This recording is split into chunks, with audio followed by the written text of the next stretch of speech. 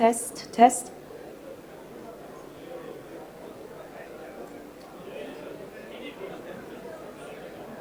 Testing the mic. Testing the microphone.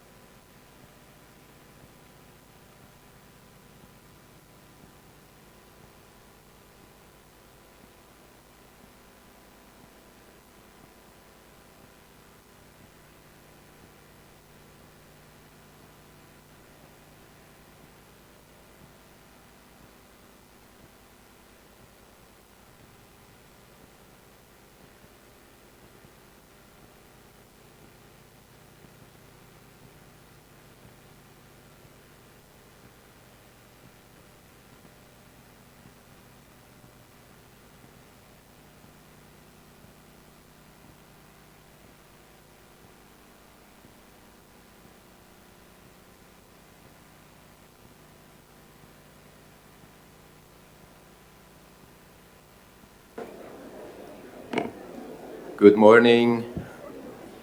Could I ask you please to take your seats? I will give you a few minutes more to do so. Thank you.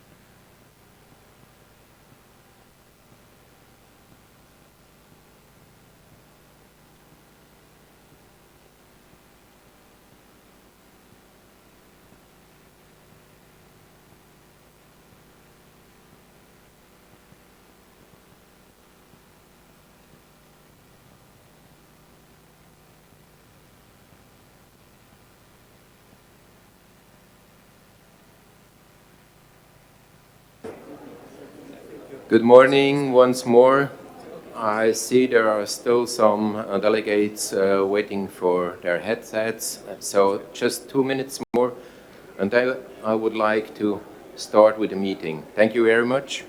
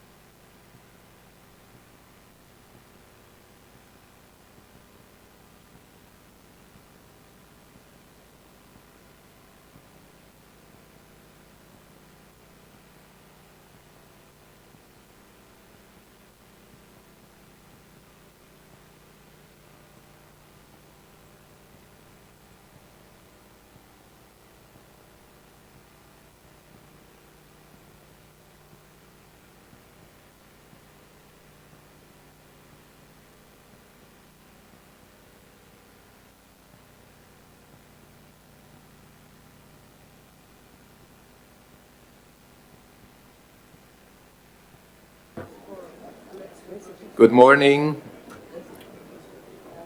I hope you all found the places you have to be seated during the next couple of days, and you're all able to follow the discussion in all the language used, so having your headsets.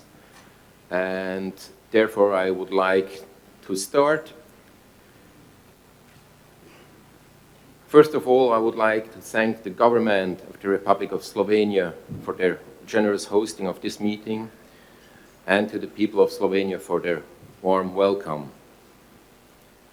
It is an honor and my pleasure to present the 4 speakers for the opening ceremony. Ms. Irena Majchen, Minister of the Environment and Spatial Planning, Ms. Darja Bavdac-Kuret, State Secretary at the Ministry of Foreign Affairs, Ms. Merahat, Deputy Major of Iran, and Simon Brockington, Executive Secretary of the IWC. I'd like to give now the floor to the first speaker, Ms. Irena Majchen, Minister of the Environment and Spatial Planning. Thank you. Please. Spoštovani gostje, cenjeni ministri, predstavniki držav, predstavniki komisije, nevladnih organizacij, medijev. Slovenija je dežela, ki ljubi svojo naravo in morje in jo uporablja tudi na znamkah. Na ta način tudi preko danes že starodobne pošte širimo vedenje o kitih in delfinih v Jadranskem morju. In to kot naročeno prav pred 66. zasedanjem Mednarodne komisije za kitolov. Številnimi od vas smo se srečali že predlani. Prepričani pa smo, da se bomo tudi tokrat izkazali kot dobri gostitelji in zagotovili vaše dobro počutje. No translation? Sorry, it seems that there is a problem with the technique. Yes, I apologize for that. So please could the technician try to fix it as fast as possible. Thank you.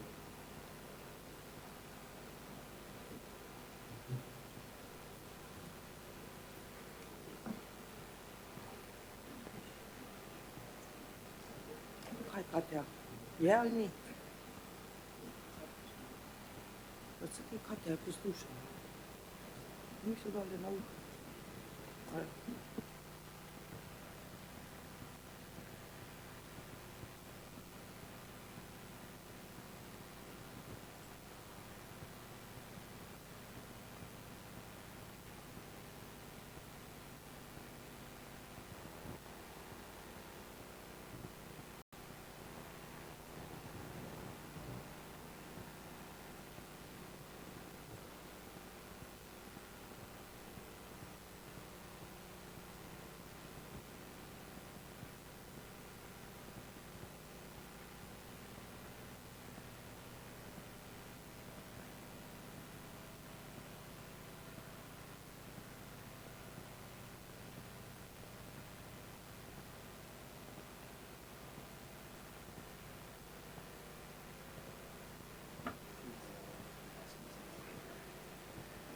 Okay, could the technicians please just confirm that it should work now?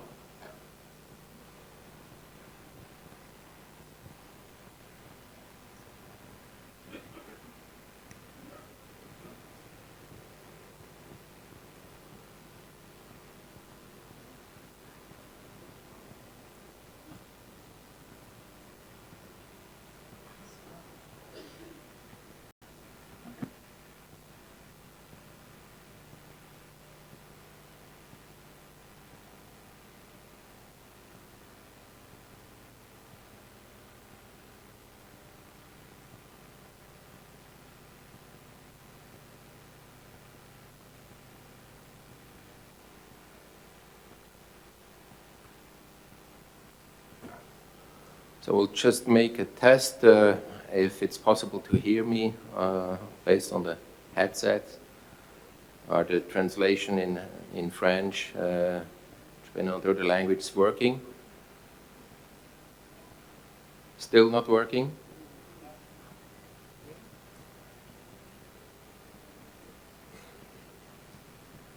You can hear me. Okay. Yeah, I think we can find out only if we start again, and I apologize, and I ask you please to. Se tudi sama opravičujem. Spoštovani gostje, cenjeni ministri, predstavniki držav, predstavniki komisije, nevladnih organizacij, medijev. Slovenija je dežela, ki ljubi svojo naravo in morje in jo upodablja tudi na znamkah.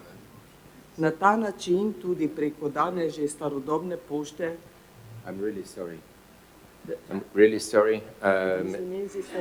Signals are quite unclear. It seems that some can follow and some other can't.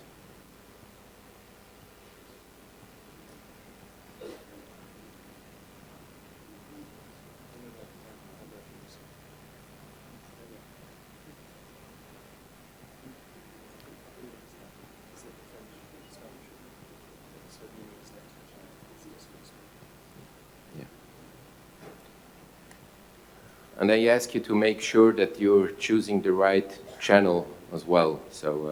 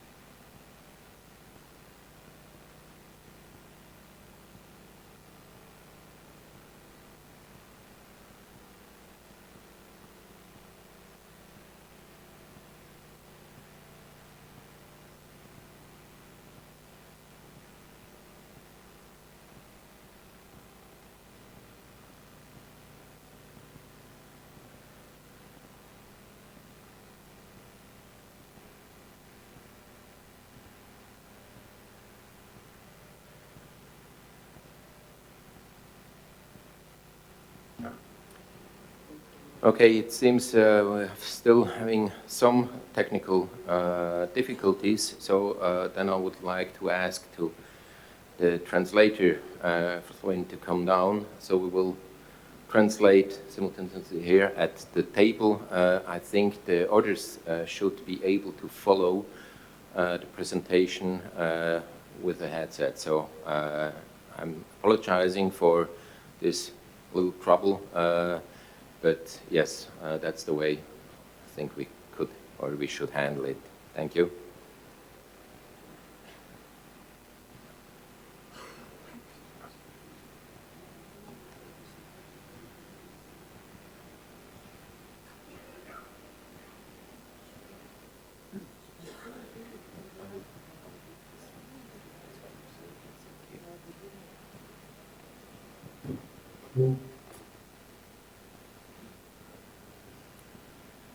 Irena sem rekla tem.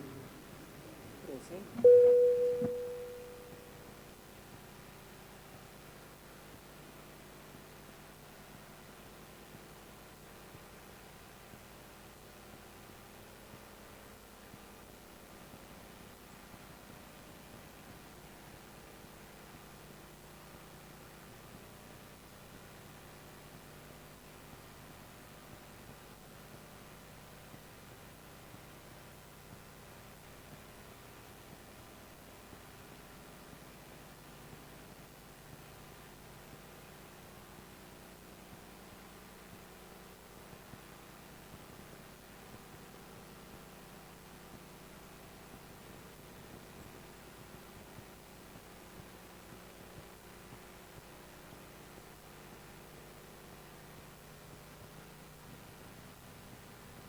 So then we will try it a third time. Hopefully this time you can follow the speech, and I will just be aside and coming back for the next speaker.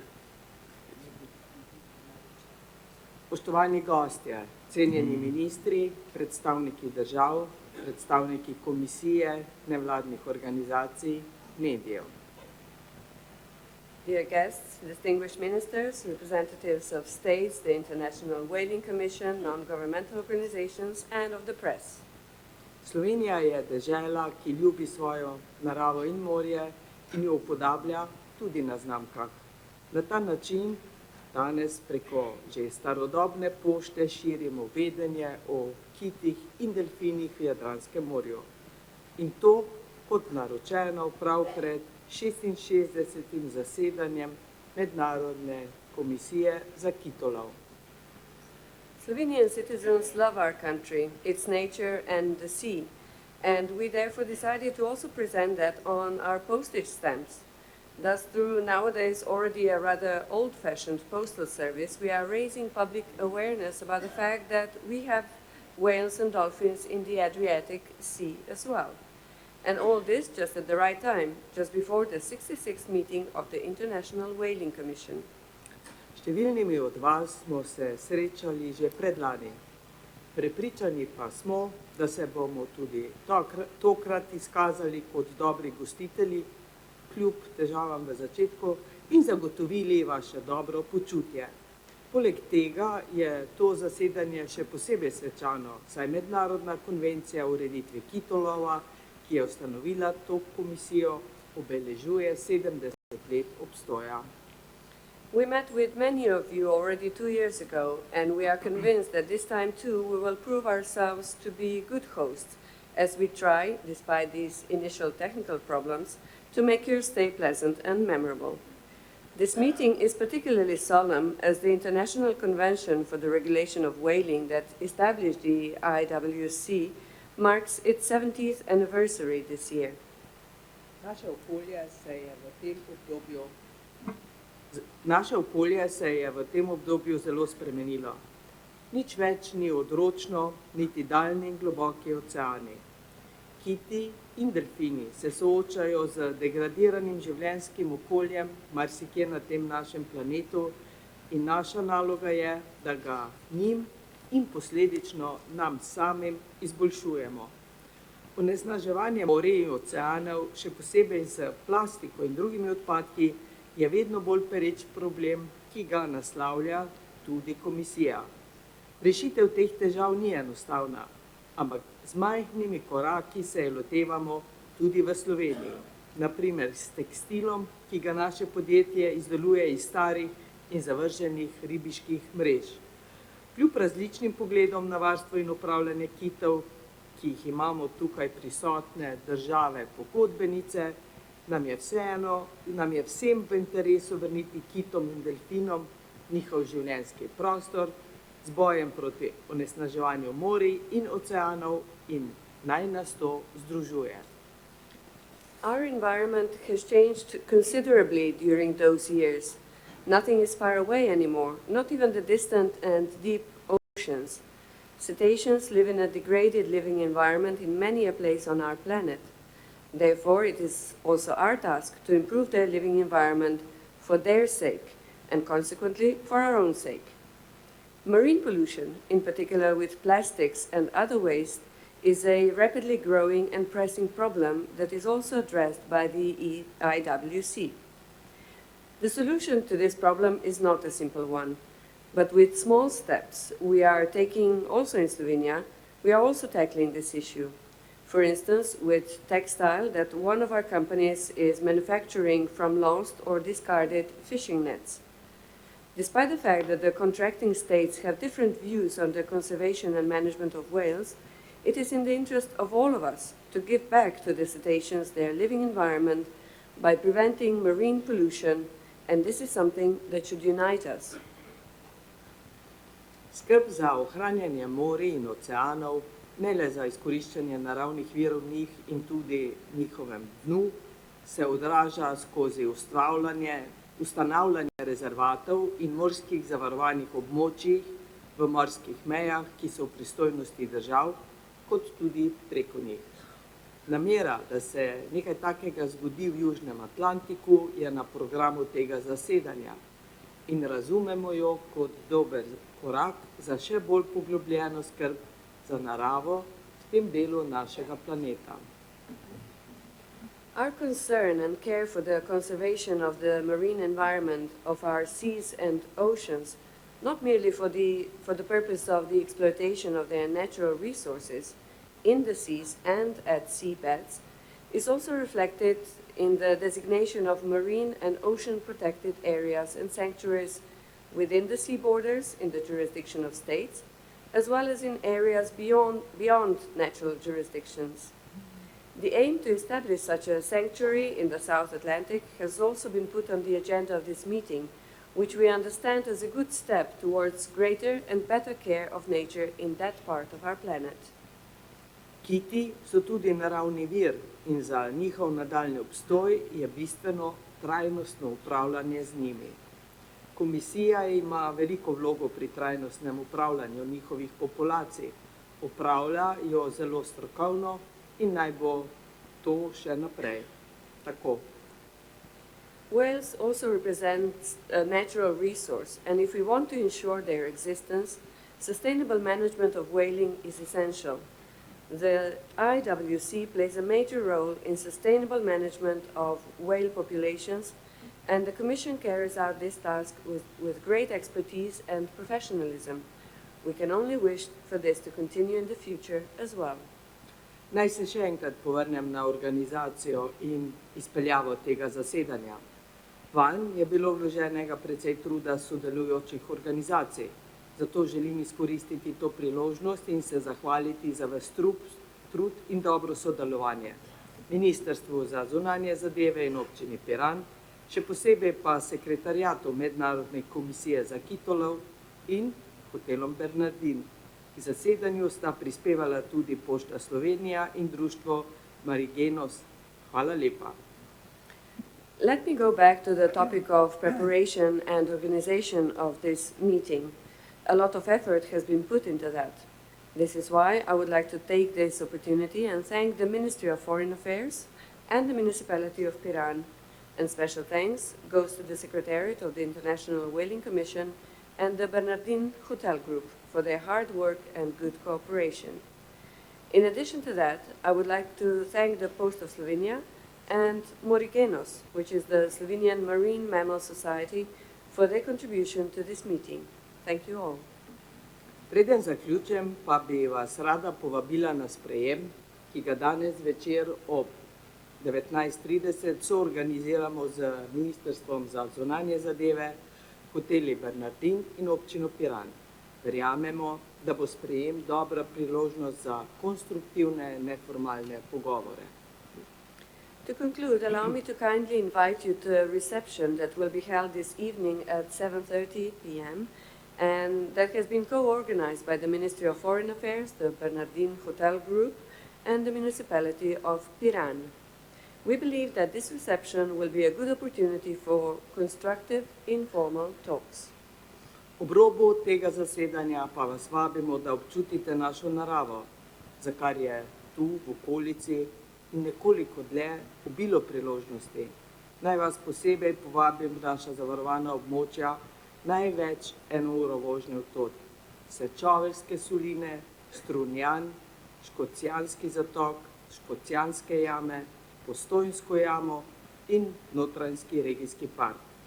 Ostane mi le, da vam zaželim uspešno delo in prijetno počutje v Sloveniji. Lep dan, hvala. We would also warmly recommend to you that on the margins of this meeting, you take some time to experience our nature. There is ample opportunity for that here, quite in the vicinity of Portoroz. I would like to invite you to visit our protected areas, which are only at most an hour's drive from here, such as Sečovlje Salina Nature Park with its salt pans, Strunjan Nature Park, Škocjanski Zatok Nature Reserve, then the Škocjan Caves Regional Park and the Postojna Cave, or Notranjska Regional Park. All that remains for me to say now is that I wish you successful work a fruitful meeting, and I hope your stay in Slovenia will be a pleasant one. I wish you a nice day.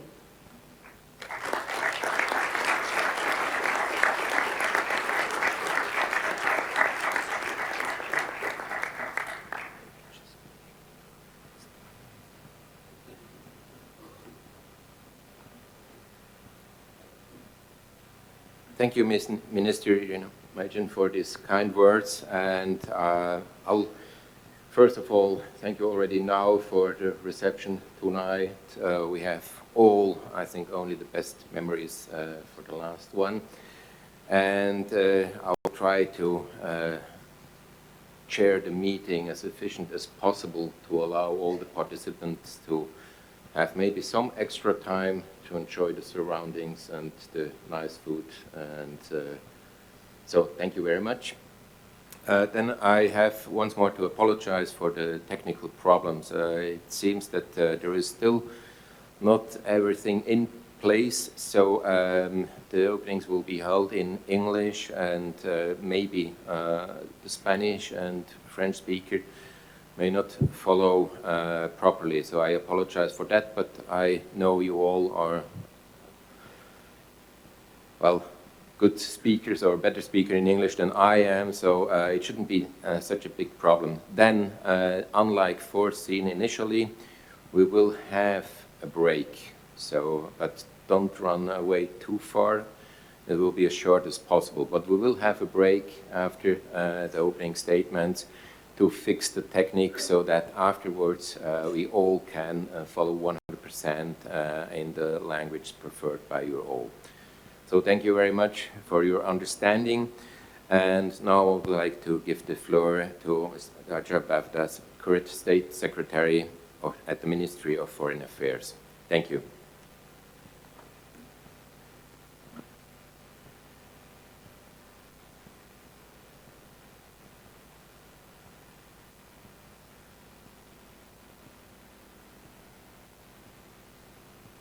Seems to be the next problem, but that's no problem. At least this one can be solved No, quite now fast. it's okay. Okay, now it's okay. fine. Thank you.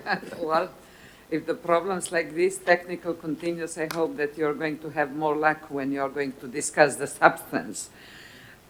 Well, Madam Minister, Chair, Ministers, Ambassadors, representatives of states, the International Whaling Commission, NGOs, media, ladies and gentlemen. First of all, let me convey best wishes and congratulations for your work from the Deputy Prime Minister and Minister of Foreign Affairs, Mr. Karel Erjavec, who is unable to attend, and he asked me to join you. Well, it is a great honor to host another IWC meeting in Slovenia. Especially since the Commission celebrates 70 years of activity. And I'm also very pleased that the Scientific Committee meeting held in Bled this spring was a successful and that the participants also enjoyed their stay. As many of you have already had a chance to witness 2 years ago, Slovenia is an extremely green country and very rich in terms of biodiversity.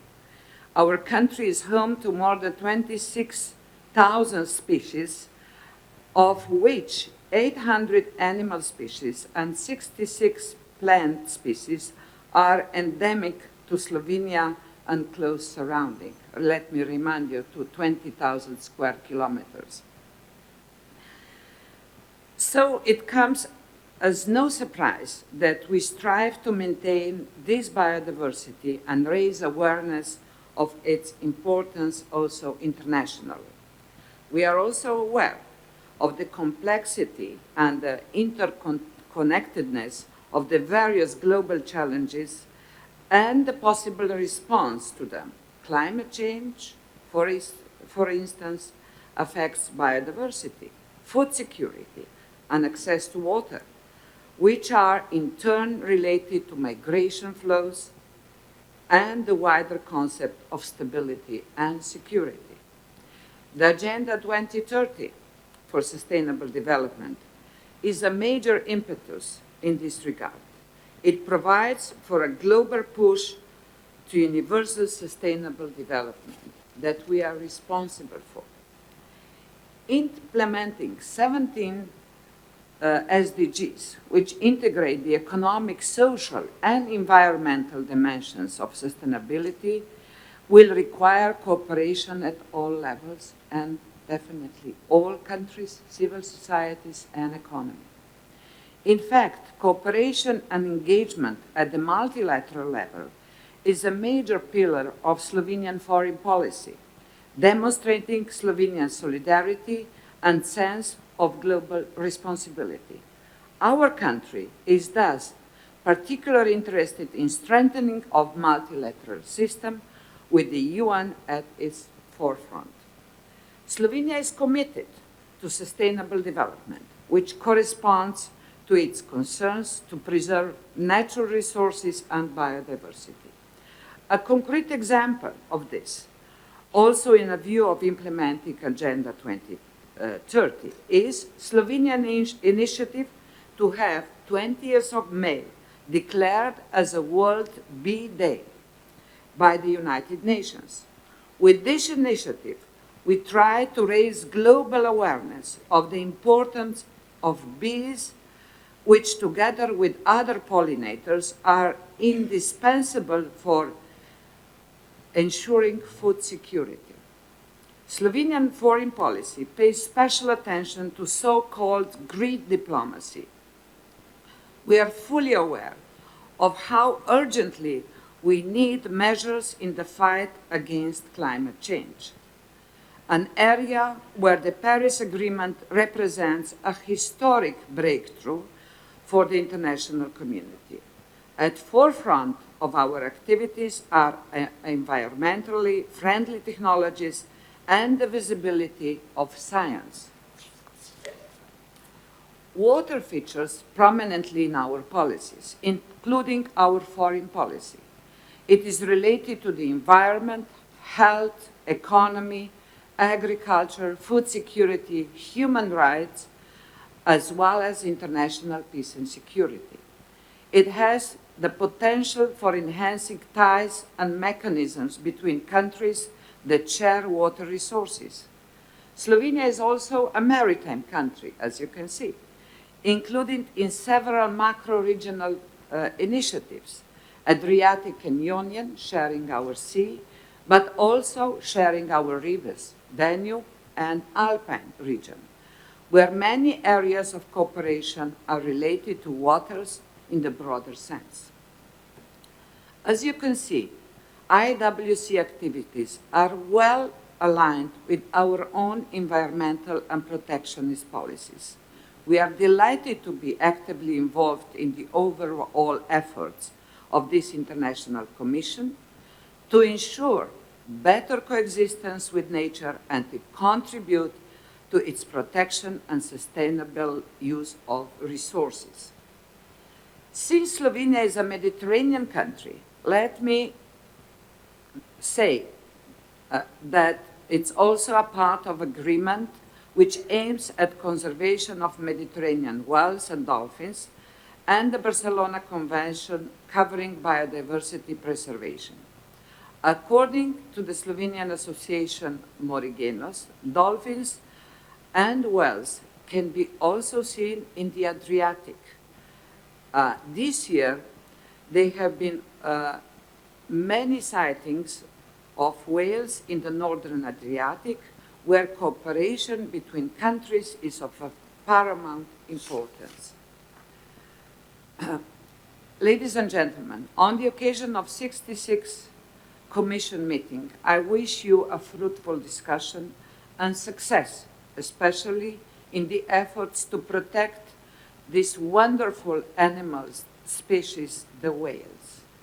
I would like also to thank my colleagues, Madam Minister of Environment and Spatial Planning, the organizers, the municipality of Piran, and especially to Secretariat of IWC, who have participated and contributed and all who has participated and contributed to the organization of this event.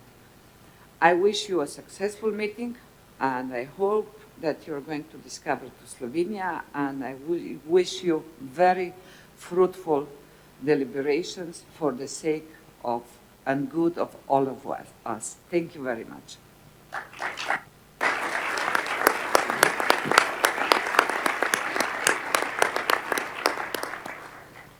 Thank you very much, and thank you for raising all the important issues, or many issues relevant also for the work of the IWC, and for once more for organizing and inviting the IWC a second time to this very nice place. Thank you very much. I would like now to give the floor to Ms. Merahat, the Deputy Major of Iran. Thank you. Thank you. Madam Minister, Madam Secretary, Mr. Chairman, Your Excellencies, Honorable Ministers, distinguished guests, ladies and gentlemen, I have the great pleasure of welcoming you to the municipality of Piran on the occasion of the 66th meeting of the International Whaling Commission. I'm very proud that you and the organizers have decided to return to us and to hold your present session of the International Whaling Commission in our municipality. In fact, in our local community, special attention is devoted to the efforts of maintaining balance in the sea. We understand the sea as being part of our identity and the source of our wealth. Although whales visit us only occasionally, we are well aware of their importance in the processes that take place in the seas and oceans, and of the dangers that threaten us if we fail to adequately safeguard them. In Slovenia, this awareness has been strengthened over the last 15 years thanks to the Association of Morigenos, which closely monitors the life of marine mammals in our area and has been extremely effective in implementing of a number of projects in the field of scientific research and protection of marine environment.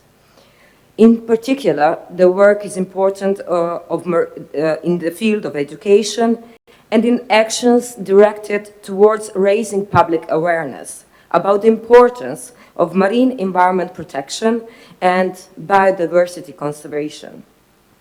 As a result of which, they enjoy the full support of our local community, and because of that, also your yearly session will receive a special public attention too.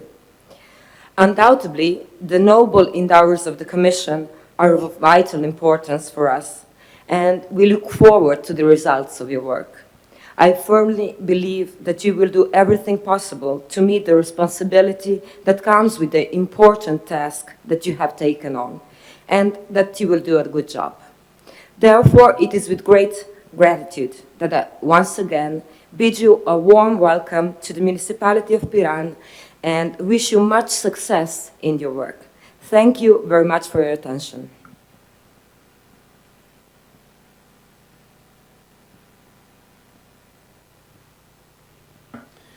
Thank you very much, Merahat, Deputy Major of Piran, and yeah, it's just a lovely place. Portoroz, Piran, both have many nice corners to spend a while, and I will hope that yeah, we will have the time to enjoy. Now, I'm coming to our last speaker of the opening, and this is Simon Brockington, Executive Secretary of the IWC. So please, Simon.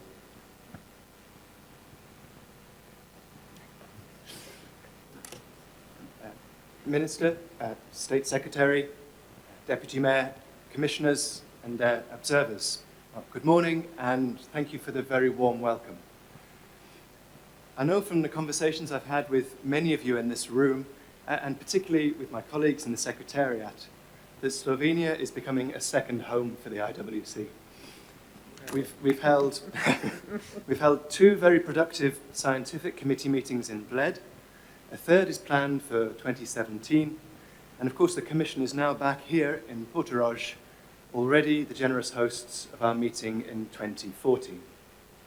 As a second home, Slovenia's mountains, the coastline, particularly the hospitality, and the cuisine are hard to beat, and we're really pleased to be back, so thank you.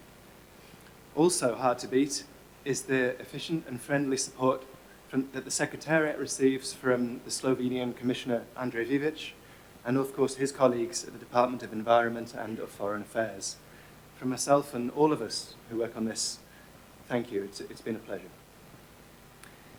The IWC is a prestigious organization. For this meeting, we have 66 contracting governments present, as well as one new observer government and many representatives from intergovernmental and non-governmental organizations. Welcome, everyone. And as we've heard, also this year we celebrate our 70th anniversary. Like other intergovernmental organizations, the IWC does not agree on everything. But there has never been more activity and commitment on the issues where we do agree. There's a really striking example of this activity in that over the last 2 years, the IWC has organized a workshop or some other form of expert event somewhere in the world at the rate of around 1 a month over the entire intersessional period. That's a remarkable achievement. And as well as those 24 workshops, over 200 members of the scientific committee have attended meetings both in San Diego and in Bled, and still more intersessional groups have met or worked by correspondence. All of that activity means the IWC has never had greater access to the range of expert knowledge than it does today. The organization is increasingly benefiting from its collaboration with other intergovernmental organizations and with regional organizations and with the NGO community, many of whom have traveled here to attend this meeting. The collective expertise from these workshops, the scientific committee, and the many observers present spans all of the IWC's fundamental responsibilities. It includes a rigorous and ongoing scientific program to understand and improve the status of populations, behaviors, and threats to cetaceans. But most excitingly of all, this program is constantly evolving, and it forms an excellent basis for the Commission's decision-making this week. No one pretends that every discussion is easy. But the IWC is a dynamic organization, and it has a tremendous amount of work to do. We have 1 schedule amendment, 7 resolutions, and an immense amount of intersessional progress to discuss this year. And so I end with an assurance that I and everybody in the Secretariat will do all we can to support your work and your decision-making. Chair, I wish you a very productive and successful meeting.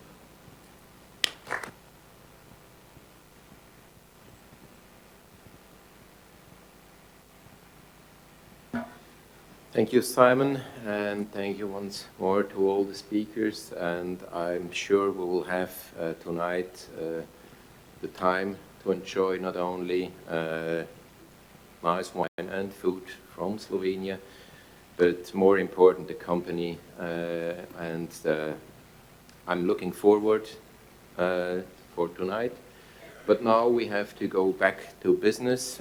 We are all busy, so we will break just for 10 minutes. So I would say we will meet 11:05 to start work. And I would just ask you to give a last applause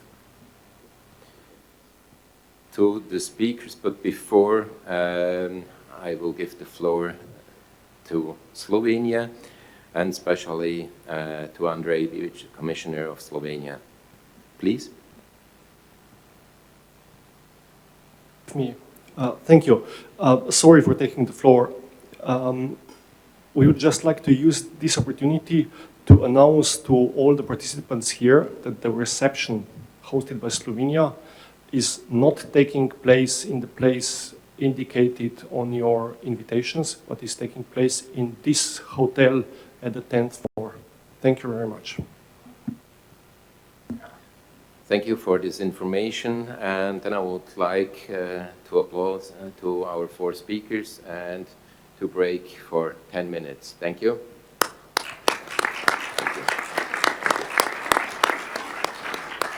Thank you.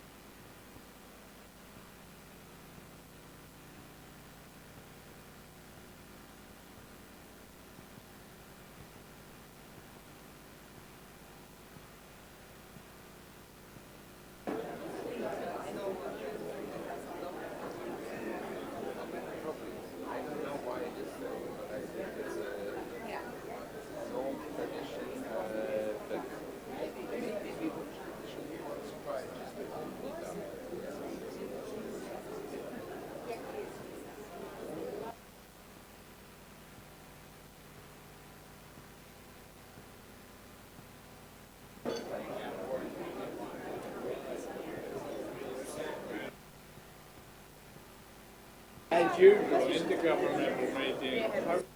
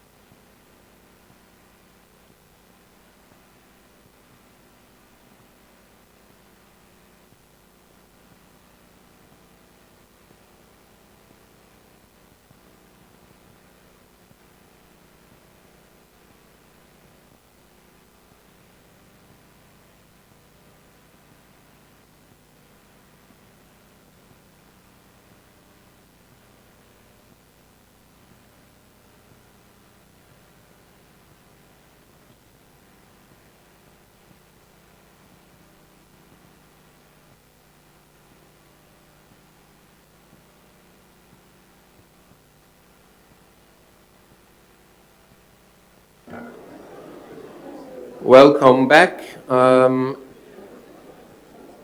10 minutes are over, so I would like to have you back on your seats.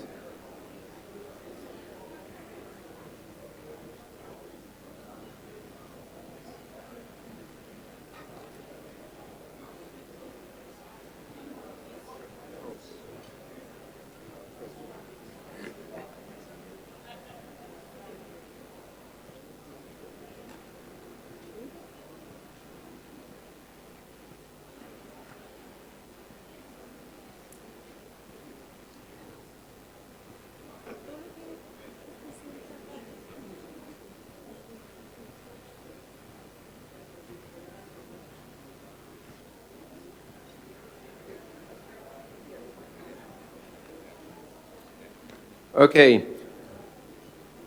I would like to thank once more the government of Slovenia for hosting this meeting, for inviting us to this very nice place. And I ask you the last time now to come back to the plenary so that we can start with our work.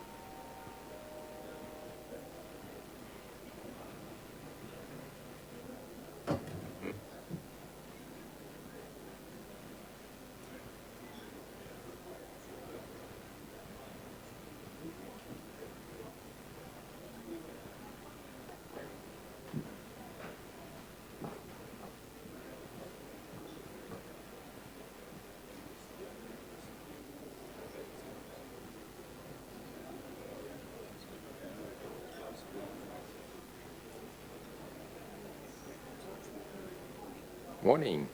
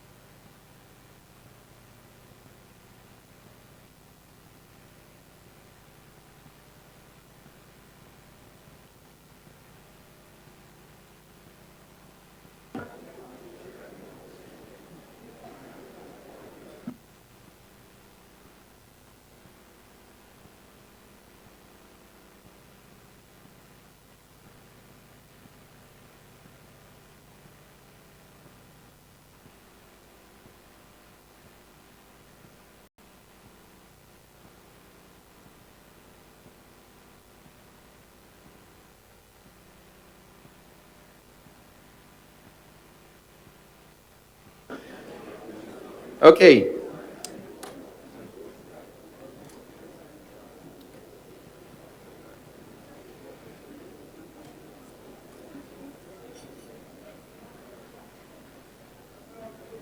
As I said before, it's a pleasure and an honor to be back in Slovenia once more. And we had the very nice opening speech by representatives, and we are looking forward for tonight to have a wonderful evening. But to enjoy the evening, it's always good to have done some work before, because that's a condition to really enjoy the evening.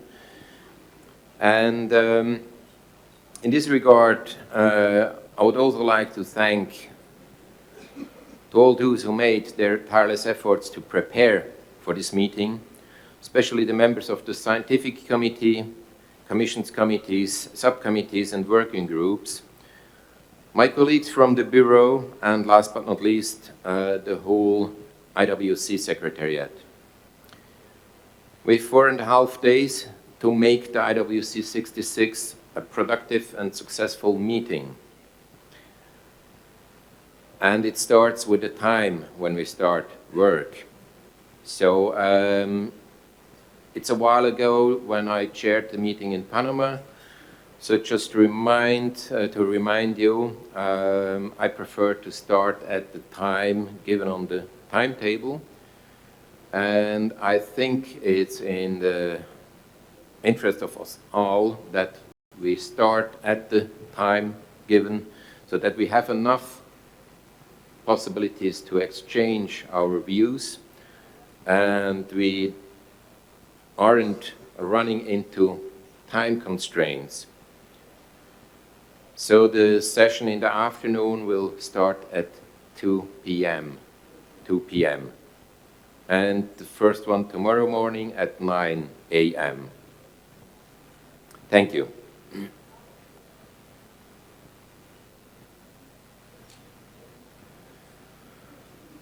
The next agenda item, the opening statements. As you are aware,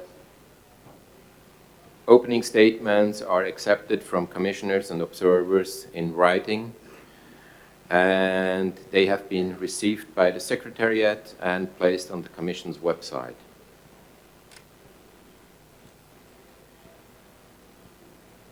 The next item is report on credentials and voting rights. So I would like to ask Simon to report. Simon, please.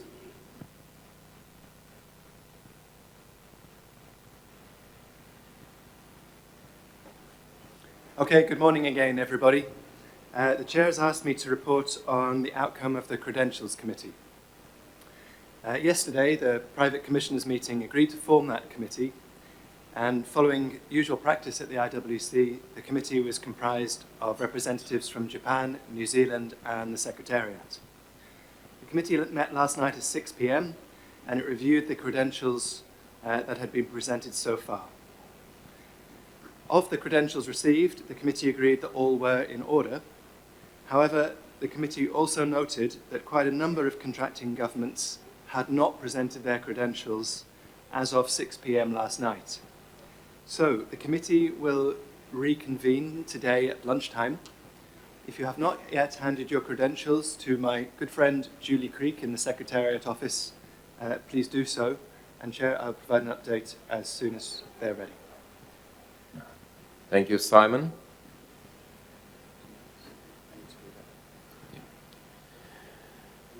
And another important item will be the way we will vote. So, Simon, could you please just explain the voting procedure? Thank you.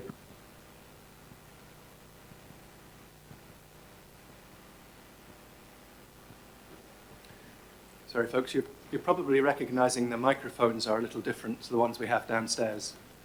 When you press them the first time, they go green, and that means you're in a queue, and then they come red when they're live. As everybody's well aware, voting rights at the IWC are tied to receipt of payment contributions.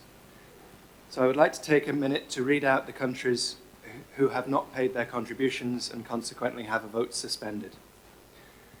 So the countries who have voting rights suspended are Bulgaria, Oman, Palau, Panama, Benin, Cameroon, Cyprus, Dominica, Ecuador, Gambia, Guinea-Bissau, Mali, Senegal, Solomon Islands, Togo, Belize, Congo, and Romania.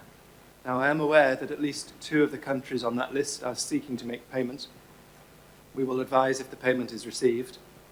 And I want to confirm that the list of countries I've just read out is available as document IWC66/FNA03 Rev. So that's document FNA03 Rev. Thank you, Chair. Thank you, Simon.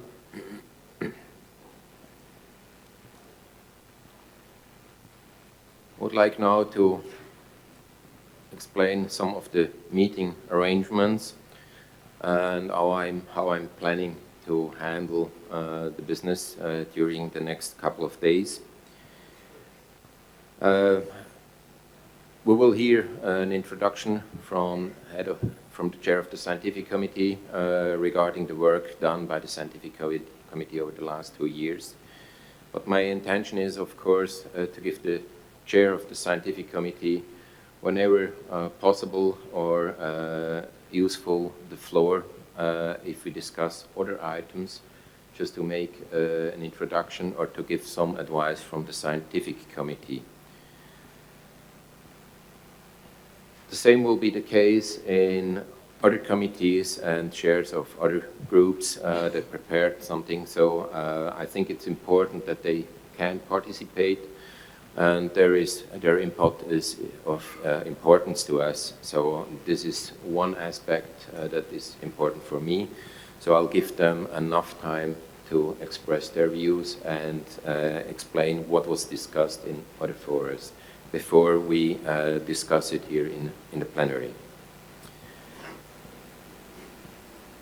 We had some technical problems just at the beginning. As far as I've been informed, the reason was that the wrong place was used to recharge the computer. So I ask you all to use whenever possible the technique provided in your place, under your seats or tables or in your rooms, and not somewhere else in this room, so to avoid that we have some loss of time because of these technical problems.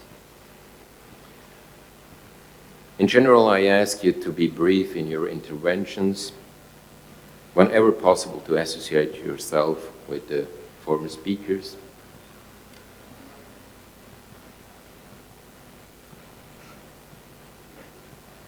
The Secretariat will maintain the status of the agenda documents which are available on the website, along with all the other documents. I'm sure you've seen them already and you know how to handle it. And of course, the outcome, the progress, will be also reflected and included in the documents. Also, the status of the agenda documents will be available and published so that you are always aware where we are standing. In this regard, we have a timetable, we have a program, so you know more or less the time the items are raised. You may be especially interested or you have prepared some interventions. I ask you to be ready in the case that we are moving forward faster than foreseen, so that you are then able to present the documents, to discuss the documents. Whenever possible, I try to move forward, so it would be very helpful if you're ready, not just for the items pushed on or placed on the table for the afternoon, but also for the first ones foreseen for next morning.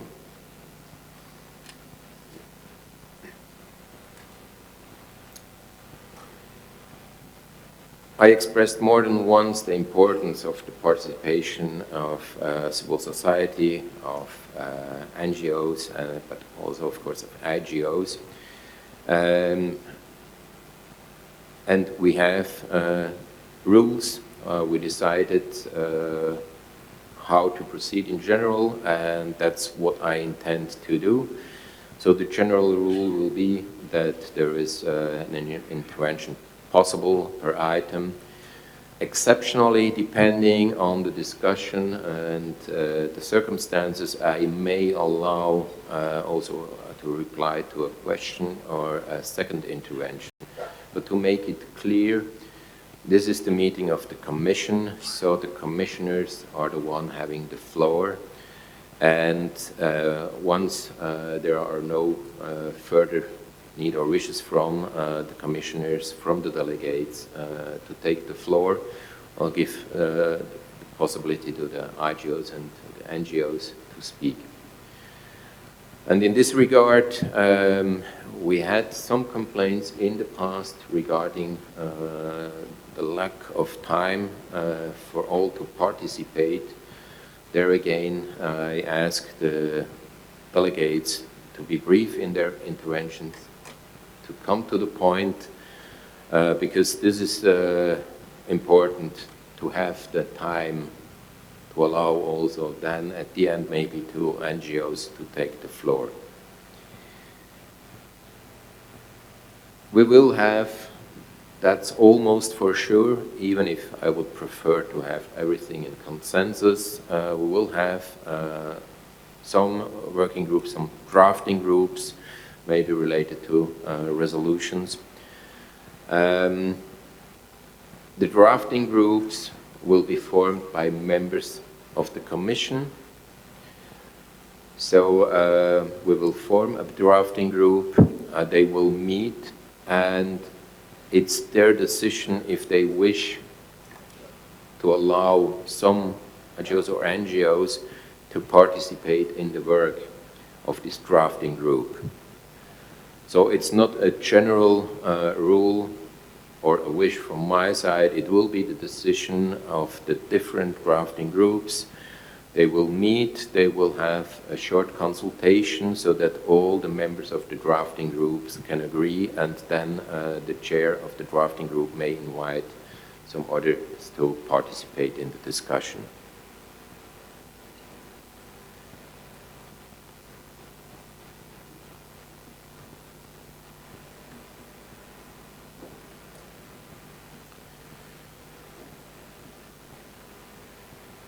The last point, and I will repeat it maybe once again in the afternoon, I just named it before, is the time.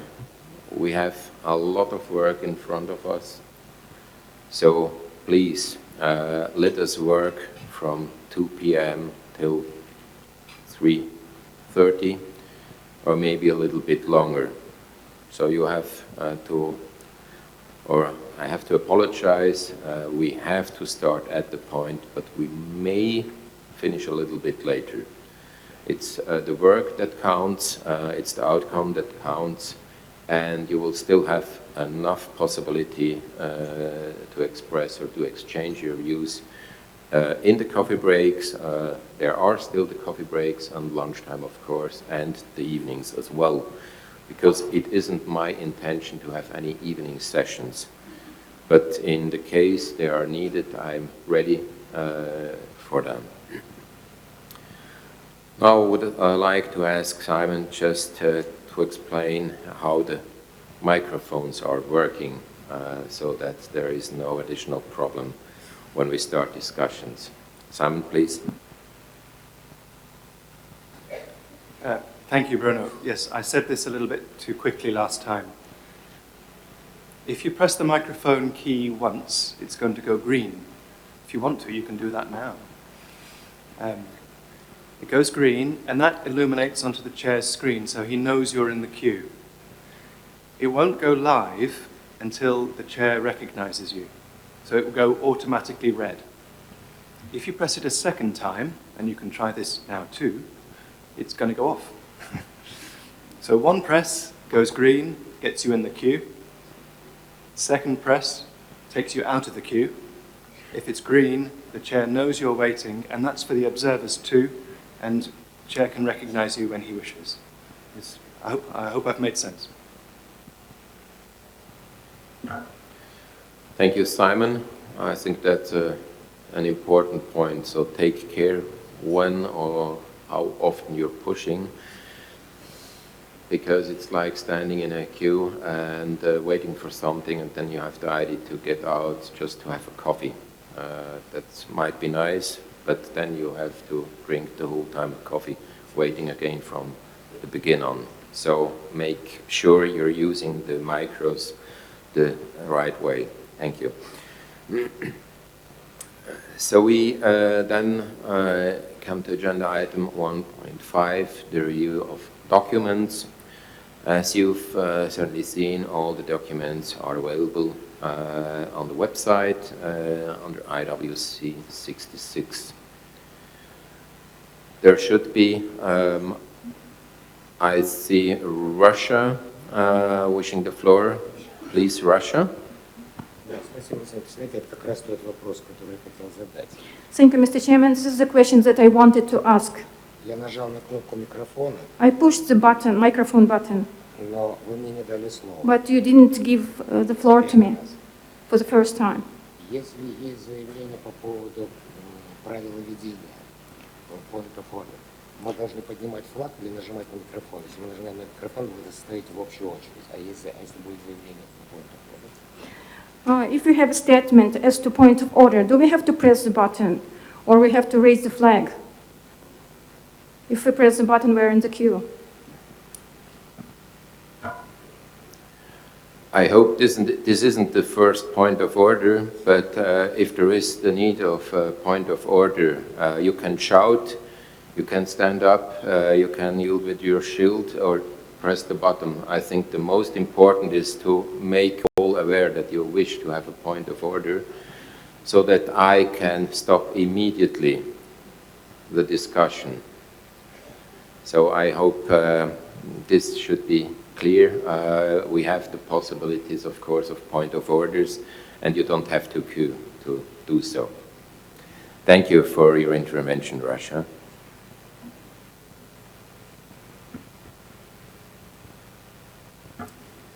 So coming back to the documents, I think, or I hope that the Wi-Fi connection is working well and you're all able to have the documents on your screen.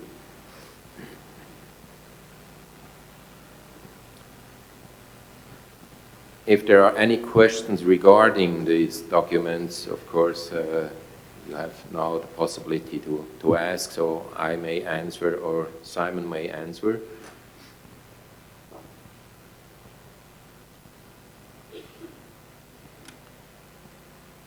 It doesn't seem to be the case, so then we will move forward to a very important item. That's, of course, the adoption of the agenda. As you all know, the Secretary dispatched the draft agenda to all contracting governments 100 days before the start of the IWC66 with a request to receive any comments. Following a receipt of comments, the provisional agenda was then circulated 60 days ago and is available today as IWC6601. If there are any comments, requests to the agenda, I would like now to open the floor so that you're able to comment.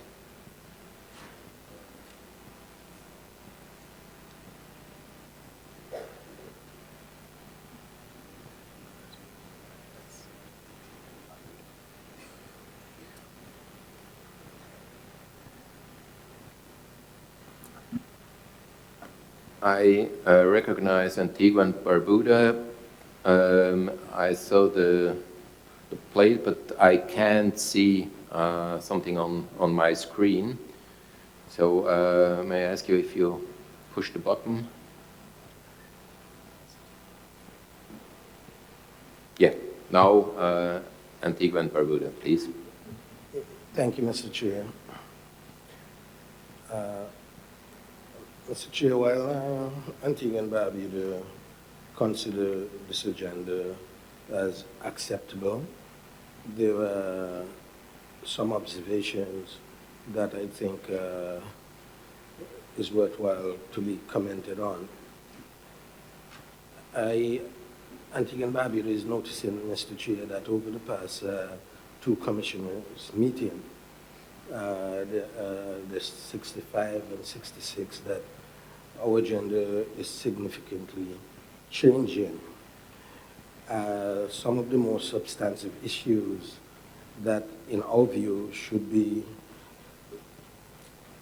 needing discussions and debate and decisions in this August body have not been presenting themselves in our agenda.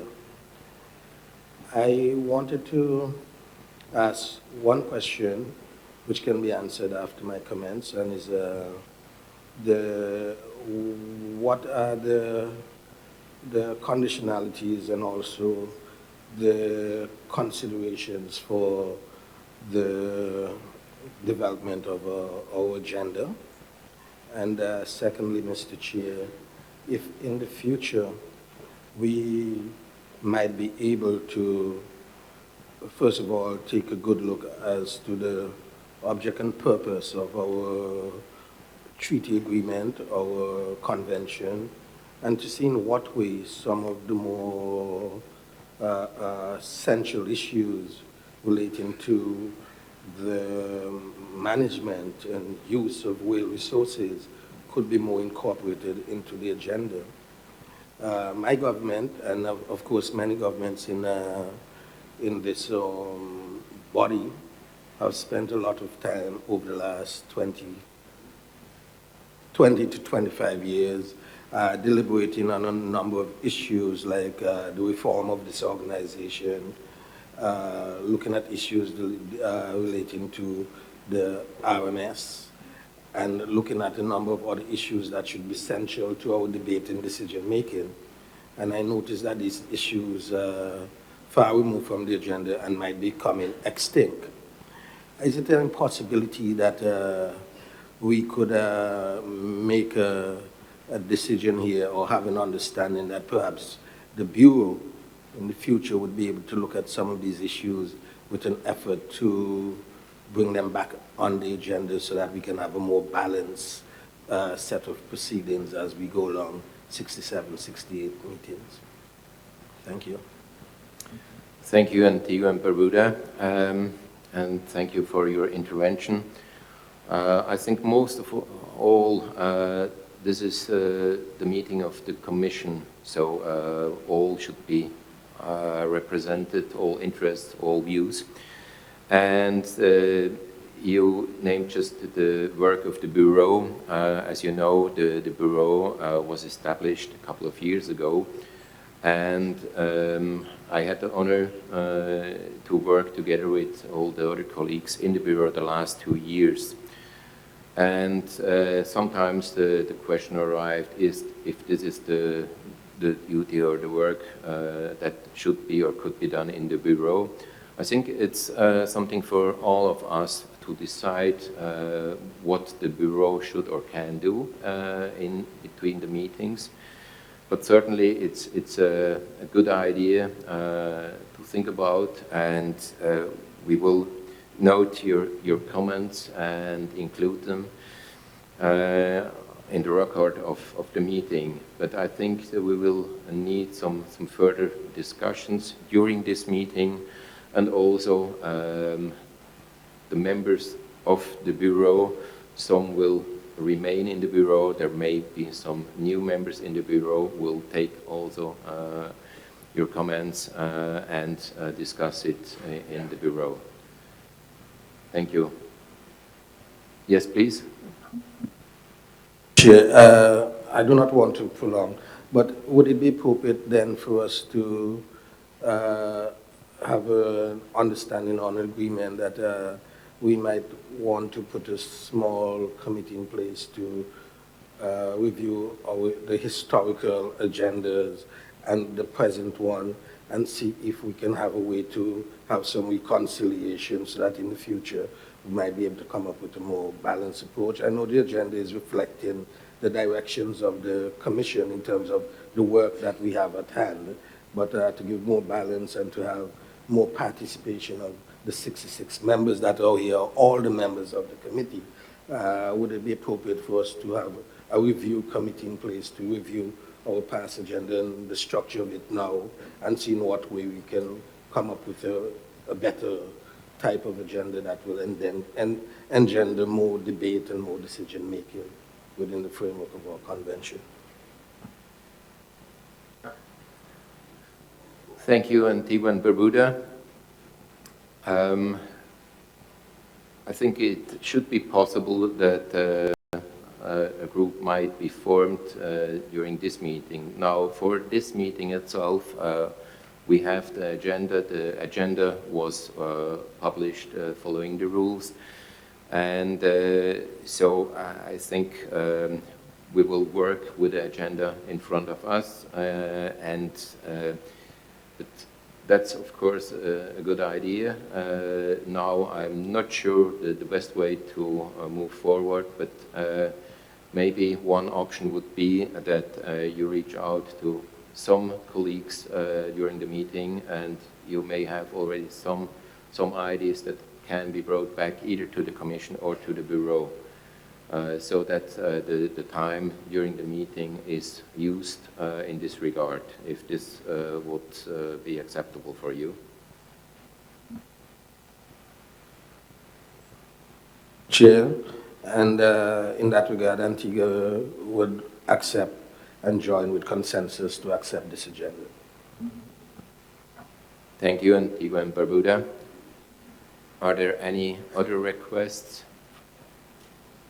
Ideas, comments?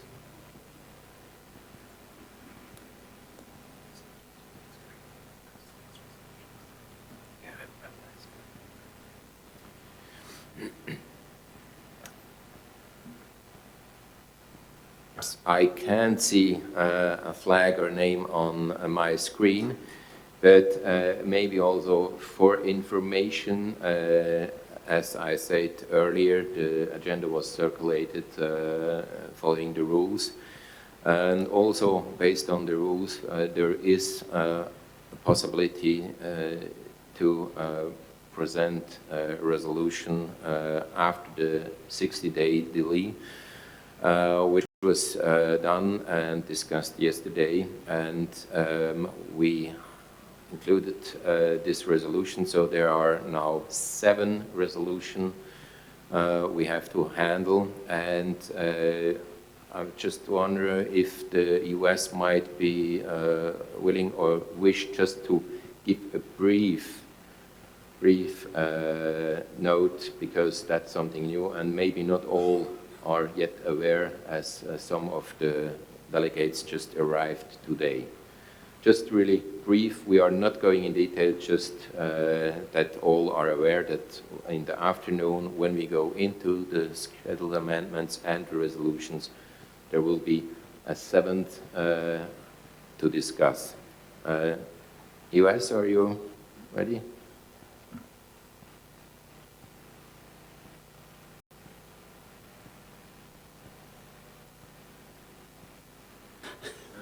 Thank you, Mr. Chairman, and I do hope that I will figure out how to use this complex system by the time we leave here on Friday. Yes, thank you for the opportunity to address this, and if I may, I'd just like, since this is my first time speaking, I'd like to thank the government of Slovenia and the Secretariat for this wonderful venue and the excellent arrangements for this meeting. The U.S. has tabled a resolution concerning the critically endangered vaquita. It is a resolution that follows up on decisions taken recently by the IUCN and CITES to highlight the plight of the vaquita, and is motivated not only by our understanding that this is an issue of importance to this organization, but also in recognition of the fact that other organizations are also focused on this issue and have done so recently. We have seen, based upon the science and actually based upon the recommendations of the Science Committee, that the status of the vaquita continues to decline precipitously, and that steps are needed to be taken to address this. And this resolution, in the name of the IWC, calls on those parties that are best situated to take those steps to do so, but also allows the IWC to recognize the critical nature of this circumstance. The United States is happy to have further discussions and give a greater exposition on this resolution, but I think I'll stop there for right now. Thank you. Thank you, US. To be brief, and yes, it's not yet the moment to discuss, but I think it is important that all are aware that there is an additional text we have to work with. Are there any other comments regarding the agenda?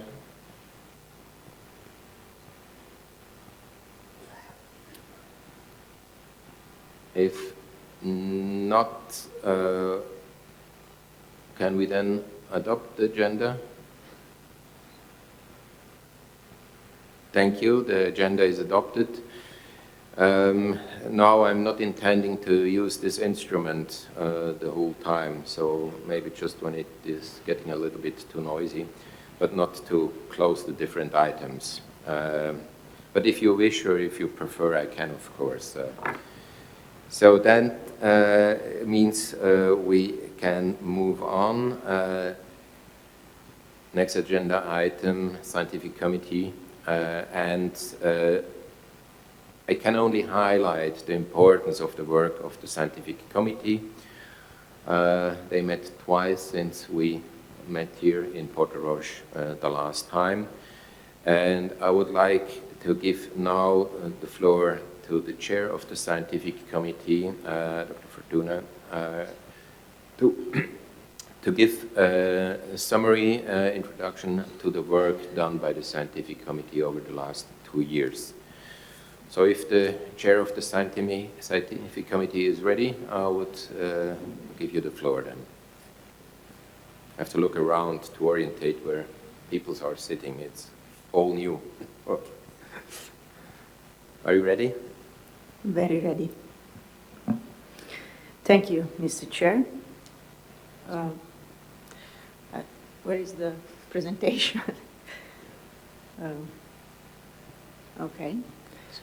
So I would rather prefer to see the presentation on all screens, thank you, instead of my face. Thank you very much. So this is going to be a very succinct presentation of the work that has been done in the last 2 years by the Scientific Committee. It has been prepared by myself, the Vice Chair, Robert Suidam, and the Head of Science, Greg Donovan. We already reported part of our work to different committees and subcommittees and working group of the Commission, so you will find more information in the reports as well.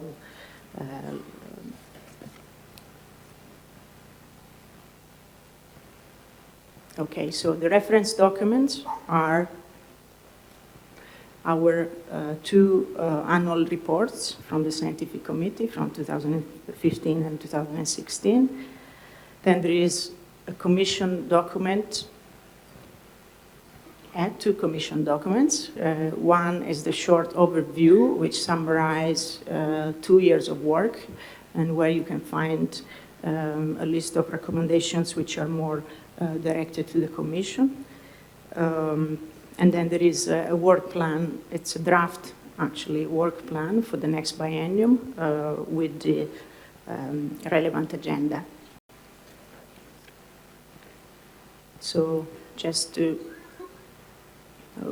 okay, so we had a meeting in San Diego in 2015 chaired by Kita Kado.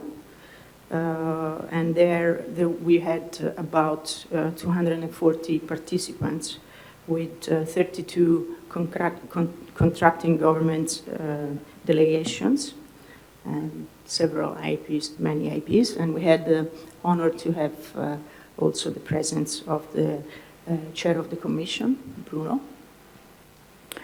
I hope it was a good experience for you. Then we met in Bled the following year, actually last summer, in June. I was chairing that meeting. We had about 170 participants with 26 contracting government. And I'll take the chance to emphasize how important it is for the scientific committee to have the participation of contracting governments through their representatives, scientists. We certainly we certainly have our alternative way to involve scientists from different countries, which is represented by the invited participant list. But still, I would really ask contracting government to send their own delegations as well. The scientific committee, as you might know, it goes on for 13 days, 5 days for plenary and 8 for working groups. We also have 3 days for pre-meetings and 1 day for the conveners post-meeting to organize the intersessional period, and the meeting with the scientific committee and conservation committee joint working group. In both cases, we had been lucky to work in an excellent environment and facilities. So I would like to thank USA and Slovenia for providing those. So one thing that I would like to highlight, responding to several recommendations and requests from the Commission in the past, we tried to develop a different format for our report. So you can see in the 2006 report lots of boxes. Those boxes are meant to highlight important actions, items, and agreements and recommendations. They also identify who are the primary intended recipients using codes. And they actually also include in the box, there is an initial preambular part, which is the context of the recommendations. So they basically are recommendations that can stand alone or Commission advice. You can see there are several recipients for our recommendations, and lots of recommendations are actually internal. So we hope this will help the communication between us and all the other bodies of the Commission and the Commission itself. This slide is just to highlight that the scientific committee is linked to a number of conventions, which is not working. Okay. Okay. So actually, we have observers in 16 conventions and 5 agreements. So we sent observers to their meeting of the parties or scientific committees. So this was a slide just to impress you about the body of work we do also in connection with the international IGOs. Okay, so now to the body of our main work. So general assessment issues, you can find all information and recommendations in item 5 of both scientific committee reports. The scientific committee reiterated and reinforced the concept that the RMP and AWMP approach pioneered at the IWC and actually increasingly used in fishery management is a broad of broad relevance to the work of the committee and conservation in general, I would add, when examining status of effect of all human-related mortalities, for example, bycatch and ship strikes, but not only. The general assessment, the group that deals with general assessment issues looks at maximum sustainable yield rates. We completed our review in 2013, and the MSYR is now in terms of animals aged 1 and above, covering the range of 1% to 4%. Amending the CLA, catch limit algorithm, we in 2015 finalized the trial approach to review potential amendment. The conservation performance must be at least as good as the lowest 1991 C procedure, if I had to be recommended to the Commission. And there was a discussion about a potential proposed Norwegian amendment, but the scientific committee recommended to continue use of the existing CLA rather than using the proposed amendment. We have discussions regularly about updating guidelines for surveys and annotations of the RMP. In particular, we are carrying out a review on the use of model-based abundance estimation for use of the RMP and wider. Under the implementation-related matters, we have been looking at several populations. For what concerns the North Atlantic fin whale implementations, you will find at least two boxes where we provide advice to the Commission. The boxes can contain single advice or multiple advice and recommendations, just to give you an idea and draw your attention to those topics. We completed the review of the North Atlantic fin whales, and we endorsed a new abundance estimate of around 41,000 whales for Iceland and Faroe survey blocks. We look at, for what concerns Atlantic common minke whales, you will find a box with a recommendation to the Commission. The implementation review will be concluded in 2017, and we endorse a new abundance estimate of over 100,000 whales for the entire survey area.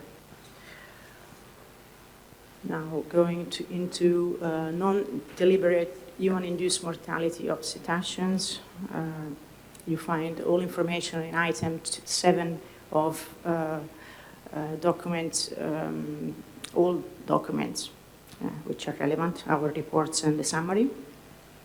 We have been discussing bycatch entanglement of large whales, and there you will find many boxes with advice to the Commission and several recommendations.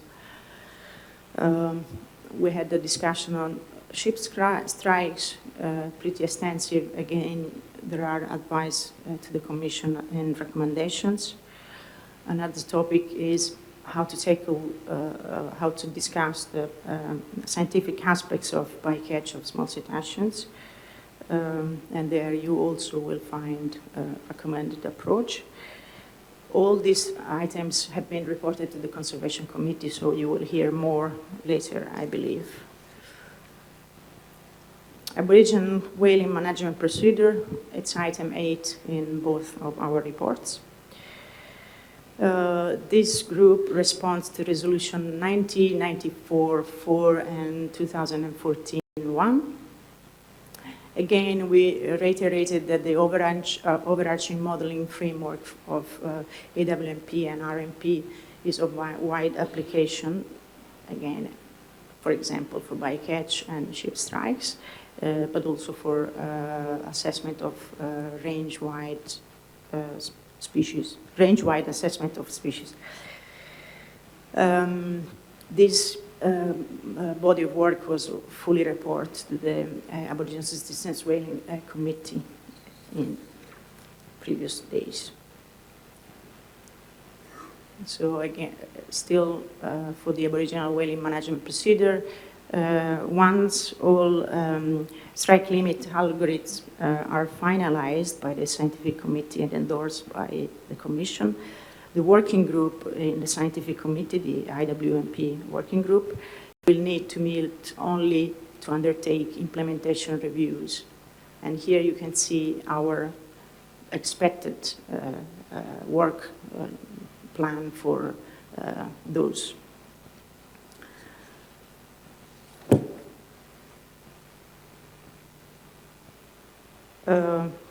Progress on SLA for Greenlandic ants, you will find 6 boxes with Commission advice. We develop, scientific committee developed a safe interim approach endorsed by the Commission to provide advice to up to 2 quota blocks which means until 2018. The long-term SLA for West Greenland humpback was finalized in 2014, and the bowhead hunt was recommended in 2015. The SLA for the fin whale hunt of West Greenland will be finalized in 2017, and the SLA for common winky whale of Greenland will be finalized before the Commission at our meeting in 2018. It was also agreed that the work on multi-species flexible approach will occur only when all the individual SLA are completed. In terms of management advice, we made a number of general recommendations.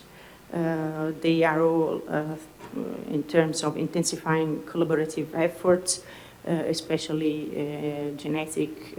when it comes to genetics and biological samples exchange, photo ID data, and also when it comes to asking the authorities to facilitate our work by helping us to guarantee that research permits and data sharing are happening at the right time. And I have to say that these general recommendations actually, they apply to the entire subcommittees for our scientific committee. You will find several of them throughout the report. These are key points, and the Commission can do a lot to help. In terms of management advice,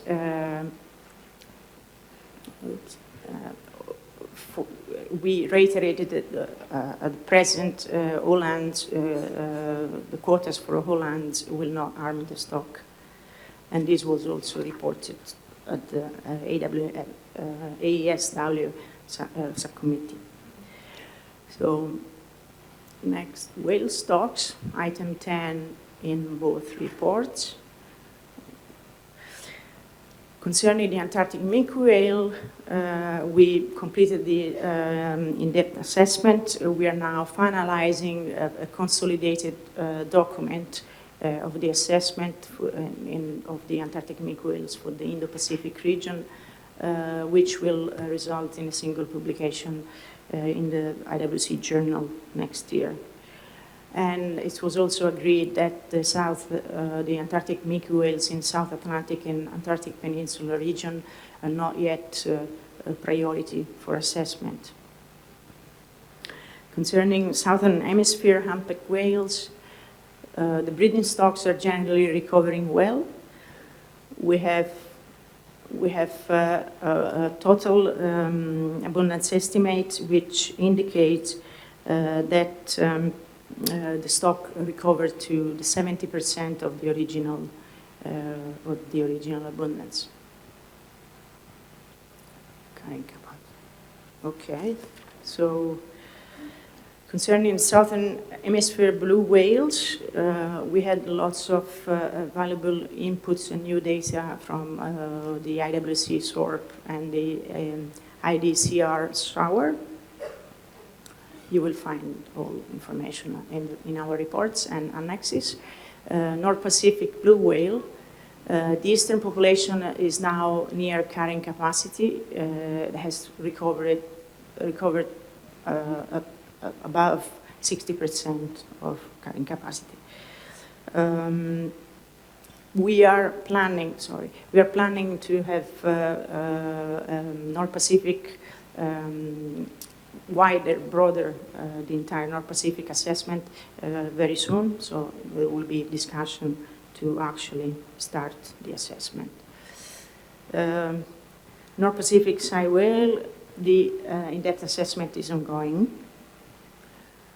Then we have whale stocks which are subject to CMPs. This has been reported to the Conservation Committee, but just for you to know, there are 3 stocks. North Pacific gray whales. I have to here just to mention that we have an excellent cooperation with the IUCN Western Gray Whale Advisory Panel. And we are planning a range-wide workshop in 2017. We also look at Southwest Atlantic right whales, Eastern South Pacific right whales, and as I said, the Conservation Committee received the report and they will report more on this. So more whale stocks. For North Pacific humpback whales, we have an in-depth assessment starting in 2017, next year. For North Atlantic right whales, we will have a comprehensive update in 2017, possibly entailing a workshop. For Arabian Sea humpback whales, you will find a box with advice to the Commission. It's a serious concern. The status of this population, it's a serious concern, and we suggested again that there should be a regional CMP or similar approach. Then we have been looking at many other species you find listed there. I just want to remind that concerning the Southern Hemisphere sei whale, there have been a die-off event, and the scientific committee, given the urgency, is going to provide some funding for some action.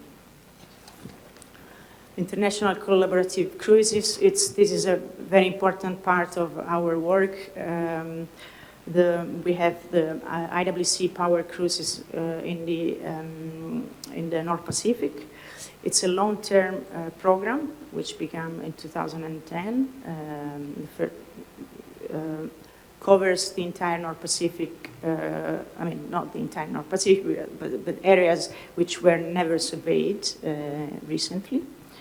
So it actually provides very important information to fill gaps. It's carried out with the scientific committee budget, but also generous support from Japan in terms of vessels. The last phase has to cover the Bering Sea. Under this agenda item, you will find a pretty strong request to governments to support the program in terms, again, permits and ways in terms of advising us how to best proceed to get to obtain those permits. Scientific, obviously. So stock definition and DNA are 2 more groups of the scientific committee, and you all understand that population structure is an essential piece of the puzzle which is essential to and relevant to all aspects of the scientific committee work. We have 2 technical groups which continued working on reviewing and updating guidelines for the preparation and analysis of genetic data, provide feedback and recommendations to our subcommittees on very technical working documents, develop operative and consistent terminology, and consider simulation-based approaches to evaluate star structure, and also review genetic methods and DNA registries, including, for example, gene bank. A very big part of our work is related to looking at environmental concerns. This committee addressed really a very wide range of potential and actual threats, including, well, not this one. The first one is actually a report. It's about the state of cetacean environment. So the threats are chemical pollution, oil spill impacts, and you will find in this year report at least 2 boxes with advice and recommendations. Cetacean disease of concern, strandings and mortality events, and again there is a recommendation to the Commission. Impact of climate change on cetaceans, Arctic issues, these are pretty much linked.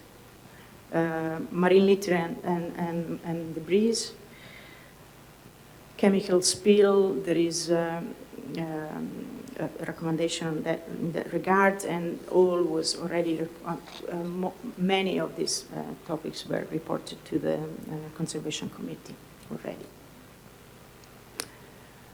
So in regards to effect of anthropogenic sounds, which is another threat, we highlighted these recommendations coming from the committee, so you will find at least 4 boxes with advice. There is compelling evidence on chronic anthropogenic noise affecting marine acoustic environment in many regions. There is emerging evidence that compromised acoustic habitat can really affect some cetacean population adversely. And the scientific committee is of the opinion that the lack of scientific certainty should not hinder management action and should not prevent member nations from keeping quiet areas quiet and making noisy areas quieter. So the committee, oops, doesn't work, recommended the Commission also to develop a paper for submission to the IMO Marine Environment Protection Committee, providing an update of recent information related to the extent and impact on cetaceans of the underwater noise and shipping noise. So ecosystem modeling is also part of our work. This working group specifically analyzes relevant aspects of nature and extent of ecological relationship between whales and ecosystem in which they live. The priority of the work of this committee is reviewing ecosystem modeling outside the IWC. There is a lot of work in CAMLA as well, and actually you can see the last point is that we are working now to have a joint workshop. We explore how such models can contribute to developing scenarios for testing the RMP, and we review any other issue relevant to ecosystem modeling which comes out from the committee. Then small cetaceans. This year, in the last 2 years actually, we have been reviewing the taxonomy and population structure of bottlenose dolphins worldwide. This review will continue for the next 2 years. You will find in the report, in our report, a report about the voluntary fund for small cetacean conservation research with recommendation to the Commission for funding specific projects that were submitted under a recent call. This was reported to the Conservation Committee, but I will take anyway the chance to say that I really appreciate the effort of many countries and government, NGOs, and even citizens donating to this fund. It's very important. Please continue to do so. Thank you. We have been discussing Vaquita this year, even with the side event. Unfortunately, we have 2 boxes with pretty strong advice. This advice has been fully reflected in the resolution that US explained earlier. So I'm not going to give you any more detail on that. We discussed Yangtze Finland's porpoise, and again, you have advice to the Commission. For the Ectos dolphins, we endorsed a new abundance estimate. We discussed Maui dolphin, and there is advice to the Commission. We discussed river dolphins of Amazonia, Franciscana, and you will see that Franciscana has been discussed also in the context of task teams and CMPs. There is a recommendation in this regard. Susa, harbor porpoise, and you have recommendations, the advice to the Commission there as well. Direct takes of small cetacean, again, there is advice to the Commission, but this was also already presented to the Conservation Committee, so you will probably hear more. There is not working. Okay. There is some advice in terms of South Asian river dolphins. A recent regulation, national law for the development of rivers is actually has potential to really undermine the survival of these dolphins. So we have been proposing a task team as well there. And then we have been discussing about, sorry, it doesn't go anywhere. Okay. Legionarincus, you will find the recommendation there. And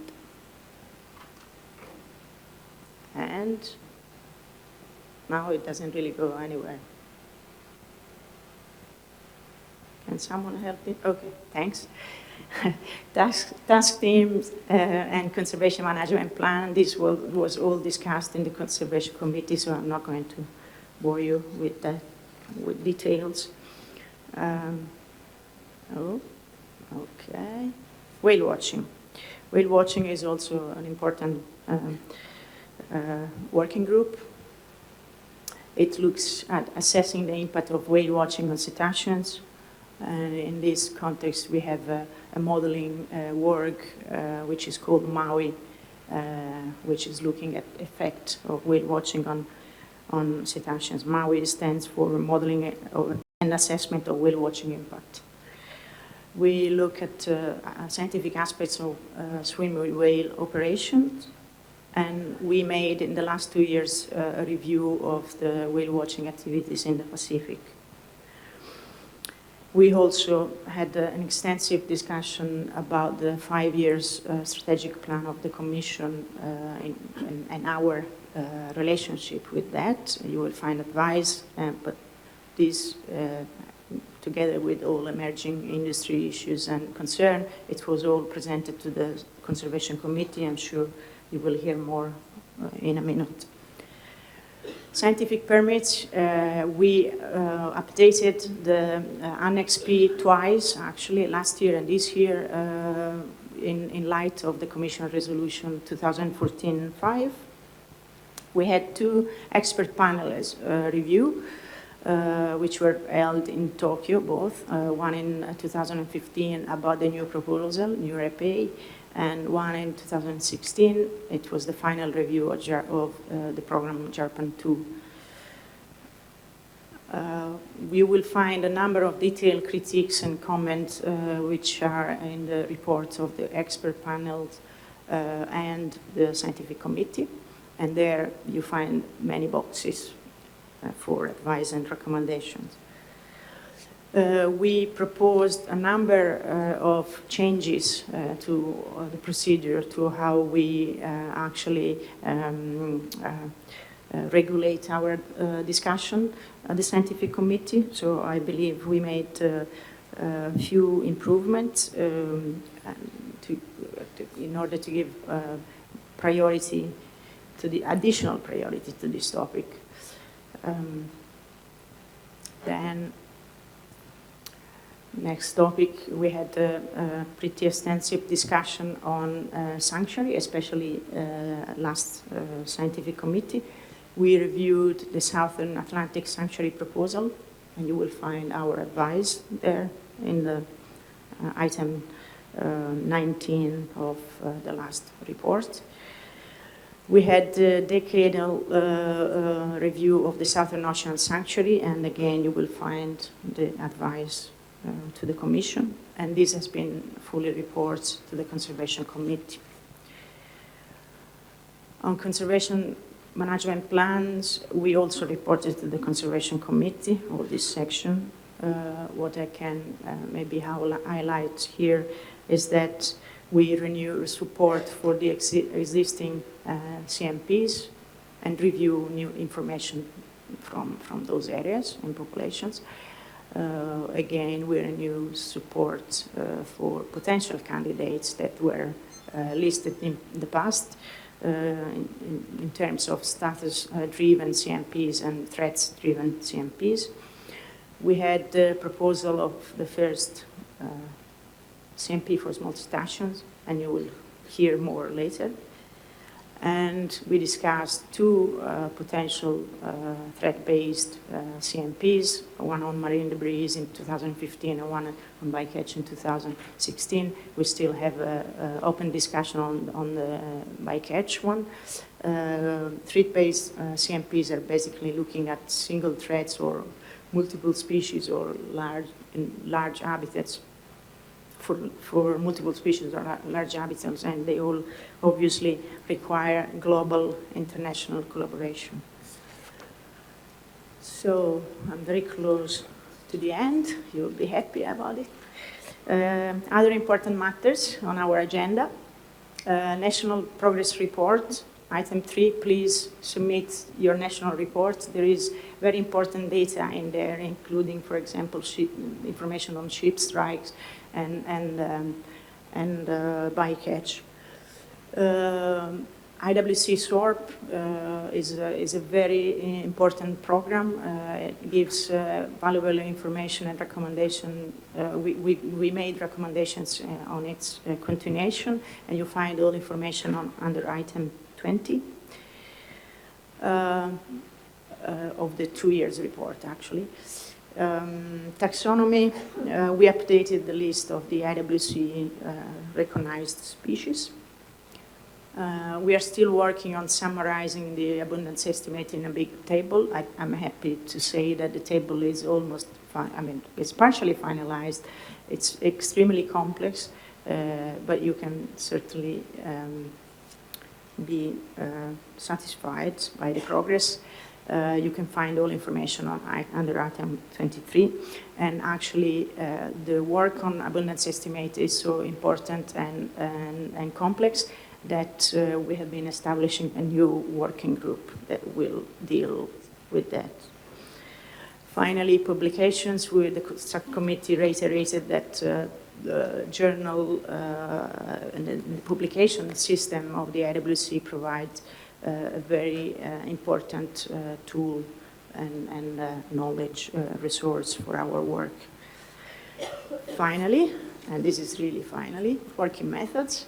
Just to let you know that there is a 2-year draft work plan, which includes all the priorities that were identified at the last scientific committee meeting. and together with the budget, you can see the items where you can actually find the full discussion. This was also presented to the budgetary subcommittee and to the FMA committee, so you might hear more later. We greatly improved our budget process and review of the proposals from the scientific committee. We believe now we reached a pretty good and transparent process. And I hope you will appreciate the new additions to the scientific committee report, which now contains not only one table for the budget, but also additional tables which look at the budget from different angles. We believe we improved clarity and tracking of recommendations just by using the box system, but also by making sure that recommendations can stand alone when you read them. But we really will value to have any feedback from you, of course, for future reporting. So please feel free to come and tell us, give us some good idea for improvement.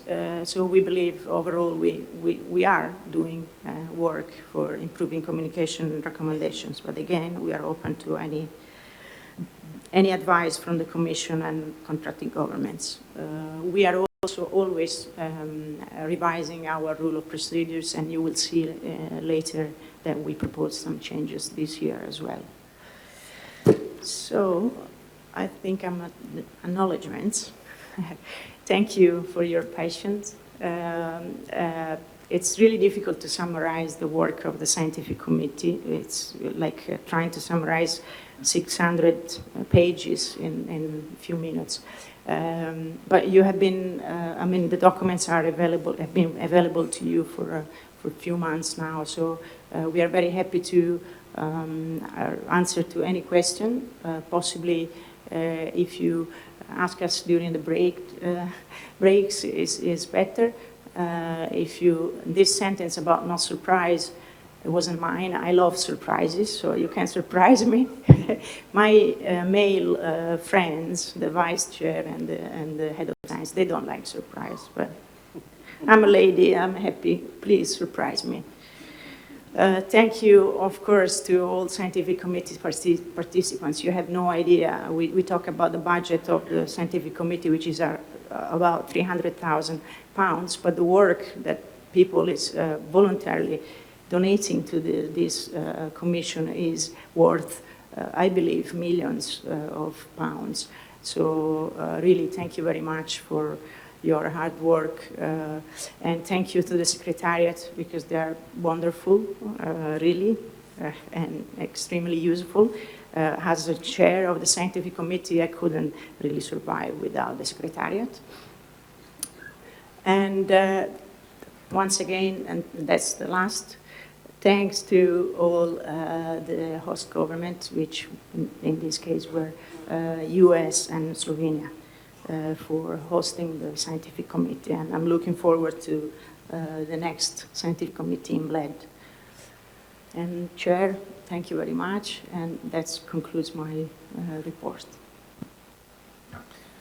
Thank you, Dr. Fortuna, Chair of the Scientific Committee, and it's no surprise that it is almost impossible to summarize the hard work done during this 2 years' time, but I think you did excellent. And Katerina, I really enjoyed the visit in San Diego, attending the meeting of the Scientific Committee. And I highly recommend to all future chairs, if not scientists themselves, to attend at least one meeting of the Scientific Committee before chairing the Commission's meeting, just to get a first-hand impression of the hard work of the Scientific Committee. So thank you once more to you and all your colleagues for the excellent work you've done the last 2 years. And of course, we will hear her during the meeting a couple of times, giving some inputs to some specific items. And as she is attending the whole meeting, I'm sure that you will be willing, and of course, also your Vice Chair and all other colleagues from the scientific side, to answer questions to commissioners, alternates, and others interested. So thank you very much.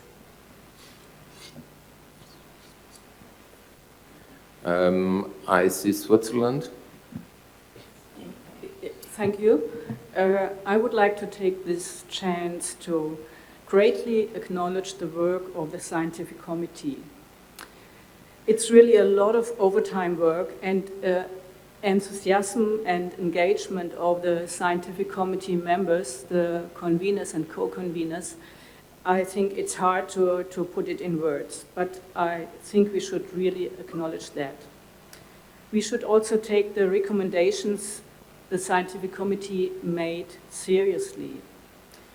I also acknowledge the great progress of the scientific committee in terms of transparency of the decision processes, for example, for the process in general and for the budget issues.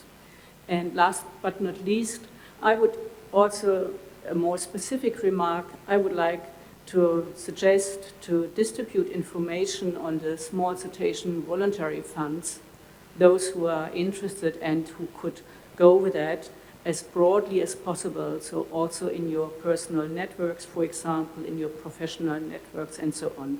It's really worth doing so. Thank you very much, Chair. Thank you, Switzerland. I see Mexico next. Mexico, please. Thank you, Chair. I would also like to congratulate the enormous amount of work that the scientific committee performs under very limited time and budget, and I agree with what Katerina said.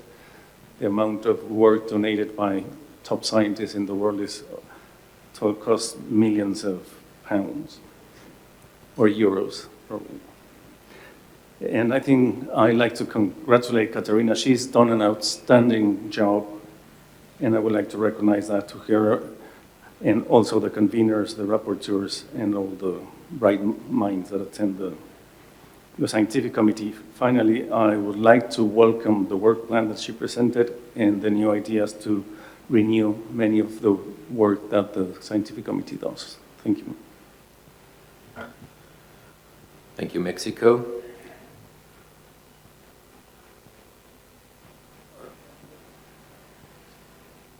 I see Guinea. Please, Guinea.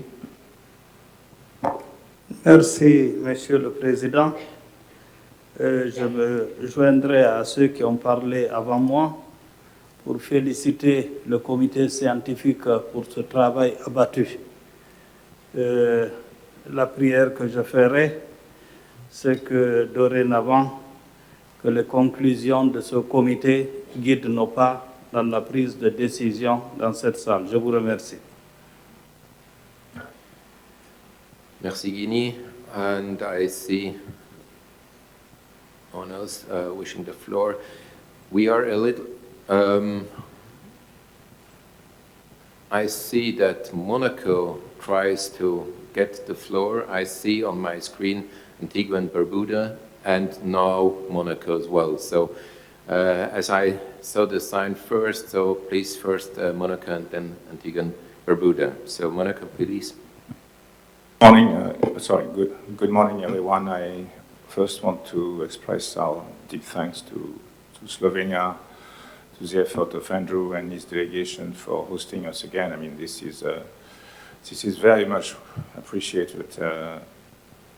Now I want to really, from the bottom of my heart, as a scientist, also as a professional scientist, I want to lay praise to the remarkable presentation of Katarina, and which is just the tip of the iceberg of all the good things that the scientific committee is pulling out. This is remarkably vast, to the point, crisp, and it's kind of amazing how they managed to come up with reports in a minimal amount of time, covering such a vastitude of subjects.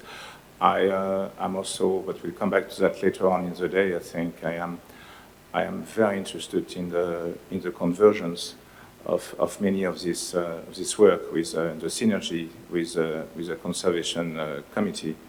think both endeavors are really contributing greatly to the international visibility and credibility of our Commission. So thank you, Katerina, and all of your colleagues. Thank you, Monaco. Now I see that the flag disappeared, so it's maybe still, yeah, now Antigua and Barbuda is back, so please. Thank you, Mr. Chair. Mr. Chair, I think that... Yes, thank you. I think, Mr. Chair, that we all should be very proud of the work of the Scientific Committee. Much to be noted is that the comments made by the Chair regarding the use of our SLA and our RMP methods by other fisheries management bodies to undertake fisheries management. That is indeed underscoring the very importance of the work that is being done by the Scientific Committee, for which we all should be proud of. We're indeed becoming pioneers with regards to new approaches to fisheries management. Mr. Chair, however, I'm sensing an impression of restrictiveness with regards to the Scientific Committee. Note in particular is that they've been able to come up with stock abundances for many of the stocks, in particular like the fin whale in the North Atlantic, where they estimate the abundance of 41,000 animals in that particular stock. I note also, Mr. Chair, that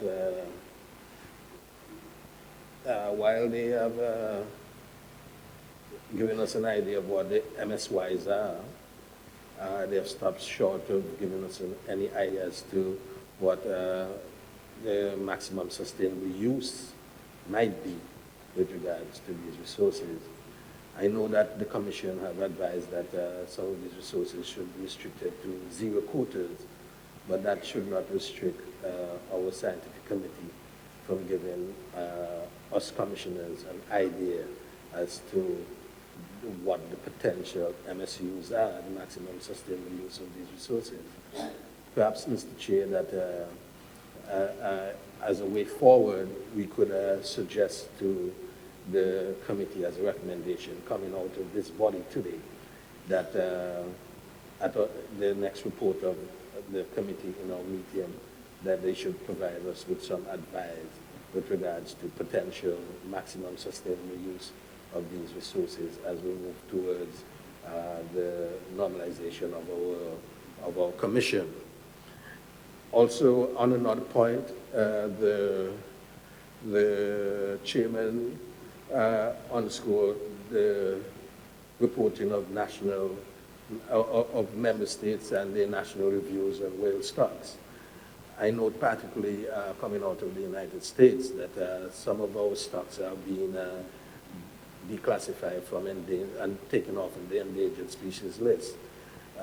If it is appropriate, perhaps the United States could report to us as to some of those stocks which I think is not deemed as endangered and has been removed from the endangered species list, so that we can be guided accordingly with regards to the nature and abundance of national stock of whale species. I also note, Mr. Chair, that the issue of the acoustic environment is a point of increasing concern for the scientific work, and the request for the IMO to provide us with guidelines. I don't know if that is what the request really is, and I'd like Mr. Chair for the chairman of the scientific committee to inform us in more detail as to what is this intention and what's the reason for this detailed collaborating effort with the IMO. Those are some of the issues, Mr. Chair, that I think we might require some further discussion on, and in particular, not forgetting the proposed recommendation that Anthony at this meeting that we can advise the scientific committee to just go one step further in this very important work and advise us on possible MSUs. Thank you. Thank you, Antigua and Barbuda. I think we will have more time to discuss some of the aspects raised now under the specific item, but thank you very much to name them already now. And as we are a little bit behind caused by the technical problems we had earlier this morning, I would just give the floor to the last on my list, Denmark, and then we would break for lunch. But before we break for lunch, I would like to give just Australia the floor, as we will have a side event. So first now Denmark and then Australia before we break for lunch. Thank you. Denmark, please. Thank you, Chair. And since this is the first time I speak, I also wish to join others who have expressed gratitude to the Slovenian government and the Secretariat. We too are very impressed by the work of the Scientific Committee, in particular in relation to Aboriginal subsistence whaling that is of direct interest to us. Due to the successful developments of SLAs, the question of sustainability of catch limits for SW has not been controversial for any hunt since 2009, and that is a major achievement. Thank you very much. Thank you, Denmark. And now, I'm gone. Not yet. So in the afternoon at 2 p.m. we will continue with the report from the Conservation Committee, and then as foreseen, but now please, Australia. Thank you, Chair, and thank you for the opportunity to make a brief announcement.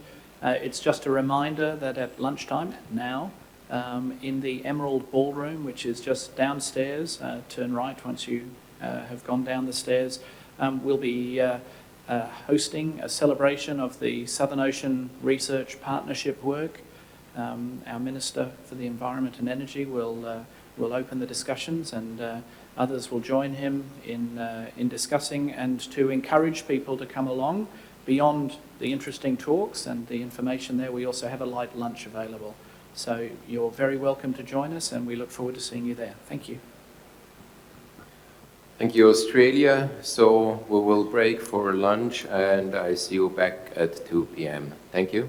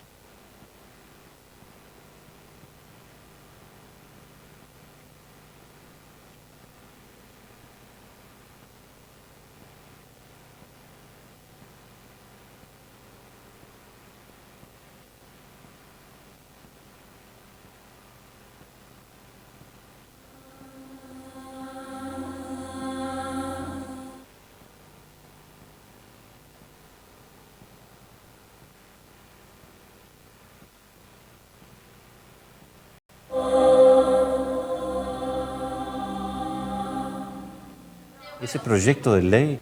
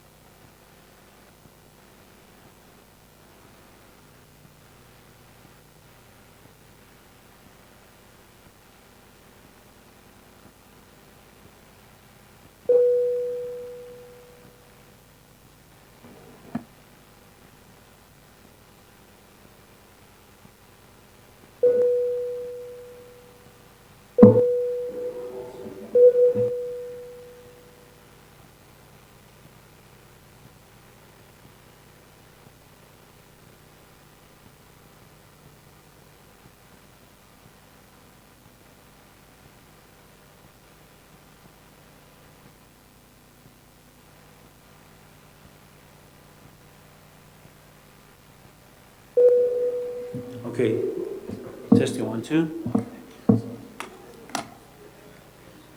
Okay, so, okay, just talk to me in 4. Yes, I do. I do. Yeah. Yes, I hear myself perfect. Me escucho. Wait, Frank, you should talk to them about the lights too. Make sure that, because I'm afraid of the light being overloaded or something. Hey? Yeah, let me go up there.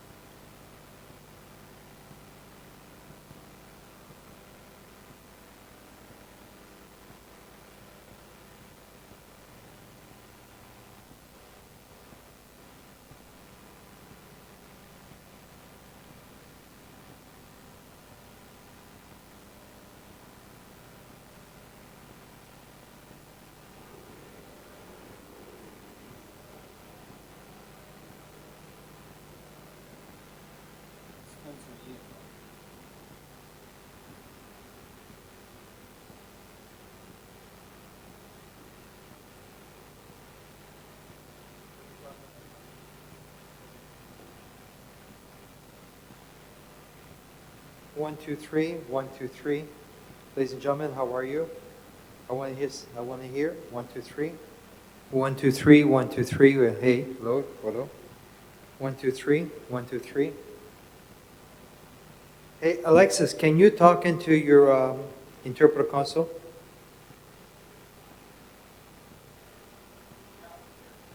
Okay, give me a...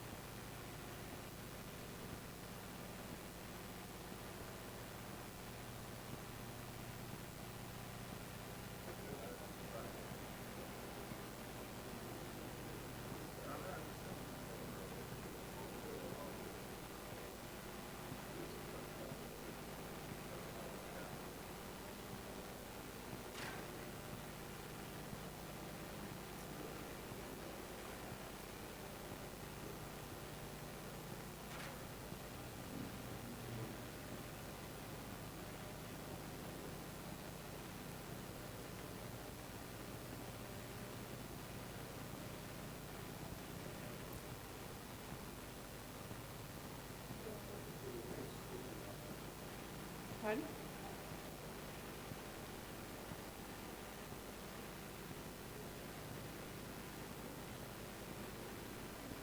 All right, so you're gonna shoot me from. I gotta turn it on.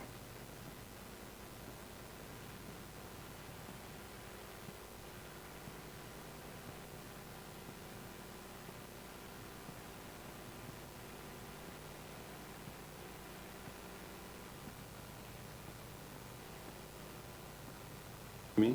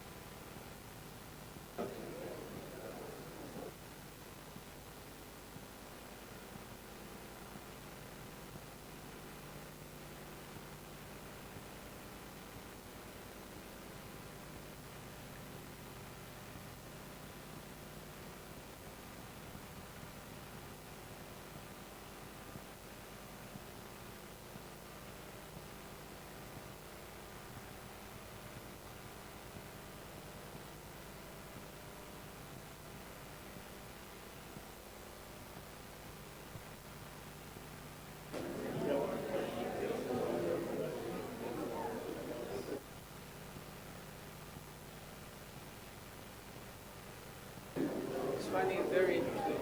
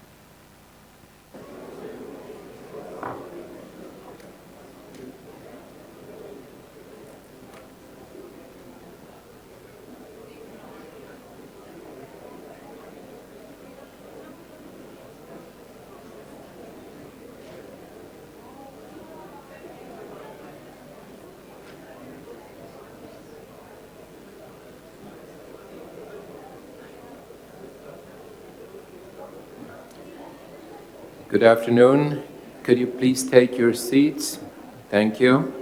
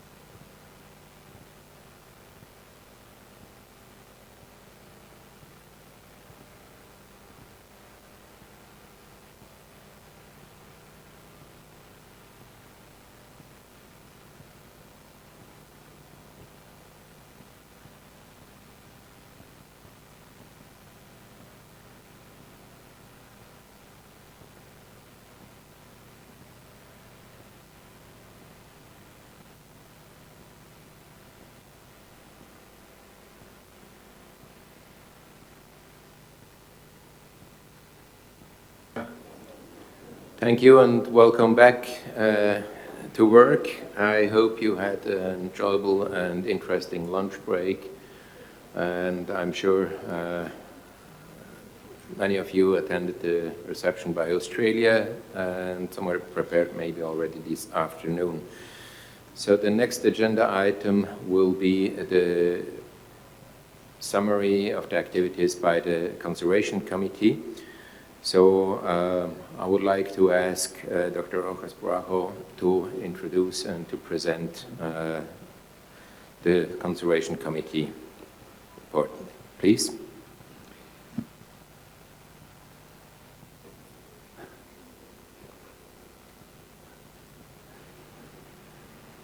Next slide, or first slide actually.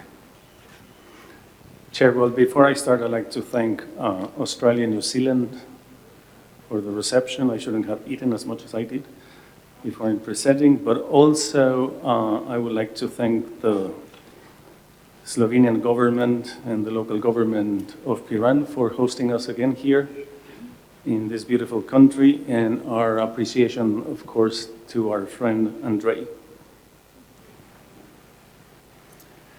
And before I start, I'd like to thank the Vice Chair of the Conservation Committee who took all the heavy weight of the work over his shoulders since we had no chair for some time. And also the chairs of all the working groups of the Conservation Committee, certainly the Secretariat, the SARAs. We wouldn't be here with all the work we did if it wasn't for both of them. And of course, the chair of the Scientific Committee. So I'll be presenting an overview of what we do, and then more specific items will be dealt as we forward with the agenda. And before I start, I would like to say it was a very intense meeting. The workload of the Conservation Committee has increased enormously. Here you can see the stats from the 2014 and 2015 meeting. In 2014, in our last meeting here, we had 20 papers presented, and this year almost doubled to 38. I think we have 39 by now. And the report was 18 pages, and now it will be probably over 30 pages long. It's been a very significant meeting. For the first time, we had speaking rights to the observers, which did very good and constructive observations and suggestions. Very important, we had a strategic planning and a work plan for the Conservation Committee. We also had the first work of the joint group of the Conservation Committee and the Scientific Committee, and a bycatch mitigation plan. We had excellent intersessional period for the conservation work of the Commission with a number of significant developments. There has been an increased emphasis on planning the work of the Conservation Committee with a range of key documents on strategic planning tabled and discussed. The committee has discussed its purpose and key areas of work, which I will cover later on. There has been very positive discussions with the Scientific Committee to explore ways to improve the communications between the two bodies, and this has been seen through the discussions of our joint working groups. There have been some positive engagement with other organizations, including CBD, CMS, I'll mention more. And finally, the committee has continued its work across a number of thematic areas that represent some of the key threats for facing cetaceans. This year, there have also been some new areas of work proposed, including on bycatch, and we will run through these later on. Regarding intersessional activities, the work of the Conservation Committee is underpinned by a very busy and active intersessional period.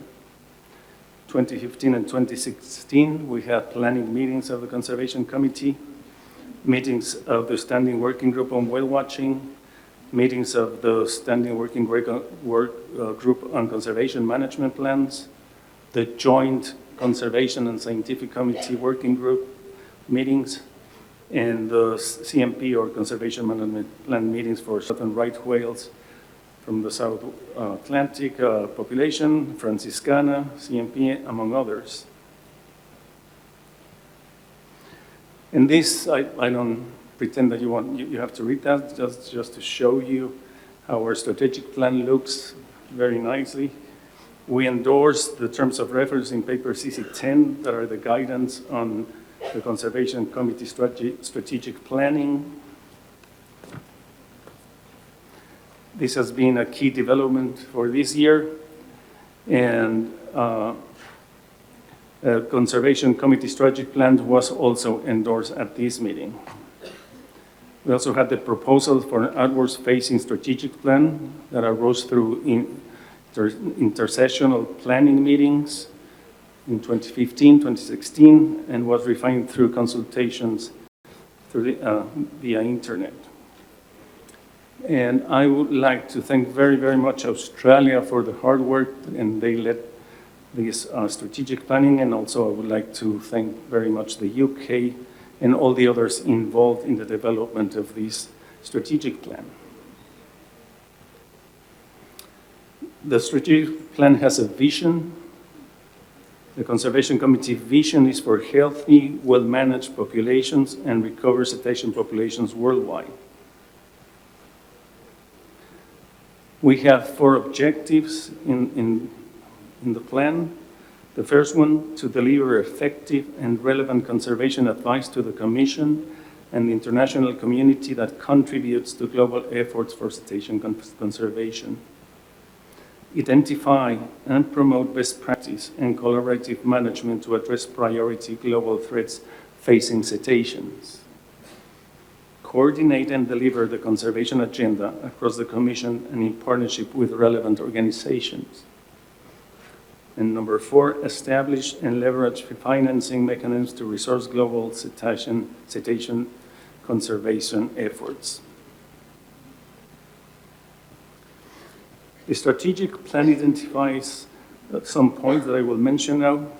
We have priority actions for the Conservation Committee, including CMPs, that is Conservation Management Plan, Sustainable Whale Watching, Protected Areas, Data Collection, and Financing. Priority threats for the Conservation Committee are ship strikes, marine debris, bycatch, anthropogenic sound, chemical pollution, and climate change. In the committee, we are aware that there are a broad range of other threats to cetacean, but we have to prioritize threats that are within our resource capacity and the scope of influence in the next 10 years. The plan also includes a number of measures of success, both in the short term and the long term. It also identifies the importance of key partnership, in particular with the Scientific Committee and other committees and bodies of the International Whaling Commission. It knows the importance of collaboration with other organizations, intergovernmental organizations, the private sector, and non-governmental organizations. Finally, the strategic plan addresses the issue of resourcing, both through the IWC Voluntary Fund and opportunities for external fundraising, in particular working with the Finance and Administration Committee.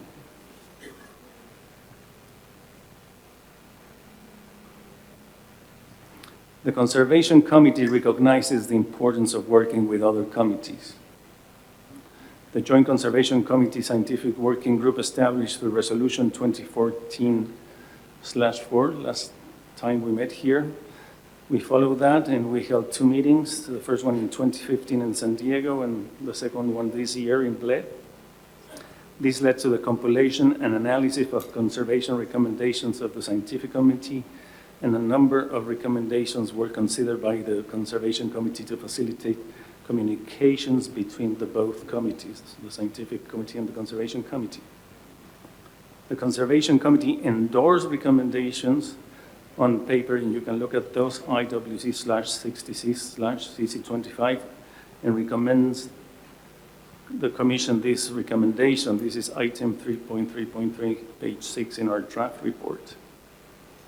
The Conservation Committee endorses a number of recommendations to take this work forward and established an intersessional group to develop a draft structure and process of populating a web-accessible database of recommendations and, of course, outcomes, and we will have members of the Scientific Committee participating here. We also have an intersessional correspondence on strengthening IWC finances, stresses the need to ID new funding opportunities, to implement the Commission's recommendations, and encourage all working groups to develop budget working plans.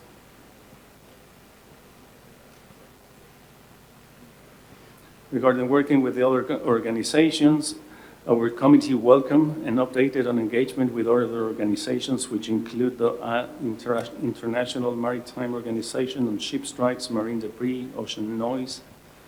Engagement with the UN process included the UN General Assembly, United Nations Environmental Program, and UNEA. Proposals for strengthening engagement with the CMS and its daughter citation agreements, including on whale watching. The committee agreed that the Secretariat should accept the invitation to join the liaison group of the Biodiversity-Related Convention and to participate in SPREP's 2015 conference on whales in a changing ocean. Opportunities for engagement with other organizations also reported in the agenda item 9.2 and 13.1.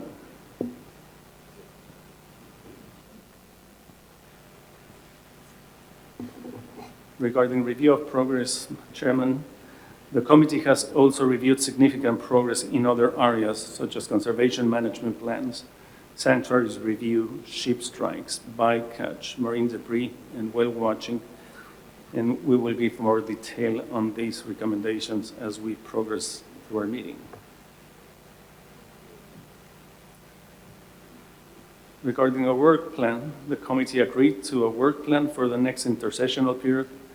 The work plan will be a living document updated following this commission meeting. It outlines the aims, the actions, and progress for each work stream on the Conservation Committee's agenda. It also supports progress and engagement, funding, and other strategic considerations to enable the Conservation Committee to support the work of the Commission.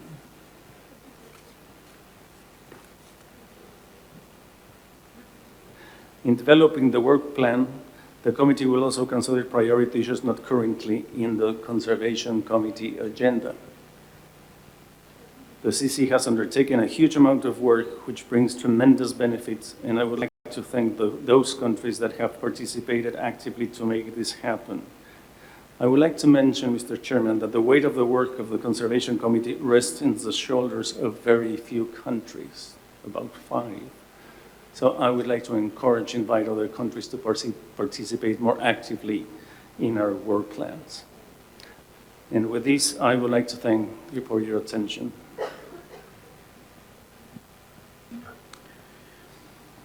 Thank you, Dr. Rojas Braco, the chair of the Conservation Committee. And Lorenzo, I'm sure you will be available throughout the week, giving some inputs on the different agenda items related also to conservation or to the work of the Conservation Committee. And I'm also sure he will be willing to answer throughout the week as well questions arriving from the floor or during the coffee break. So thank you for your resume of the work you've done. I see the United States, so please.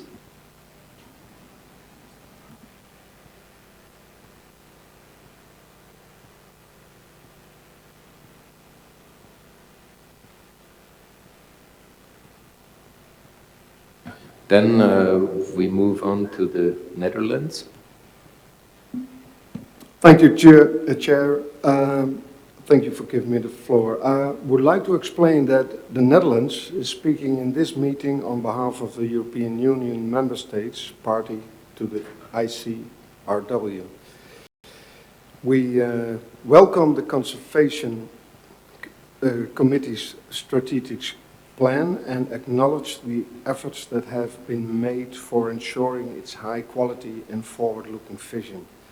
By setting out a renewed vision for the committee and specifying a program of work and the outcomes to be delivered over the next decade, we are confident that this strategic plan will effectively and efficiently support healthy, recovered cetacean populations worldwide.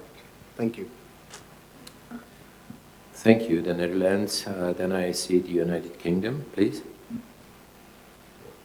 Thank you, Chair. And as this is the first time that the UK is taking the floor, I would like to join others in extending our gratitude to the government of Slovenia for hosting this meeting. And we are absolutely delighted to be back in Portoroz for these 2 weeks. I would also like to thank you, Chair, for taking us through our substantive agenda and the Chair of the Conservation Committee for his continued sterling efforts to further the work of this important committee. We are extremely pleased to see the Conservation Committee setting itself a clear strategic direction for the next 10 years and an ambitious work programme that, if delivered, could make a real conservation difference. The Conservation Committee continues to mature into something this Commission can be rightly proud of, and I am convinced that it will continue to contribute increasingly to the conservation of cetaceans globally. We have heard from the Chair's presentation just how wide the scope of the Conservation Committee agenda is, covering important issues such as ship strikes, whale watching, bycatch and marine debris. With this in mind, on behalf of the United Kingdom, I am pleased to announce today a donation of £15,000 to the Voluntary Conservation Fund. We will hear more later today about initiatives to establish a bycatch mitigation expert panel and coordinator, and the development of a fantastic online whale watching handbook. I hope this donation can help both of these important and forward-looking initiatives realise their goals. I would like to conclude by encouraging everyone, and in particular civil society, to look closely at the ambitious work programme for the Conservation Committee and come forward to help deliver parts of it. Across this Commission, we have an extraordinary wealth of expertise, and by working together to draw on this, I believe we can make a huge difference to improving the conservation and management of cetaceans globally. An excellent example of such collaborations is demonstrated by the Global Partnership on Marine Litter and the Global Ghost Gear Initiative. These cross-sectoral initiatives are facilitating a joined-up approach to understanding the impacts of marine litter in order to prescribe targeted, innovative and effective solutions. Thank you. Thank you, United Kingdom, and of course all contributions are highly welcome, so thank you very much. I see next Argentina on the list, so Argentina, please. Muchas gracias, señor presidente. Teniendo en consideración que es la primera vez que la Argentina toma la palabra en esta reunión plenaria, queremos agradecer en primer término al gobierno de Eslovenia, como así también a la ciudad de Portoroz, por recibirnos una vez más en esta hermosa ciudad y por dar acogida a esta reunión de la Comisión Ballenera Internacional. También queremos agradecer al personal de la Secretaría y a los intérpretes que nos han estado ayudando y que continuarán colaborando con nosotros a lo largo de toda la reunión plenaria. Luego queremos reconocer a Lorenzo, de la Delegación de México, como así también a Jamie, de la Delegación del Reino Unido, por sus trabajos y sus esfuerzos realizados en el Comité de Conservación. La Argentina desea reconocer y destacar el avance que se ha logrado en los distintos temas que tienen que ver con la conservación de cetáceos en el Comité de Conservación y está dispuesta a seguir trabajando junto a los demás países que también colaboran en esta agenda que debe ser fortalecida y seguir siendo llevada adelante. Nos comprometemos a seguir trabajando en el desarrollo de esta agenda. Muchas gracias. Thank you, Argentina. I had Mexico on the screen before, but now Mexico disappeared, so okay. Yeah, I see no other request on the floor. Now I see. First, Monaco. Thank you, Chair. I think it is necessary to just pause for a minute and thank the work accomplished by this committee already. This is solid, increasingly solid, and again is also gaining fast international recognition, and that is bound to increase in the years to come because, yes, remember we passed at the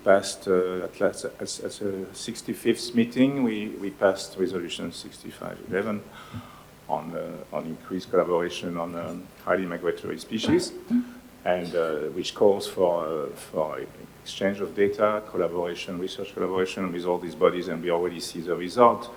I'm particularly pleased on behalf of Monaco to see the importance given now to such issues as submarine anthropogenic noise, bycatch, of course, knowing the immense destruction of cetacean stocks due to drowning in abandoned fish and gear. We are talking of thousands and thousands and thousands of individuals in the world ocean. And also, of course, the mounting attention given to debris, plastics, microplastics. These are going to loom large in the future on our agenda, I'm sure, because the scientific questions there are larger than the response so far. So again, we welcome very much the work and also I think we're going to come back to that during the week, but overall, we salute the tremendous work accomplished and the overall review by Lorenzo, of course. Thank you. Thank you, Monaco. And now I have again Mexico on my screen. Mexico, please. Yeah, thank you, Chair. I was going to wait. But first, I'd like to thank the kind words of all the countries that have spoken for the work of the Conservation Committee. But also, just as to be fair, when some other donations were announced during the Conservation Committee, we applauded. So I would like to have an applause for the UK generous donation for the Conservation Committee. Thank you.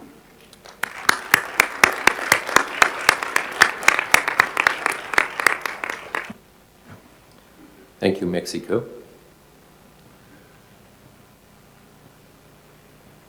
Now I see no further party requesting the floor. Then we will move on in our agenda. Item 5, proposals to amend the schedule. And as you know, 2 documents were put on the website, IWC66/08 ref and IWC66/09.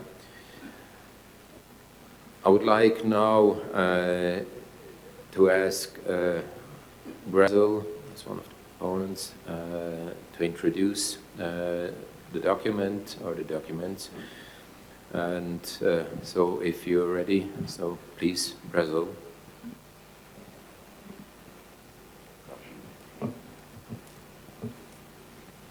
Thank you, Chair. Thank you, the Secretariat, distinguished delegates, and members of civil society.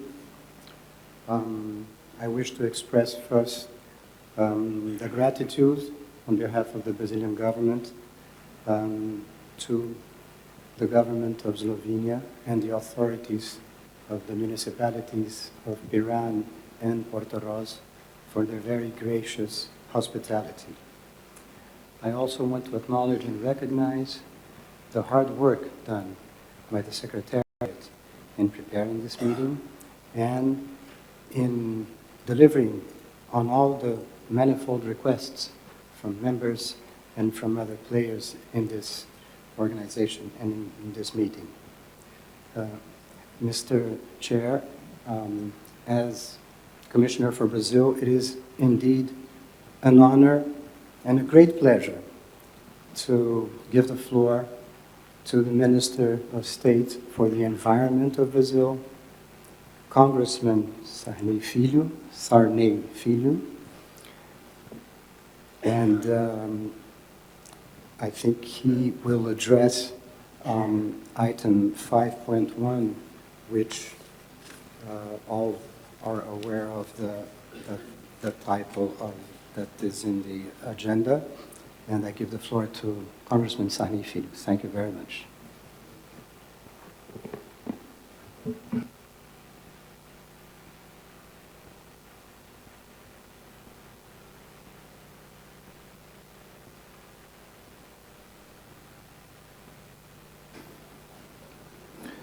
Thank you, Mr. President, ladies and gentlemen. On behalf of Argentina, Brazil, Gabon, South Africa, and Uruguay, I have the honor to say a few words on our proposal for the creation of South Atlantic Whale Sanctuary, SOS. I'm sure I speak for all co-sponsors when I say this is a very special time for us. The first draft proposal was presented to the IWC in 2001. Since then, we have gradually garnered overwhelming support from member states who recognize the importance to promote biodiversity, conservation, and non-lethal use of whale resource in the South Atlantic Ocean, the main objective of the sanctuary. The expanding support of SOS proposal is very much in line with the changing perspectives. Fortunately, more and more nations are acknowledging the need to undertake measures in order to conserve the living resource of the high seas through the establishment of regional and sub-regional coordination mechanisms. This is the principal objective of the proposal, to create the sanctuary, to protect cetaceans who live in South Atlantic waters.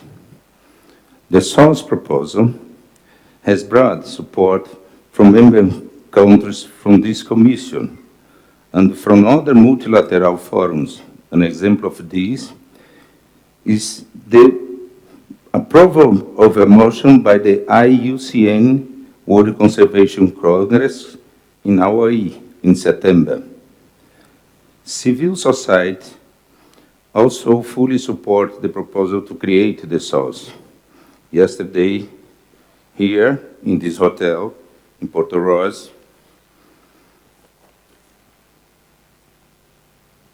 I received a petition with over 1 million signatures from around the world, representing the voice of those who advocated the greater protection of these largest animals. The SOS proposal is co-sponsored by all range states with a single exception. It would not be possible to tackle such an assignment without the full commitment of regional actors who have taken upon them to cooperate closely with each other in achieving this goal. As whales are highly migratory animals, a concerted multilateral effort is required to guarantee the conservation and the recovery of the population. This is what we seek here.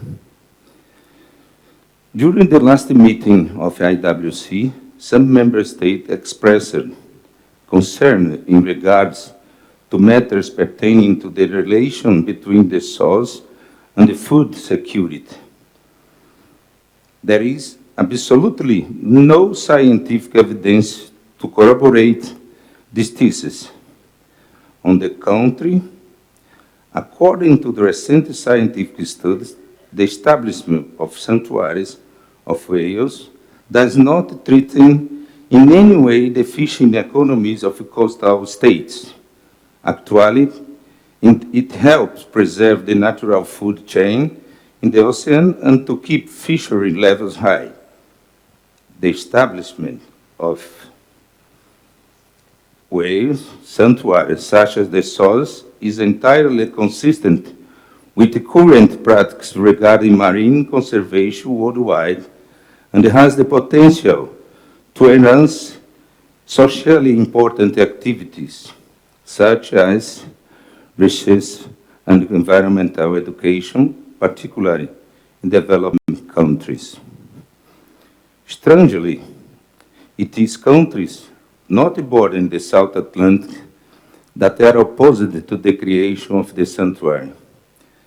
This attitude may ultimately undermine cetacean conservation efforts that are already underway in the territorial waters of co-sponsor countries. This effort aims to maintain healthy whales population that enable the development of local tourism. They ensure ecologically balanced waters, essential to allow abundant fishing resources and other environmental services. Opposition to the creation of sanctuaries stands against the worldwide movement in support of sustainable development, especially the protection of marine ecosystems. I refer in particular to the dynamics initiated with Rio Plus 20 conference. The Paris Agreement, approved by 196 countries at the end of the Climate Convention last year, also observes the mentioned. The IWC cannot be oblivious to this dynamic. The SOS initiative is more than anything mature proposal, one that has been revised and refined over the years with the aim to incorporate suggestions made by many member states, as well as by independent experts and scientists from all over the world.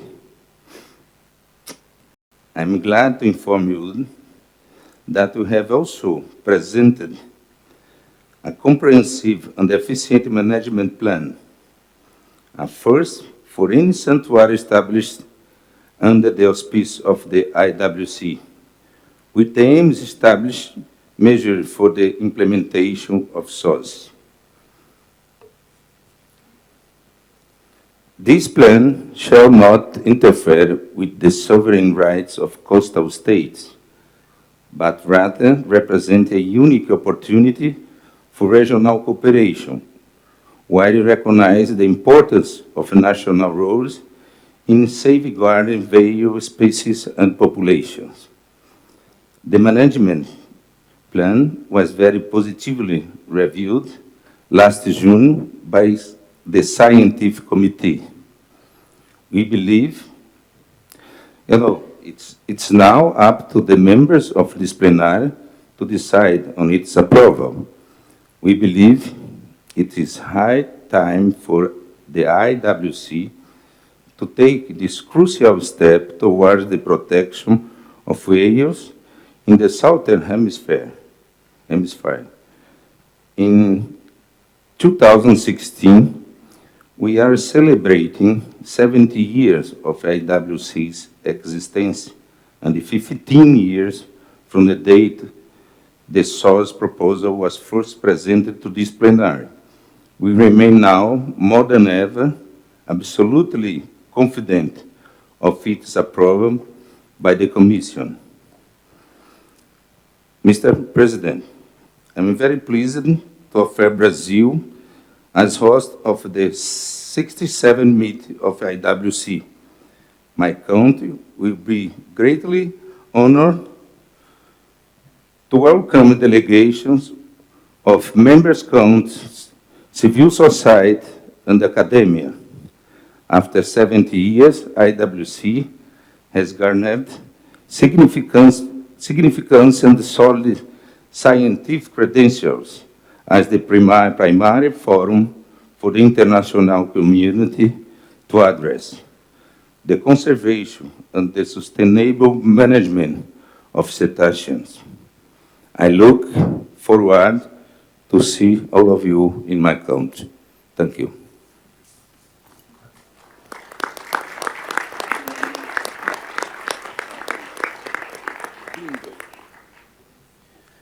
Thank you, Brazil, for introducing first document and then, of course, for inviting the IWC. I'm sure, and you heard already the first reaction, we are all keen and happy to visit Brazil in 2 years' time. So thank you very much.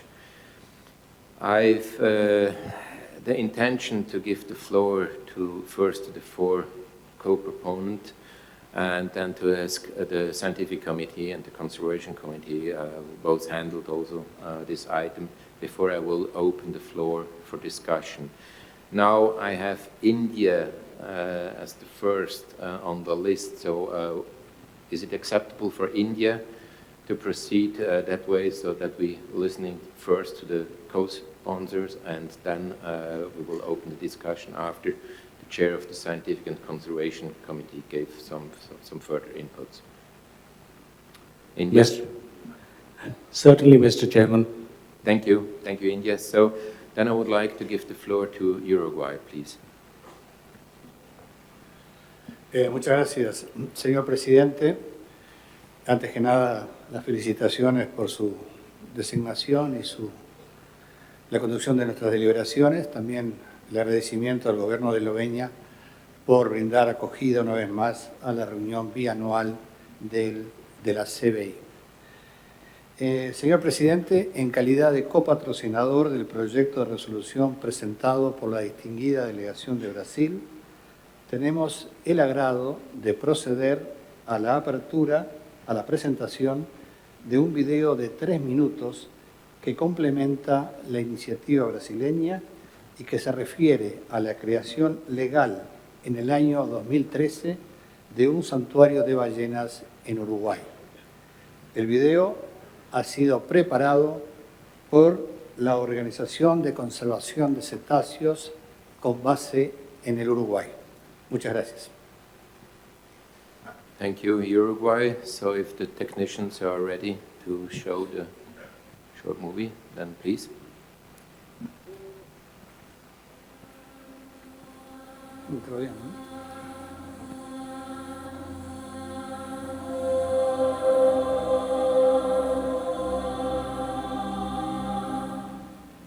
Ese proyecto de ley no fue una propuesta de OCC solamente. Fue una propuesta que sale en charlas con las escuelas, donde los niños nos preguntan ¿qué podemos hacer para salvar a las ballenas? Queremos hacer un proyecto de ley. Bueno, vamos juntos entonces. ¿Quieren ir juntos? Bueno, tenemos que ir al Parlamento. ¿Se animan a ir al Parlamento? Sí, bueno, vamos al Parlamento. Primero vamos a armar un proyecto. Armemos un proyecto y trabajamos muchos años en eso.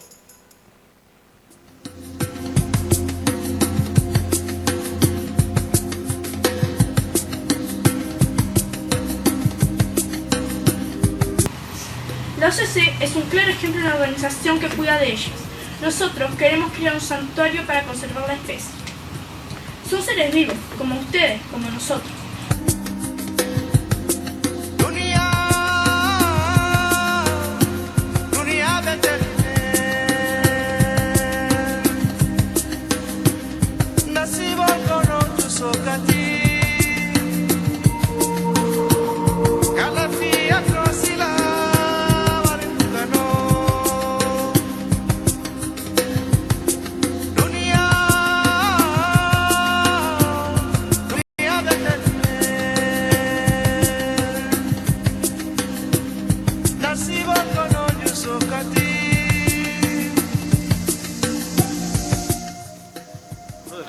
logros de este santuario ha sido el cómo a lo largo del tiempo y antes que surgiera la ley, la comunidad, tanto de Maldonado como de Rocha, se ha empoderado de la ballena franca.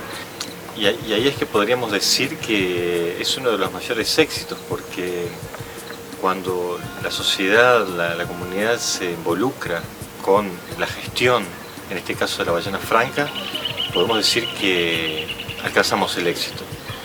Podemos decir que es el gran anhelo de las áreas protegidas, tanto marinas como terrestres. Que las comunidades sean partícipes realmente y se involucran en esa gestión.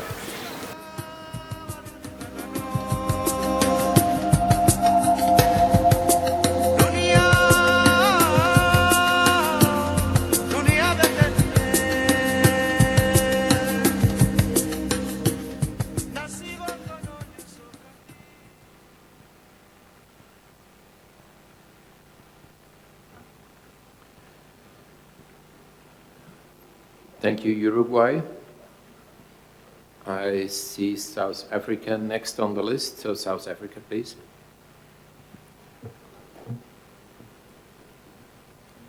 Thank you very much, Mr. Chair. I would like to congratulate you on the election of being chair, and also like to thank the government of Slovenia for hosting us here again. It was wonderful over the weekend to see the small little kids in the small boats enjoying themselves at the sea.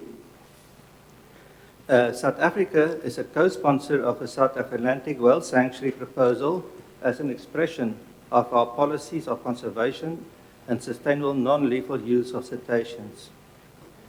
The South African delegation would like to thank all countries who have supported the proposal in the past and the valuable advice given by the scientific committee to improve the scientific basis of the proposal. The west coast of South Africa, which form part of the sanctuary, is very arid, and the coastal communities living in this area are dependent on fishing in the south and diamond mining in the north. These mines have reached the end of their lifetimes, and the communities dependent on these activities have lost their income and need to find new income opportunities. Currently, there is a presidential initiative to assist these communities by unlocking ocean-related opportunities, such as whale watching. As the declaration of a sanctuary will add value to this initiative, every year's vote for the sanctuary would help to alleviate poverty in our country. Views have been expressed that the sanctuary will not add value and is thus not needed. Could it be that these views only consider potential benefits on our high seas and have not taken into account what benefits such a sanctuary will have within the territorial waters of the range states of the parties within the proposed sanctuary? All of these range states, including South Africa, believe a sanctuary will benefit and support them with economically viable opportunities as described in the proposal itself, and therefore they all are co-sponsoring this proposal. In the preamble of the Universal Declaration of Human Rights, the promotion of social progress and better standards of life are acknowledged goals, and we should all promote these goals to create better lives for all. We believe that this initiative would be a step toward achieving such goals for developing countries. We should support each other in activities that allow communities in Africa and Latin America to address the issue of poverty. As whales are highly migratory, it is essential not only to protect the whales within range state territorial waters, but also in the adjacent high seas. This is one of the main reasons why the range states have tirelessly worked to try to establish the South Atlantic Whale Sanctuary. As a co-sponsor, South Africa believes in and supports the benefits that the range states would derive from this proposed sanctuary. I thank you. Thank you, South Africa. Now I would like to give the floor to Gabon. Thank you, Chair. First, allow me to thank everybody that has made this meeting in Portoroz possible, especially the government of Slovenia and the local authorities. Gabon, as a co-proponent of the proposal, is aligned with Brazil, Argentina, Uruguay and South Africa.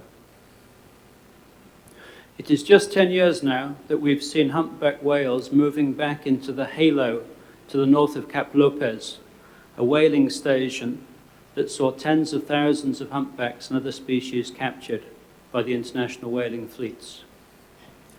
Already we see promising developments of whale watching tourism and new tourism investments that will develop the unique sight of forest elephants walking along the Atlantic beach with humpbacks breaching in the background.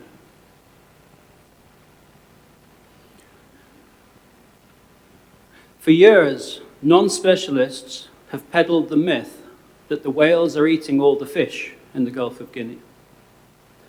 The truth is that the commonest species in the Gulf of Guinea, the humpback whale, feed almost exclusively in the Antarctic. And whilst visiting our warm waters to mate and give birth, they live off their fat reserves. The stark fact is that it is uncontrolled overfishing, much of which is IUU fishing, that is the reason that fish stocks are crashing today. A healthy whale population actually contributes to productivity, not the opposite. Indeed, in Gabon and Sao Tome, recent work to audit and monitor inshore trawlers and the tuna fleet operating in our EEZs has revealed catastrophic bycatch of whales, dolphins, and particularly sharks, as documented in our voluntary conservation report, IWC66 CC32. We strongly believe that the management actions included within the SOARS management plan are critical to managing sustained fisheries, as well as to ensure whale conservation. Furthermore, the South-South cooperation that working on SOARS has already stimulated is making important contributions towards sustainable management of the zone covered by SOARS. This proposal has the highest political support in Gabon. President Ali Bongo Ondimba has written to all his pairs, whose countries are members of IWC, stating, I quote, that the purpose of this sanctuary is to promote the sustainable, non-lethal exploitation of whales by rural communities, particularly via the whale watching industry, and to address any conservation issues linked to other forms of exploitation, such as oil or fishing industries, end quote. Many South American and African countries approved the concept of the sanctuary in the Montevideo Agreement, highlighting the role that it can play bringing South America and Africa together to work on security issues. We hope that you will recognize the work undertaken since our last meeting here to strengthen the proposal, and that we can adopt it as we arrive at 70 years of IWC. Thank you. Thank you, Gabon. And then I would like to give the floor to Argentina. Argentina, please.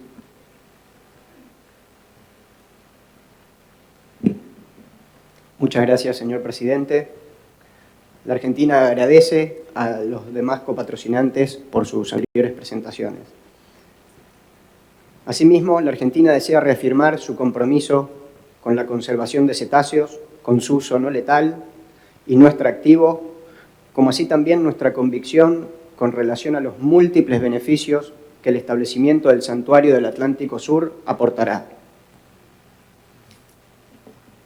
En ese contexto, estamos convencidos de que el santuario que proponemos, junto a nuestros copatrocinantes, constituye una herramienta efectiva para, entre otras cosas, mantener o aumentar los niveles de las poblaciones de ballenas actuales, al mitigar las amenazas identificadas y otras amenazas potenciales.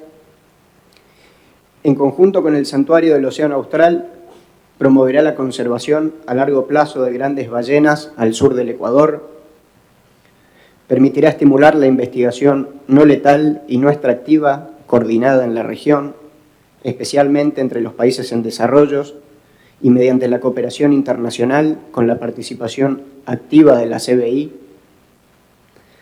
desarrollar el uso económico, sostenible, no letal y no extractivo de las ballenas en beneficio de las comunidades costeras en la región, y también permitirá proporcionar un marco general para el desarrollo de medidas localizadas, con el fin de maximizar los beneficios de conservación a nivel de cuenca oceánica.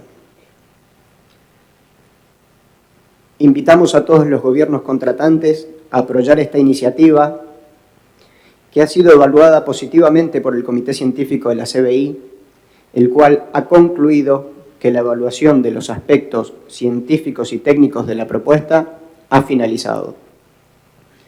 Asimismo, agradecemos a todos aquellos gobiernos contratantes que ya han expresado su apoyo a lo largo de los distintos años en que esta propuesta ha sido presentada. Para finalizar, esperamos que en esta reunión plenaria tan especial, en la cual conmemoramos los 70 años de la Comisión Ballenera Internacional y los 30 años desde el establecimiento de la moratoria global a la caza comercial de ballenas, la cual constituye un hito en la historia del conservacionismo de cetáceos, podamos escribir una nueva página de esta historia. Muchas gracias. Thank you, Argentina. I would like to ask the chair of the scientific committee just to inform us about the process reviewing of the review taken in the scientific committee, and if there are some recommendations. Please.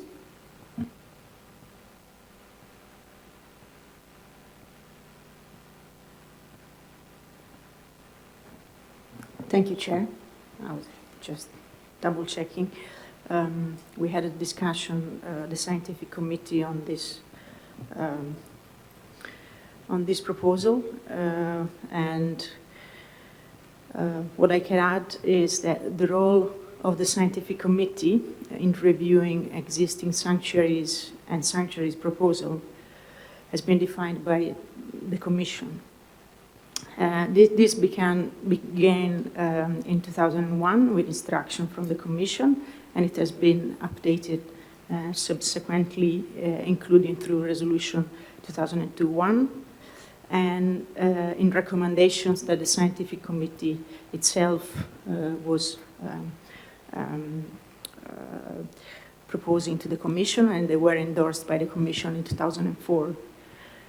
From this, it is clear that the committee's role is not recommend or otherwise sanctuaries, but rather to provide advice on the scientific aspects of sanctuary and sanctuary proposal when asked by the Commission. So at the meeting in 2015, the committee developed a detailed work plan and terms of reference, and you can find terms of reference particularly on page 407 of last year's report. So we developed the terms of reference for both this sanctuary and this sanctuary proposal and the SOS decadal review. In 2016, we follow this guidance from the Commission and the terms of reference. And I'm pleased to say that the advice from the committee provided in this year report that you can find also in page 29 and 30 of document IWC66 17 was by consensus. The committee recognizes that its advice is one component of the overall review process by the Conservation Committee and the Commission in full. So if you want to have a specific look at the recommendations from the Commission, the committee, I again underline page 29 and 30 on document IWC 6617. Thank you. Thank you, Katerina. And now, Lorenzo, are you ready to inform us about the discussion in the Conservation Committee, please? Thank you, Chair. In 2015, we agreed with the Scientific Committee that they would do, of course, the scientific aspects of the review, as the Chair of the Scientific Committee has mentioned, but that those aspects that were related to policy then would be deferred to the Conservation Committee for provisions to the Commission. And then a process for delivering a Conservation Committee contribution on the SOS proposal was agreed by the Conservation Committee in one of our planning meetings, intersessional planning meetings, and the background of those can be found in document IWC/66/CC16. A draft review of the proposed South Atlantic Sanctuary then was circulated to all the members of the Conservation Committee in September 2016. The comments of those can be seen, if you want details, on IWC66 CC14. Now, this paper provides a positive review of the sanctuary, concluding specifically that it is consistent with existing measures to protect whales from anthropogenic threats and other environmental factors, that it contributes positively to a number of existing international commitments on biodiversity and climate change, and that it is consistent with a precautionary approach. And that paper, CC14, has the details on 19 bullets that describe this more specifically. Thank you, Chair. Thank you, Lorenzo. Now we would like to open the floor, but before I would just like to remind you to be brief in your interventions so that as many as possible can express their view, and to associate yourself with some others that expressed already your views. So then I would like to start with Japan, please. Thank you, Mr. Chair. And because this is my first opportunity to make a statement on the floor, let me thank, like previous speakers, the government of Slovenia, also the municipality of Berlin, to host this meeting. And also I'd like to appreciate the very hard work of IWC Secretariat.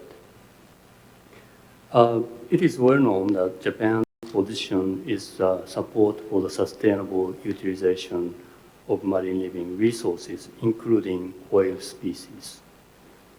And sustainable utilization principle is actually support the protection of biodiversity. Sustainable utilization position of Japan also support the recovery of depleted species of whales. Sustainable utilization position also appreciate the very healthy state of whale populations. For the sake of sustainable utilization, we do understand the need to address the issues like climate change, ocean pollution, and ship strike, and other threats to the whales or whale species. We even respect the interests of a regional people in the local area, their desire to promote whale watching if that is their decision or desire. But it is also well known that we have been opposing this proposal because this proposal goes against the principle of sustainable utilization of marine living resources. Let me quote a few sentences from Scientific Committee report. This is section 19 of 2016 Scientific Committee report on page 112 that says, I quote, "In reviewing SOS and the SOS proposal, the Scientific Committee recognized that within the IWC there are different positions regarding whales and whaling. Some members state that some members regard whales as a natural resource that could be harvested as long as that harvest is sustainable use principle. Others are committed to protect whales from extractive use irrespective of their stock status. These differences may invoke different interpretations of the definition of the conservation. Sanctuary proponents clarify that, in their view, sanctuaries are based on the position of a total protection of whales. In addition, it was pointed out that the schedule amendment can only introduce a ban on whaling as a management measure. Sanctuaries cannot address certain threats as they will not be mitigated by ban on whaling, close quote. So it is very clear from scientific committee report that this proposal is based on the idea of a total protection of whales. That's why, unfortunately, we will not be able to support this proposal. In our view, the total protection of a particular species is not the environmental protection. Environmental protection, the climate change issue might be environmental protection. Or conservation of biodiversity is environmental protection. But try to prevent total protection of whales, try to prevent even harvesting of one animal is not the environmental issue. In addition, sustainable use of marine living resources, including whales, are not inconsistent, or it's perfectly consistent with environmental protection. So in this case, the concept of a charismatic megafauna is blurring the issues or making the issue more confusing. It is very unfortunate. And we, again, can support the idea of a promotion of a regional cooperation of scientific activities in the region. However, because this proposal includes total protection of whales under any circumstances, our principle we are supporting will not allow us to support this proposal. By no means this is a disrespect to the interests of the people in the region. We do understand their thinking, and it is free for any nation to have particular ways of dealing animals in their nation and culture. In Japan, deers are worshipped because they are seen as messengers of God, knowing that in other countries, deers are just a target of recreational hunting. So, do we have any way out from here? Because we have so different basic positions. Sustainable utilization versus total protection. I think there are some ideas. For those who have been in IWC for long enough might remember, there was a few proposals in the past to establish South Pacific Sanctuary. And that was denied and by this organization with vote. However, South Pacific countries took a position or took an approach of establishing their own sanctuaries within the 200-mile zone. Or they have for example, regional cooperation through a form of MOU. The point is, you don't need to have a schedule amendment proposed at IWC only to prohibit whaling, which will not address the actual issue of concern. I believe sometimes whaling issue is handled in a very simple dichotomy of protecting special beautiful animal and killing them all. That's not simple. We support sustainable use. We like to see whales forever in the future, because that's the only way sustainable utilization is possible.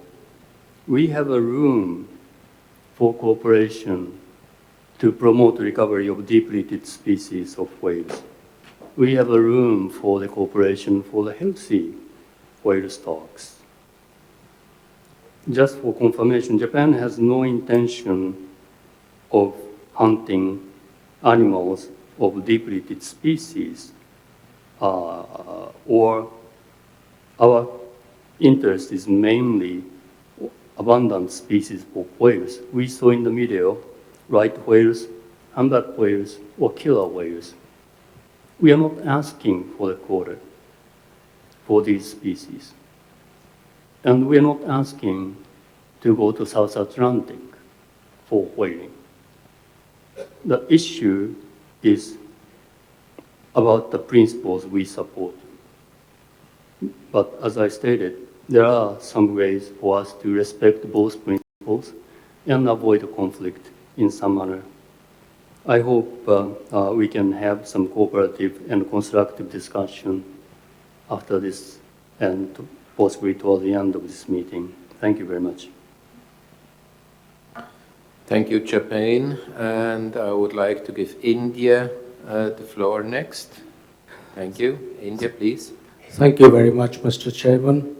As this is the first time my delegation takes the floor, I would like to add my voice and that of my country to the vote of thanks and gratitude that have been expressed by other delegates to our host nation, the Republic of Slovenia, and the municipality of Piran and Portoroz, as well as to you, Mr. Chairman, and the Secretariat and all officials of the IWC who have made such excellent arrangements for the success of this 66th biennial meeting.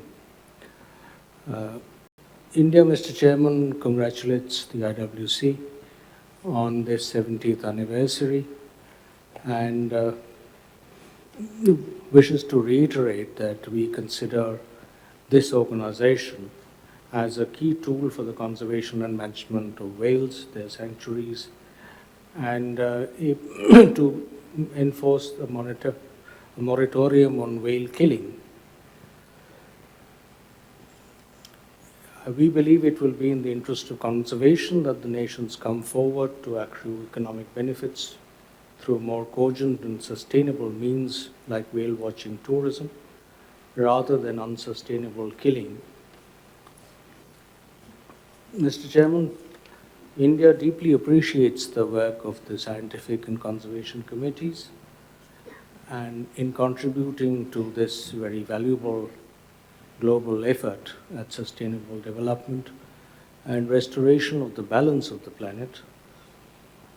We in particular appreciate the notable work carried out and the contributions of particularly of Japan, Brazil, the USA, Australia and other countries in the activities of the IWC. As far as this present agenda item is concerned, Mr. Chairman, I must emphasize that India believes in protection, and in my country, all cetacean species, such as whales and dolphins, have been included in the highest schedule of protection under our Wildlife Protection Act of 1972. And therefore, Mr. Chairman, India would like to extend its strong support for the proposal of the creation of the South Atlantic Whale Sanctuary, and to add to the petition that has been received by the Honorable Minister of Brazil, by this vote of support, the support of the 1.25 billion people of my country, even if they are not in a position to sign the petition in person. So I would like to urge all member states of this August Commission to do their utmost to protect this very important group of animals that contribute to the health of our planet, and to undertake measures for sustainable management of all cetacean species. Thank you, Mr. Chairman. Thank you, India. The list is already getting quite long, so I will name the members I see right now on the screen, and then I would like to draw a line. So Mexico, the US, Netherlands, Iceland, Guinea, Chile, Norway, Spain, the Russian Federation, and Australia. With your permission, I would then draw a line, and if you agree, I would give the floor just to one IGO or NGO, and then to refer back to Brazil. Of course, we can move on with the discussion, and but that's how I would like to handle. So next would be Mexico, please. Gracias, señor presidente. Esta propuesta, como todos sabemos, tiene varios años de estarse discutiendo. Y una de las razones esgrimidas para no aceptarla en aquel entonces fue que no había sido revisada por el comité científico y que carecía de un plan de gestión. Todo esto ha cambiado. Ahora tenemos ante nosotros una propuesta que el comité científico no solo aprobó, sino que elogió a los proponentes por presentar un documento integral y que representa una cantidad impresionante de trabajo. Debemos subrayar que es la primera propuesta de santuario de esta comisión que proporciona un plan de gestión y que entonces aquellas críticas de que carecía uno dejan de ser válidas. Los proponentes se esforzaron por abordar todas las recomendaciones del comité científico en evaluaciones anteriores. Brasil, Argentina, Uruguay, Gabón y Sudáfrica han cumplido, nos presentan una propuesta, repito, integral, revisada por el comité científico, por el comité de conservación, y creo que no hay argumentos que se puedan esgrimir ahora respecto a esta propuesta para enmendar el protocolo. Muchas gracias, señor presidente. Thank you, Mexico. Now the US, please. Thank you, Mr. Chairman, and thank you to the proponents of this proposal. First, I'd like to associate myself with the remarks of the delegate from Mexico and note that the United States continues to support the establishment of the South Atlantic Whale Sanctuary. In our view, the sanctuary will provide range states with new opportunities to advance whale conservation. We encourage all parties to support this proposal. Sanctuaries provide opportunities to consider non-lethal research on whale stocks, including studies on the life history and population dynamics of whales. Sanctuaries also provide many benefits, such as whale watching, to local coastal communities. We are pleased to see how well the Scientific Committee received the new proposal and management plan. The Scientific Committee agreed that the proposal represents an impressive amount of work. Not only has the Scientific Committee confirmed that its previous concerns were addressed, but the Southern Ocean Sanctuary Review Panel commented that the South Atlantic Whale Sanctuary Management Plan would be a good model for the Southern Ocean. A number of major whale stocks are still depleted. Therefore, the Commission should make further efforts to establish new sanctuaries and maintain existing ones to allow for the full recovery of all of the great whale stocks. The United States notes the creation of several national whale sanctuaries worldwide, and we encourage other countries to create such sanctuaries to provide additional coverage and protection for many of the still depleted great whale stocks. Thank you. Thank you. The US, I saw Antigua and Barbuda waving, so maybe the technique wasn't working, so I would add Antigua and Barbuda if they request to the list I indicated before. I see three more parties requesting the floor: Australia, Monaco, and Korea. Of course, this is the meeting of the Commission, so I will allow them as well to take the floor. In this case, unfortunately, there will be not time for any further interventions because my intention is to draw the line definitely after Korea. So I apologize for all that can't take the floor, but we would then now continue with the Netherlands, please. Thank you, Chair.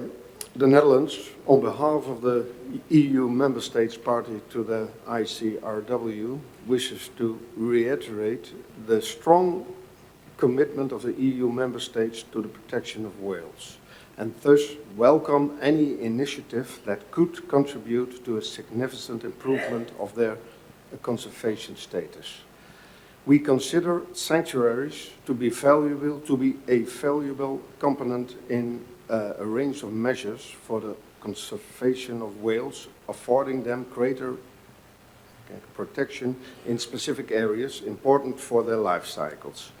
In this context, we commend the work done by Argentina, Brazil, Gabon, South Africa and Uruguay on the proposal for establishing a South Atlantic whale sanctuary. These countries have succeeded in developing a comprehensive proposal which, for the first time, provides for a management plan involving the management of all threats to whales in the region. We also welcome the wide consultations that have taken place with many countries within the region. This proposal was adequately reviewed by the scientific and the conservation committees, which considered that the information provided was comprehensive and the proposal had the potential to encourage collaboration and to facilitate the development of research relevant for the IWC goals.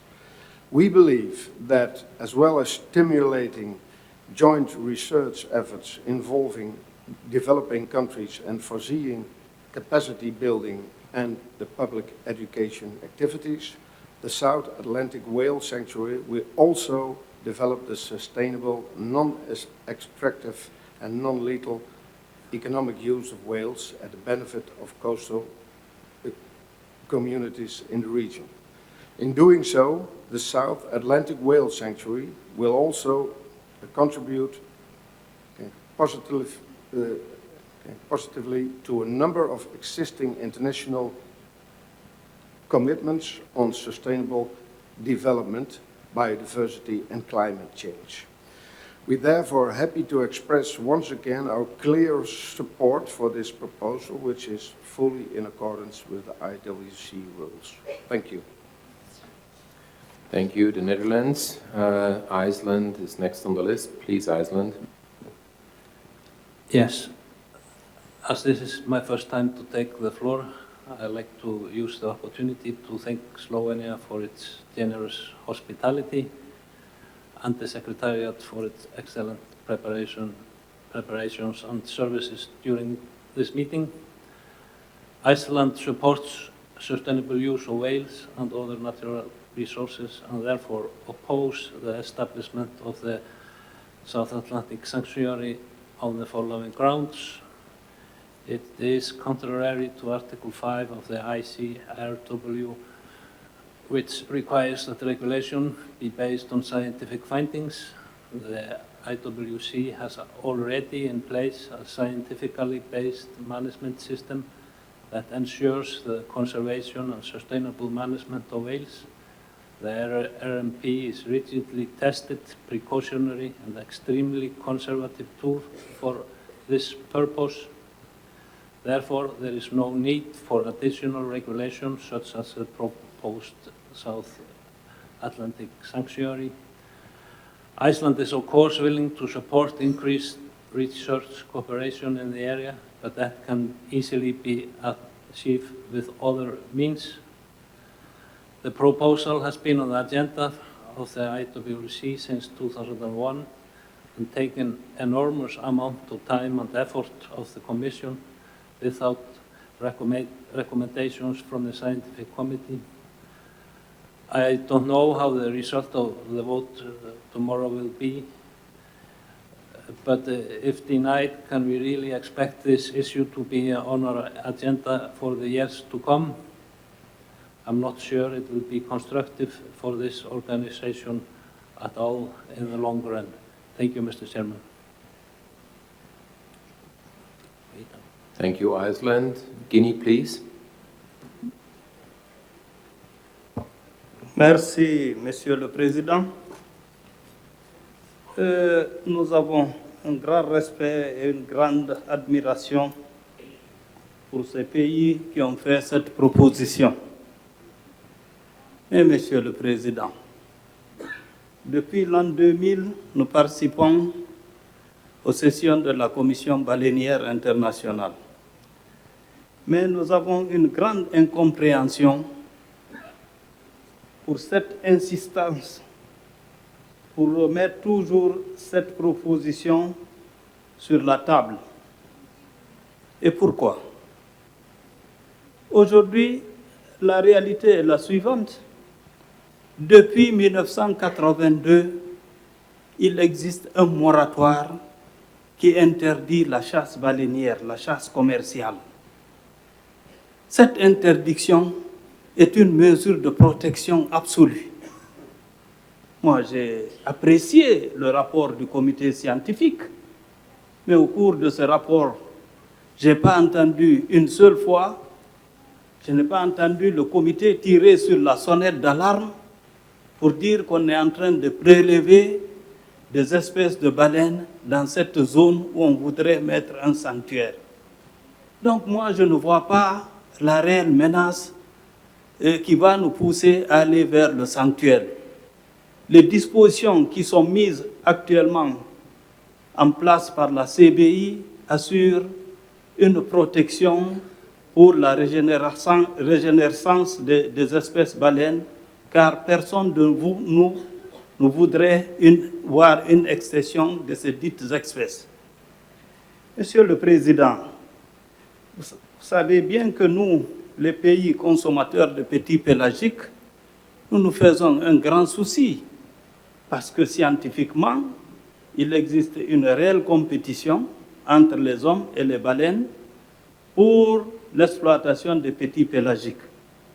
C'est pour ça que nous militons pour une approche écosystémique. Nous ne voulons pas que la pyramide alimentaire soit rompue parce que ça sera toujours au détriment de nos populations.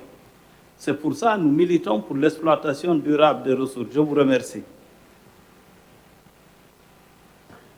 Merci, Guinea. Chile, next on the list. Please, Chile. Muchas gracias, señor presidente. Al ser la primera vez que intervenimos en esta oportunidad, quisiéramos agradecer al gobierno y al pueblo de Eslovenia por su maravillosa hospitalidad en esta ocasión y agradecer también su trabajo y el trabajo de la Secretaría en llevar adelante esta reunión tan compleja y tan difícil.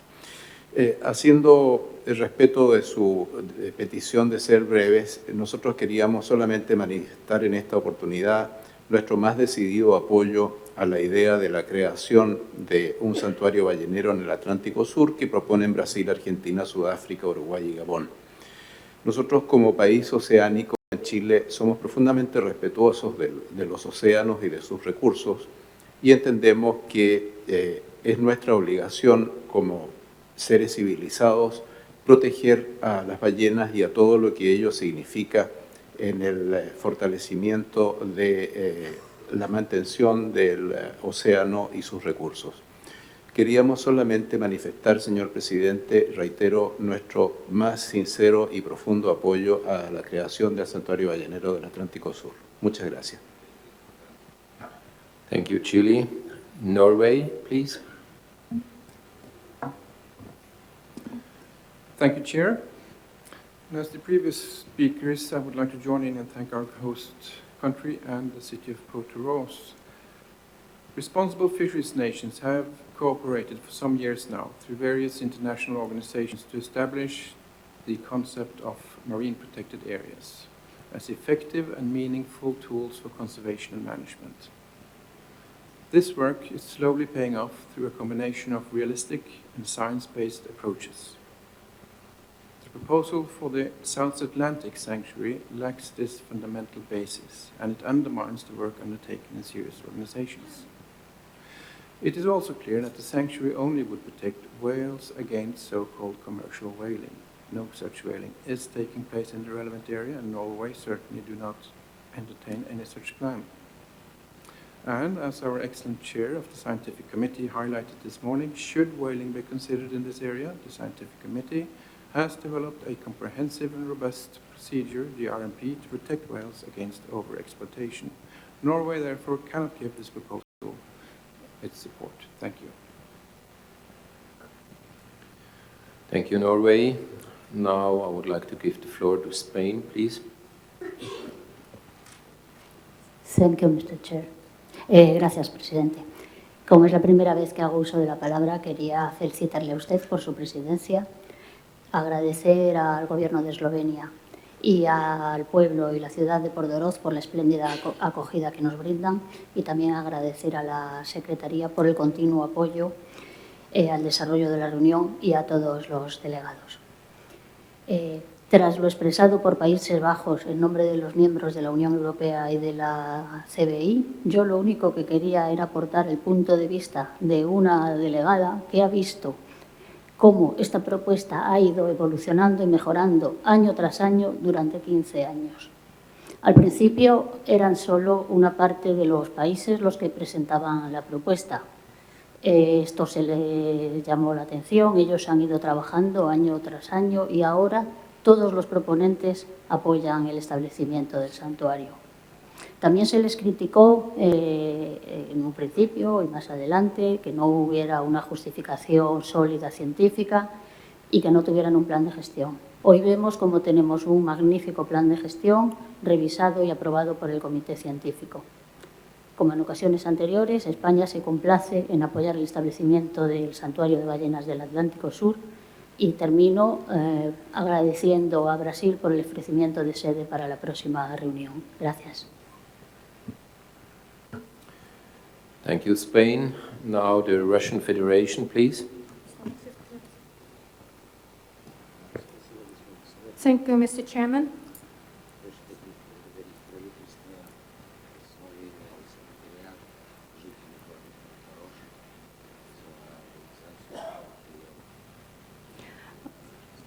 First of all, I would like to thank the government of Slovenia, the Secretariat, and the citizens of Portoroz for welcoming us at this meeting.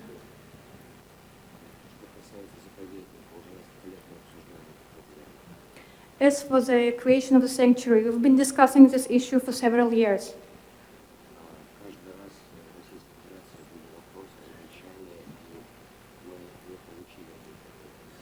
Each time Russian Federation had questions and comments and we never received any answers to them.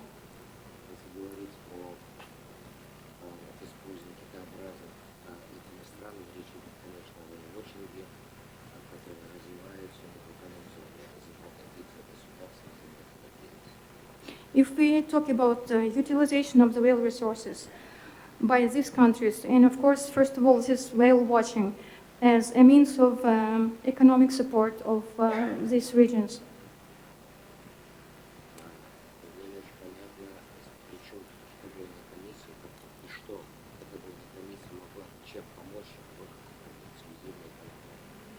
And I don't quite understand how it relates to the International Whaling Commission, and what can International Whaling Commission do to help these countries in their exclusive economic zones. If we talk about the open sea,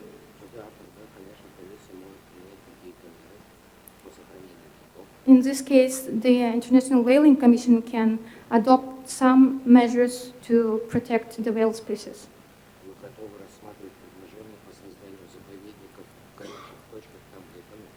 And we are ready to consider the suggestions related to creation of the sanctuaries in hotspots where needed.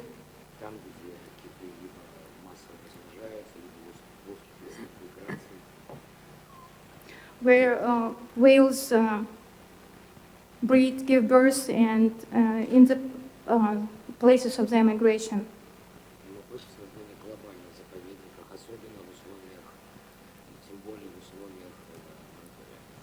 But we stand against creation of global sanctuaries, especially in the moratorium conditions.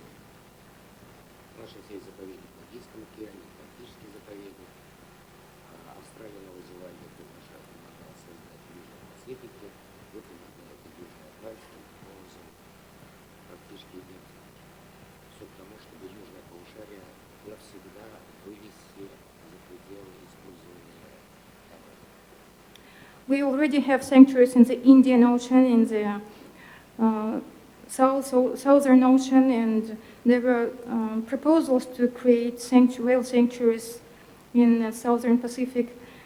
And this proposal came from Australia, and now we're moving towards creating a global sanctuary in the Southern Hemisphere that will keep any usage of whale resources, that will prevent us from using any whale resources in the Southern Hemisphere.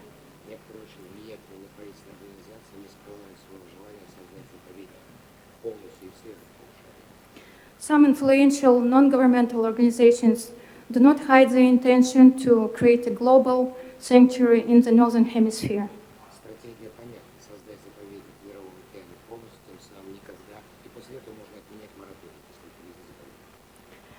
We understand their strategy. They would like to create a global sanctuary in the world ocean, and after that we won't need any moratorium on commercial whaling.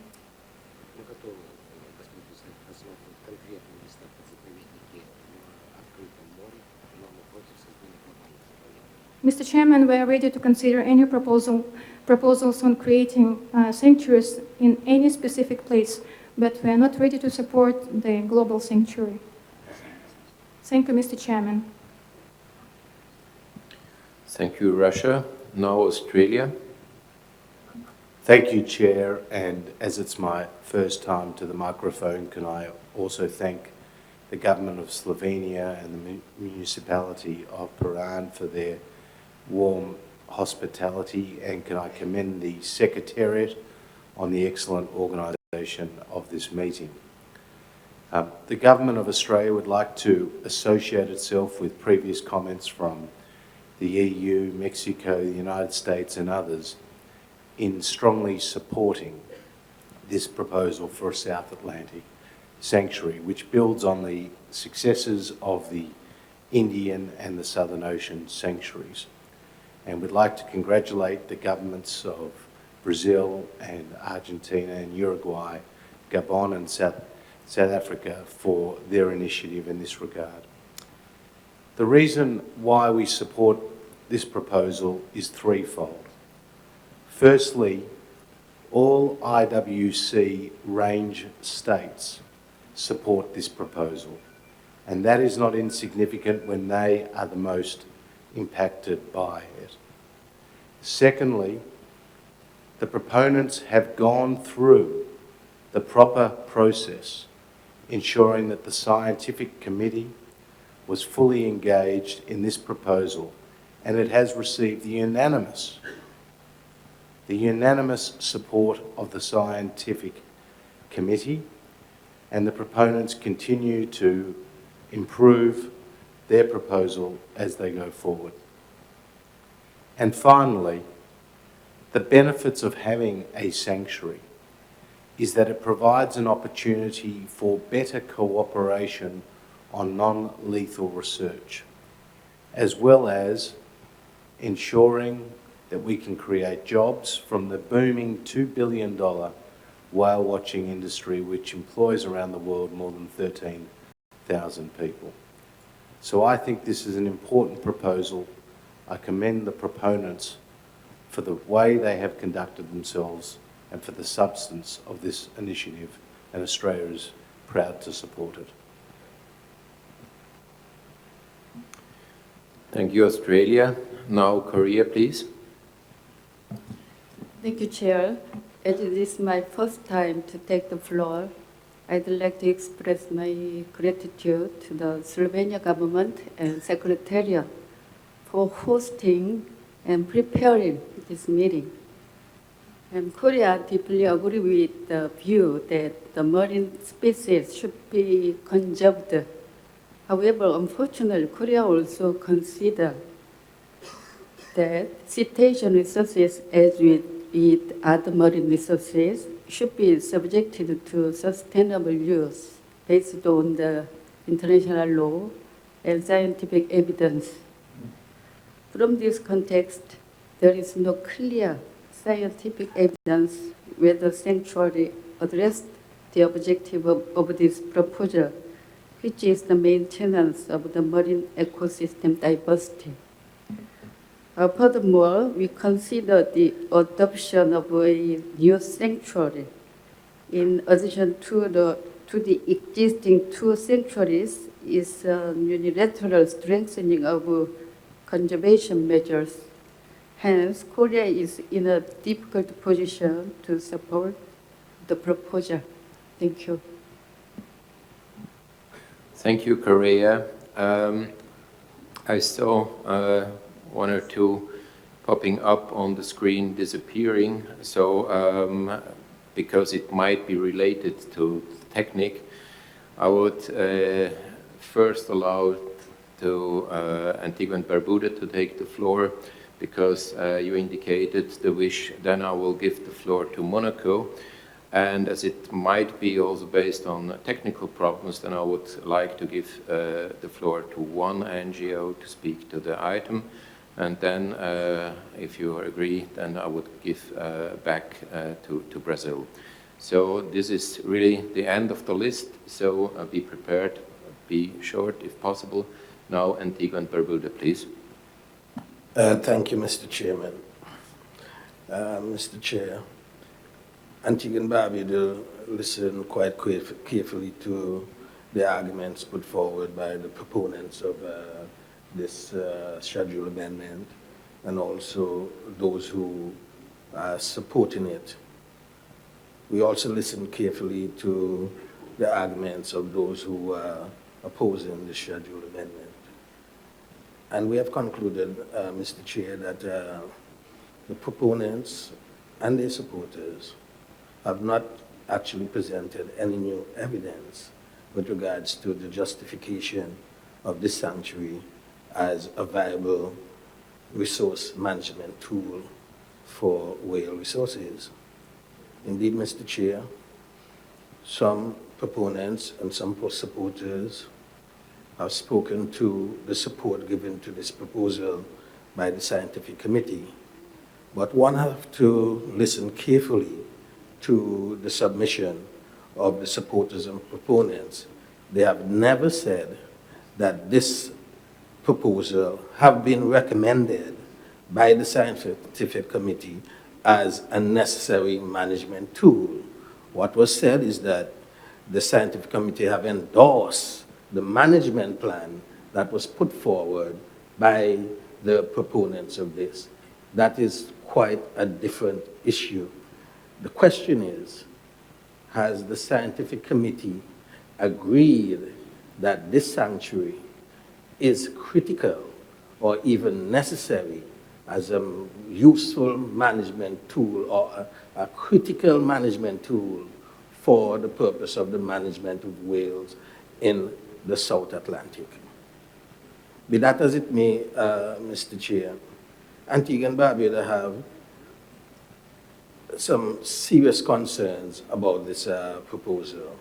One, we are concerned that while there was still controversy about the Southern Ocean Sanctuary and its usefulness and its review, we are seeing the imposition of another system, a sanctuary that is designed as an enclosure, a lockbox, a don't go there strategy with regards to the sustainable use of this very important marine resource, living marine resource. Antigua and Barbuda is not a range state, but some supporters have just said that all range states are in support of this proposal. I don't know if that is correct. perhaps we need to hear from all of the range states if that is so. We are particularly concerned about the precedent-setting nature of this proposal. We have seen a creeping strategy of those countries and organizations that are hell-bent to ensure that whales, irrespective of their abundance, are protected. Today, it's going to be the Southern Ocean, and we are neighbors of the Southern Ocean. We're in the South Atlantic, sorry. Today is the South Atlantic, the Mid-Atlantic, and the Central Atlantic, where Antigua and Barbuda is located, are neighbors to this sanctuary. So we will see an overreaching. We're going to be next. And this is not what we want. There needs to be a comprehensive assessment in this organization as to the use of sanctuaries and whether or not they are essential, I underline the word essential, for the management of our resources. In conclusion, Mr. Chair, my word of caution is this. We have a great opportunity in this organization at this moment to bring everything back on the table. For those who are totally against the consumptive use of whales, and for those who support the sustainable consumptive use of whales. Let us not muddy up this water again with controversial issues of this nature. Let us see a pathway ahead that can be all-inclusive and not as exclusive as this proposal is threatening to be as far as our organization is concerned. I would like to urge the proponents of this organization to look within, look into their own exclusive economic zone, find ways of cooperating amongst themselves to protect whatever species they want to protect in their own exclusive economic zone.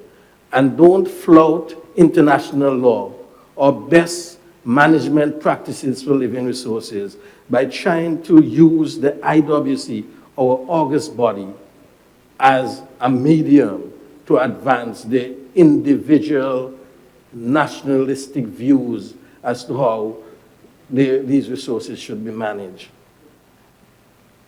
In this event, Mr. Chair, Antigua and Barbuda would like to join those countries who strongly oppose this schedule amendment and to encourage other countries to do likewise and refuse to support the schedule amendment. Thank you, Mr. Chair. Thank you, Antigua and Barbuda. Monaco, please. Many thanks, Chair, for recognizing Monaco. I also did listen with care to the previous speaker, and I would refer first to an African proverb, which says, knowledge without wisdom is like water in the sand. So let us be wise in historical and geographical perspectives. A large majority, more than 70%, as you all know, of the 3 million whales killed in the 20th century were killed in the southern hemisphere. Their stocks have not recovered. There is a lot of knowledge, many scientific consultation behind the proposal in front of us. Sanctuaries are a proven effective tool to restore stocks, to optimize marine diversity, including fishery yields. And as we have heard and seen previous hours, also to generate cooperation in non-lethal research. 6 of the 50 cetacean species in the region which we are discussing, white whale, sea whale, and humpback, blue, and are highly migratory species.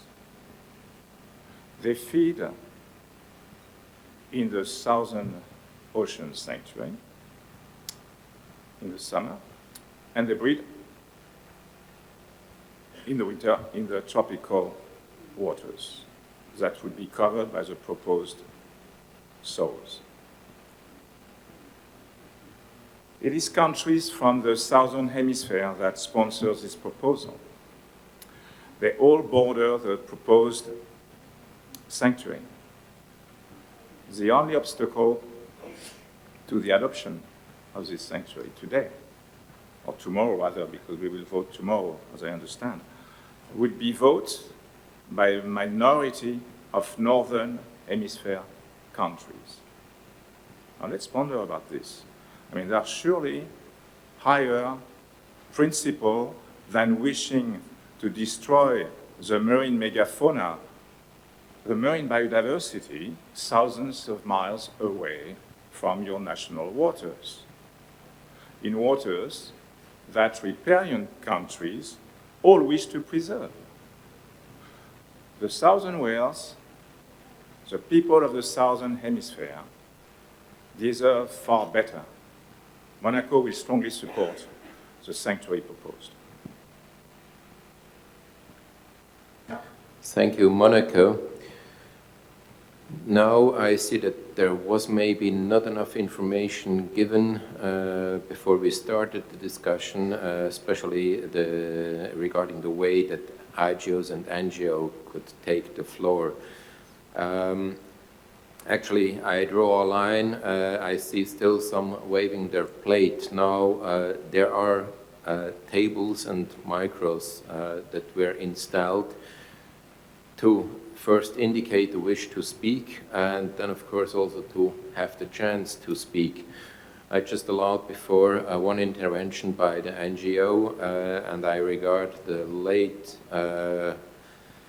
popping off of an IGO due to the fact that it wasn't maybe clear. I apologize for that, and I think I have the understanding of the Commission that in this exceptional case we will now then allow, but to remind you, and from now on, so if you wish from this NGO, IGO side to take the floor, please push the button so we know that you wish to take the floor.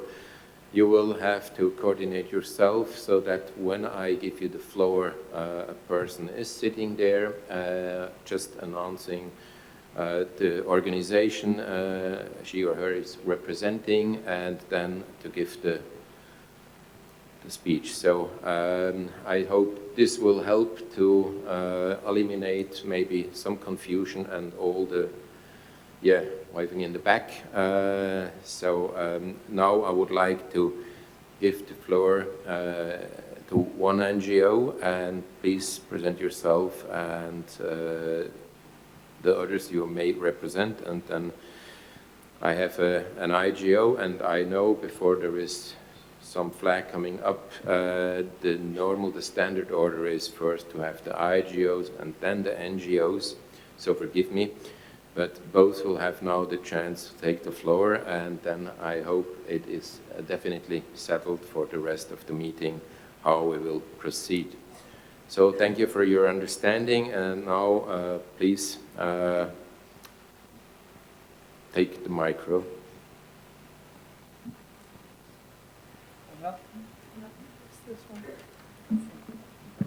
Excuse me, Chair, this is an IDO microphone. I wanted to speak for the Convention Migratory Species, so I'll hand over to a colleague.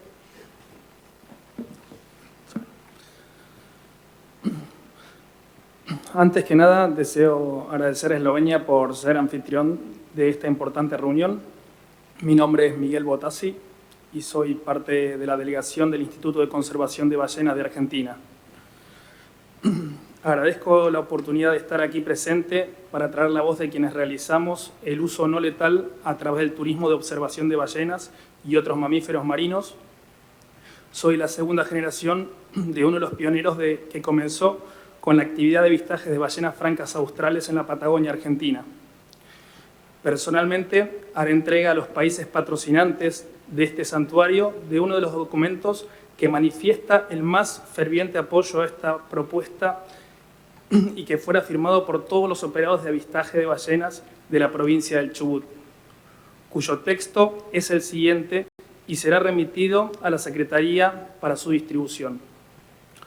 Los operadores de avistamiento de ballenas de Península Valdés en la Patagonia Argentina, que realizan su actividad de avistamiento de ballenas francas australes y mamíferos marinos hace más de 30 años, junto a la Asociación de Guías Balleneros, creada en el año 2010, manifiestan el apoyo al santuario de ballenas del Atlántico Sur, considerando el avistamiento de ballenas en relación directa a dichos mamíferos marinos como razón de ser y como principal atractivo turístico de la región norte patagónica argentina, abarcando como mayor beneficiario a toda la provincia y sus localidades, generando innumerables fuentes de trabajo e ingresos de divisas de más de 100.000 turistas que realizan el avistamiento de ballenas cada año. La importancia de un santuario de ballenas en el Atlántico Sur garantiza que a largo plazo el uso no letal del recurso trascienda en el tiempo, conservando su tradición folclórica en forma generacional, manteniendo la estabilidad económica de la región en desarrollo constante y en armonía con la biodiversidad marina costera de la región, dando lugar al ejemplo que esta armonía es posible y consideramos fundamental para los años venideros, el futuro del planeta, la conservación de ecosistemas, la salud de la humanidad, que está vitalmente relacionada con los ecosistemas que nos rodean, siendo esta actividad un enorme contribuyente a la educación e interpretación de un gran espectro de nuestra sociedad, aportando una ilimitada base de información y herramientas para diversas instituciones y organizaciones no gubernamentales que estudian en forma no letal estos majestuosos cetáceos.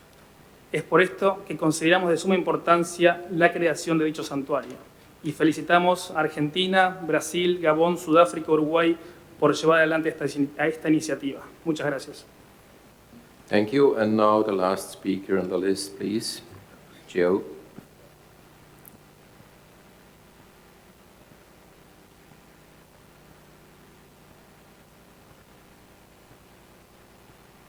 You have to press again. Yeah. Okay.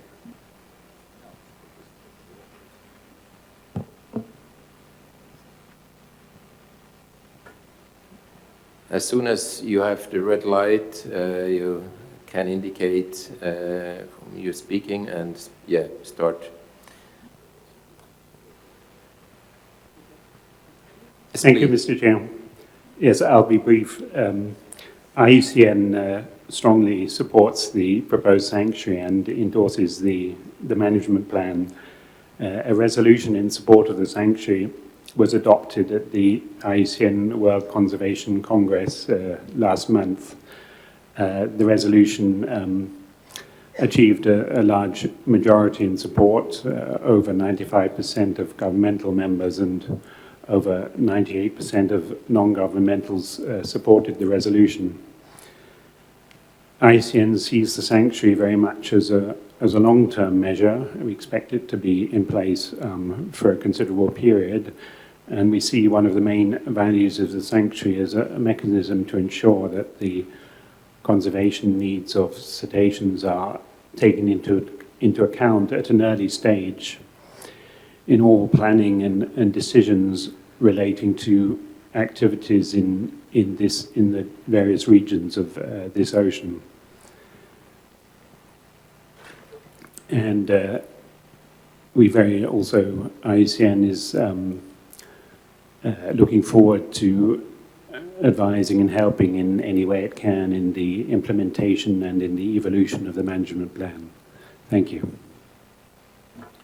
Thank you, IUCN. And with this, we finish the discussion. I would like now to refer back to Brazil. As you could see, there are different views on this agenda item, and so I would like to ask now Brazil how you would prefer or how you see how we should proceed. Brazil, please.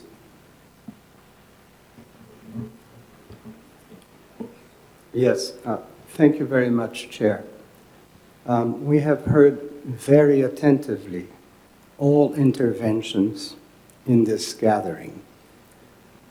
we firmly believe that we have a diversity of opinions here.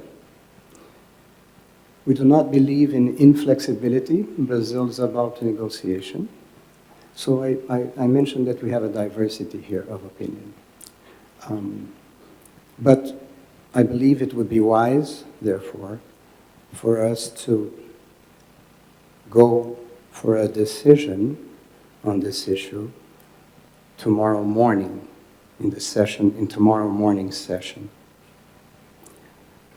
I don't think it is the time here to go into rhetoric or to try to engage in a narrative that should be the predominant one. There have been 15 years of narrative, but Brazil considers that it would be the best, perhaps, decision at this point in time to defer a decision for tomorrow morning session. Thank you so much.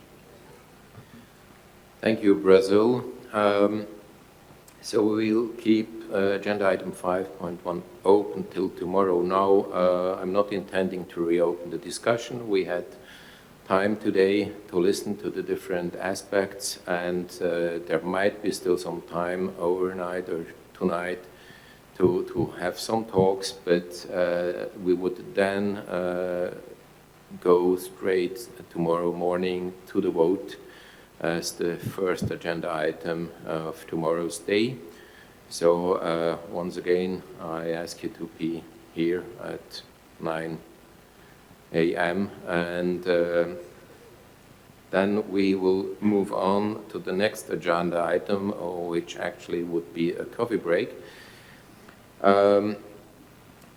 It's always an honor having ministers attending the meeting, and in this regard, it's also, I think, acceptable to have sometimes an exception from the standard procedure. So before we break for coffee, I would like to give the floor to Australia just for a short intervention. And as we should start at 4 p.m., and that means that the coffee would be extremely short, I will be ready and willing that we start again at 4:20. So thank you, and now please, Australia. Thank you, Chair. I'm pleased to present this opening statement to the 66th meeting of the International Whaling Commission on behalf of the Australian Government. I would like to thank again the Government of the Republic of Slovenia for their generous hosting of this Commission meeting. Ministers, Chair, Commissioners, Executive Secretary and distinguished delegates. 2016 is a significant year for whale conservation. It marks the 70th year of the International Convention for the Regulation of Whaling. In reaching this milestone, it is important for us to reflect on history, the circumstances that existed at the time the Convention was signed in 1946, and the circumstances that we find ourselves in today in 2016. We are marking the 30th anniversary of the global moratorium on commercial whaling, and it is as important today as it was 30 years ago. Some whale populations have started to show signs of recovery, but globally, whales still face many threats, including climate change, marine debris, bycatch, ship strikes, and of course, whaling. The moratorium must remain in place. The global whale watching industry is booming, presenting significant economic and social benefits and opportunities for communities while promoting whale conservation. And we continue to expand our understanding of whales through non-lethal research. Significant reform has been achieved through the Commission's history, particularly over the last decade. But Australia believes that more can be done to ensure the Commission is an effective and contemporary multilateral organisation. Australia, New Zealand and the United States have submitted a draft resolution to this meeting which aims to bring the Commission's operations in line with best practice for multilateral treaty bodies. We need to ensure the Commission keeps pace with the times, and Brazil has also indicated it will co-sponsor this resolution. We are confident that this proposal is something all members can benefit from and work together on, irrespective of our different views on whaling. Let's make the Commission the best that it can be. It proposes a review to deliver a roadmap for clear and sensible reforms that will enhance the Commission's effectiveness and transparency. Australia has contributed $200,000 to the Commission to progress this important work. A second area of focus for Australia at this meeting is to ensure the Commission takes greater responsibility for the manner in which it deals with special permit whaling, including Japanese whaling in the Southern Ocean. Australia and New Zealand have submitted a resolution on this issue. This resolution follows on from Resolution 2014-5, which was an essential step towards embedding the legal principles set out in the International Court of Justice's judgment into the work of the Commission. For too long, the Commission has deferred responsibility for reviewing special permit whaling to its scientific committee.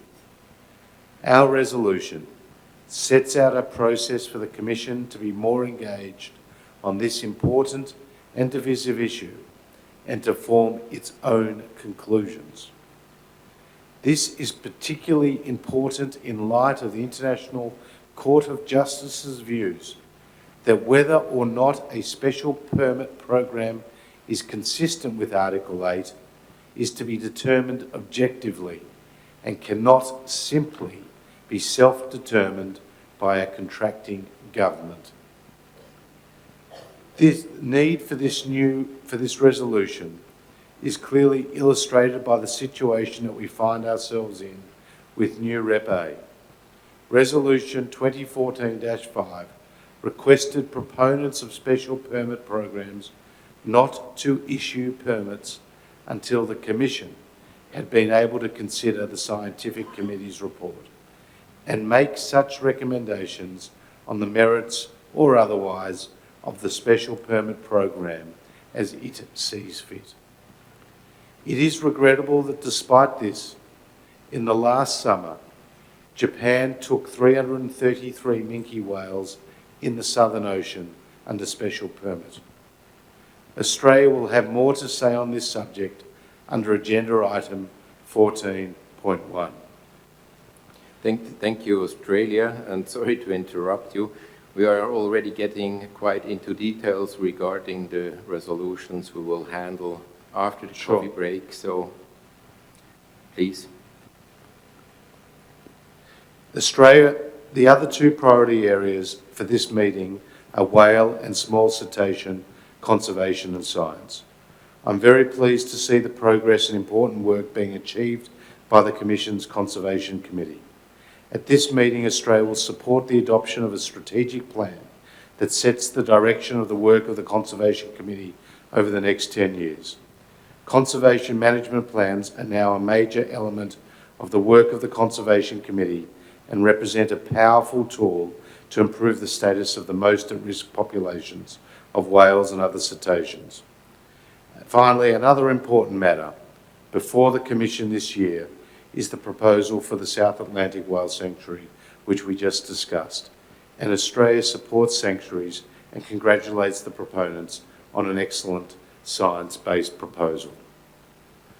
Australia recently has provided $1.5 million for the Commission's Southern Ocean Research Partnership, which has repeatedly demonstrated that you don't need to kill whales in order to study them.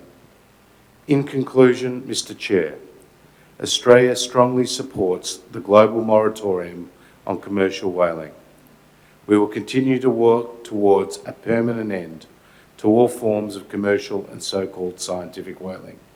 We will continue to promote non-lethal research, and we will do all that we can to preserve, protect and support the recovery of the world's magnificent whales and other cetaceans.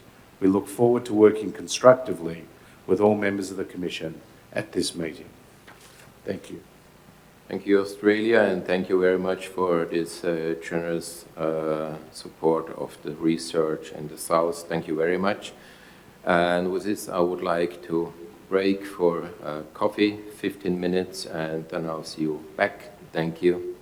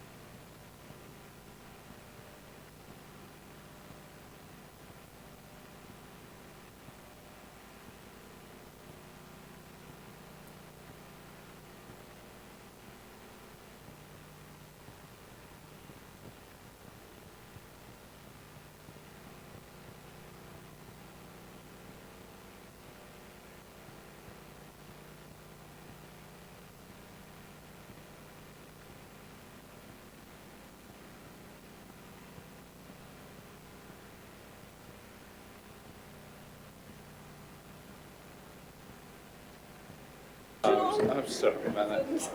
So this is.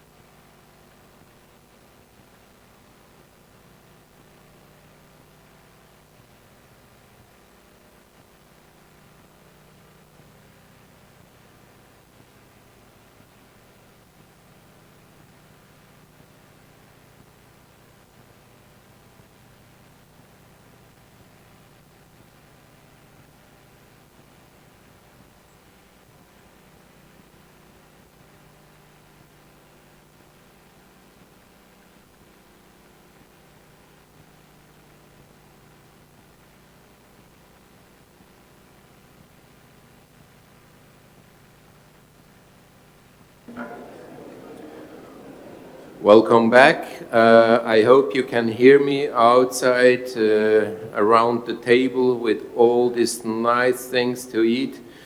So I'm sure you will find a plate to pick up 1 or 2 pieces and maybe also to take a coffee to come back for discussion.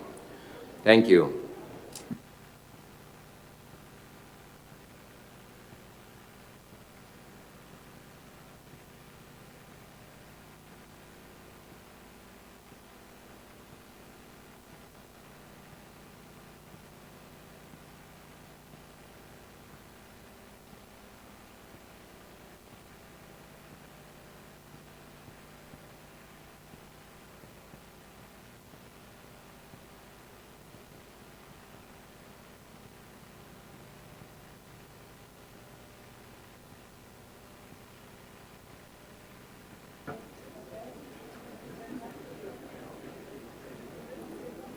I'm not sure if you can hear me outside this room.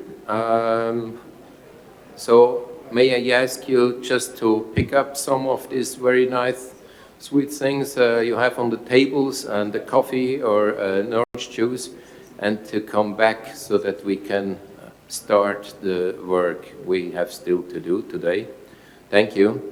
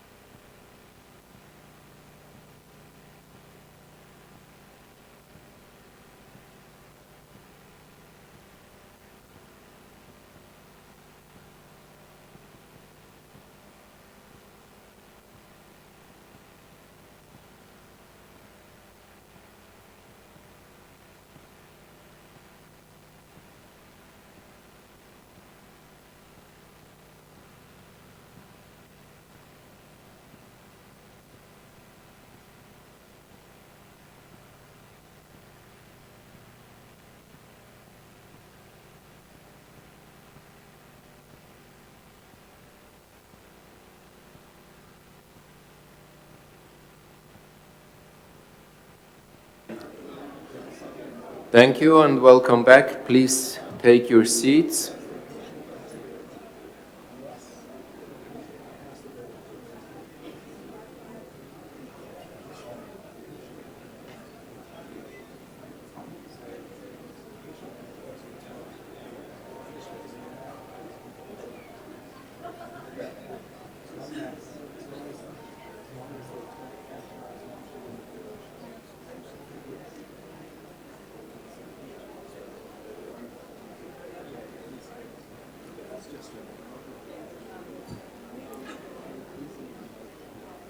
Thank you. I understand it is quite hard to leave the coffee break, especially when you look at what Slovenia is offering. Once more, I would like to thank Slovenia because it looks wonderful, and that's just another reason for the next days to be in time, so that we can also finish in time and having the whole 30 minutes for coffee break to enjoy what's offered. So thank you. The next agenda item 6 is about resolutions. Now, as you know, we have a long list of resolutions, 7 in total, and there are some new elements, some new proposals for resolutions, and I always hope that consensus might be achieved.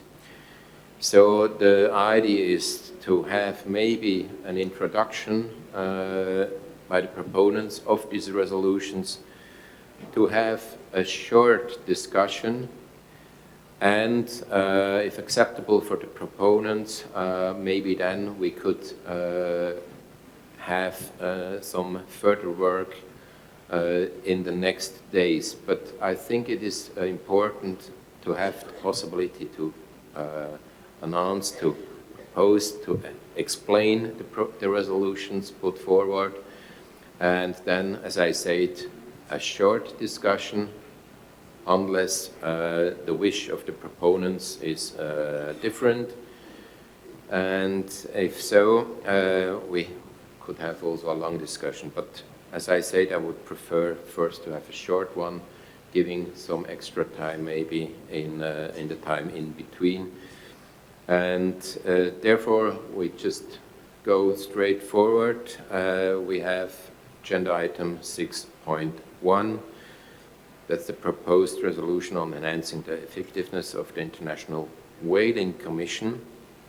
And that's document IWC66 10, which was submitted by Australia, New Zealand, and the United States. And if Australia is ready, I would like to give the floor to Australia for the presentation. Australia, please. Thank you, Chair. I'm pleased to introduce the draft resolution on enhancing the effectiveness of the International Whaling Commission, which is sponsored by the governments of Australia, United States, New Zealand, and Brazil has indicated it will also co-sponsor this resolution. 2016 is a significant year for whale conservation.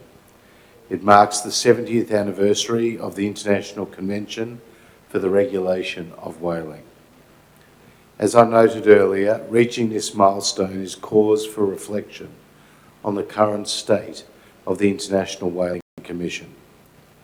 While significant reform has been achieved through the Commission's history, particularly over the last decade, more can be done to ensure the Commission's operations are aligned with best practice for multilateral treaty bodies. The proposed resolution calls for an independent review of the Commission's institutional and governance arrangements. This is standard practice for multilateral treaty bodies. An independent review carried out by individual or an organisation with an expert knowledge of multilateral organisations would look carefully at a number of key issues. This would include how the Commission sets its work program and allocates its resources, all with a view to maximise transparency of process and optimise efficiency in how we work. I want to stress that the intent is to examine how the Commission carries out its work and supports its administration. It's not about the scope of its work. The draft resolution contains terms of reference that makes this clear. We are confident that this proposal is something all members can benefit from and work on together, irrespective of our differing views on whaling. To this end, Australia is pleased to advise that we have contributed $200,000 to the Commission to progress the review. In closing, Mr. Chair, we welcome members with interest and expertise in good international governance to participate in an intersessional working group to oversee this important work. With the support of a working group, we expect that the review will commence in May 2017, and by the next Commission meeting in 2018, we'll be able to discuss a roadmap for clear and sensible reforms that enhance the Commission's effectiveness.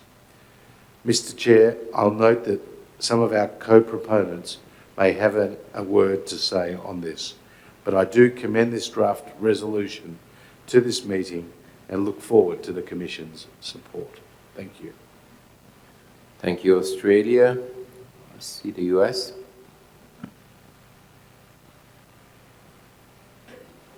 Thank you, Mr. Chairman. The United States is pleased to co-sponsor this resolution with Australia and New Zealand, and we hope that it can be adopted by consensus. Any meaningful reform requires a broad base of support. We support a performance review of this Commission's institutional and governance arrangements. We believe this would be a positive step forward for the Commission, and we are hopeful that progress on institutional and governance reform will eventually lead to progress on more difficult issues. The United States thanks Australia for their financial contributions towards this effort and will contribute an additional $20,000 US towards the conduct of the performance review if this resolution is approved.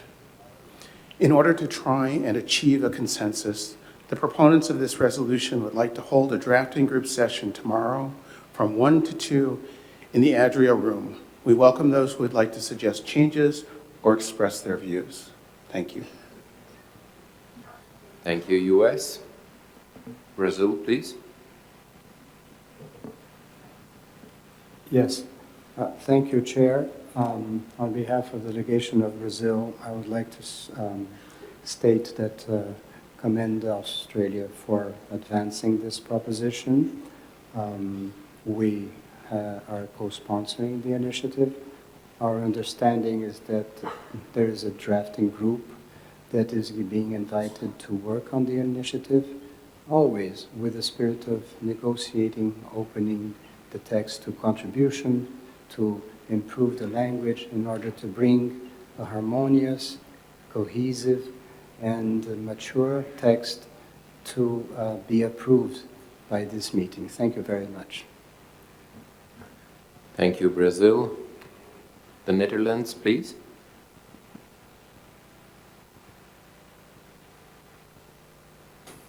Thank you, Chair. The Netherlands, on behalf of the EU member states, thank Australia and New Zealand and the United States of America for bringing this important proposal forward and would like to co-sponsor it.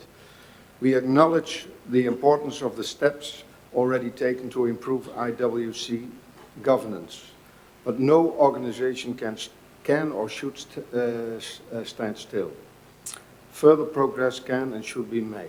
Reviewing how organizations such as the IWC function is an integral part of our responsibility as members.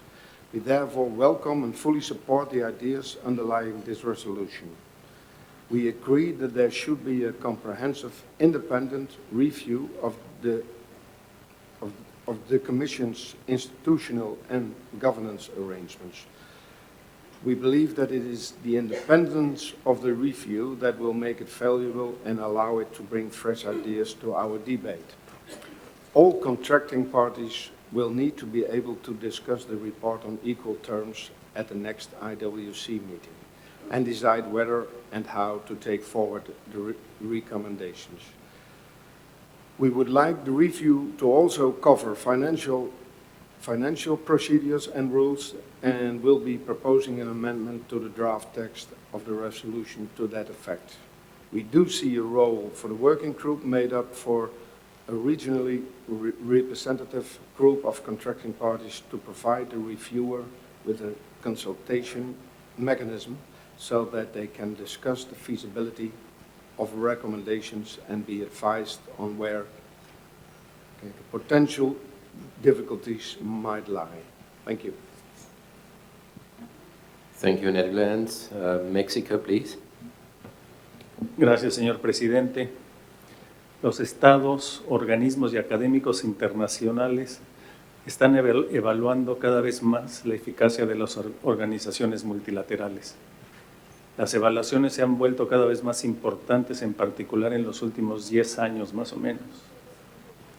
Las conclusiones generales de México sobre la resolución que tenemos frente a nosotros es que le da la oportunidad a la Comisión Ballenera Internacional de mejorar para hacer una diferencia, seguramente en combinación con otra serie de factores, pero repito, esta estrategia le otorga a la CBI una serie de herramientas que combinadas le ayudarán a mejorar la eficacia y a tener una mejor comprensión de los factores determinantes en el éxito de la Comisión, además de llevarla en línea con las mejores prácticas internacionales. Agradecemos a los proponentes, en particular a Australia y Estados Unidos, su donación, y México también quisiera copatrocinar esta resolución. Gracias. Thank you, Mexico. Now I see Iceland on the list. Iceland, please. Yes. Thank you, Chairman. I'd like to thank the US and all the others for bringing this proposal forward. It is positive, but we still have some concerns. Recognizing it is always useful for an organization like the IWC to have external review of itself at certain intervals. Iceland have even been recently through this process in the Northeast Atlantic Fisheries Commission. The method used was to have 3 renowned international experts who were nominated to review NEAFC's work against its objectives, and also they reviewed the Secretariat and all kinds of things. They produced a comprehensive report and gave advice that proved very helpful. Those individuals worked independently with assistance from the Secretariat. There were no working group involved from the member states. We propose the same line should be taken up here. In the proposal before us, this is not the case. It suggests that an establishment of a working group to oversee the review, at least partly, that we cannot support. Iceland also holds the belief that the limited scope proposed by the proponents of the resolution will in fact make the effect of this work minimal or even useless. The scope is far too limited. Iceland is willing to participate in a drafting group to find solutions in order to find consensus on this proposal. Thank you, Mr. Chairman. Thank you, Iceland. Now, Monaco next, please. Thank you, Chair. Monaco thanks Australia and the US for the financial support for this review. In our view, this performance review is in line with best practice also in international fora. It is about good governance. It is not designed to further divide our troops, our commission, since the reviewers will not be called to comment on policy, nor to undermine past decisions of our body. So Monaco is also in favor of calling for a reputable, independent international review team rather than a single reviewer. And if that is possible, we would like to co-sponsor this resolution as well. Thank you, Monica. Now I see Chapin, please. Thank you, Mr. Chair. And I also like to thank the proponents of this resolution. And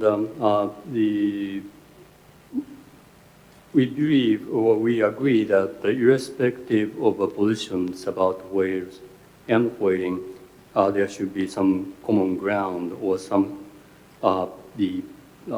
procedures that will benefit and improve this organization.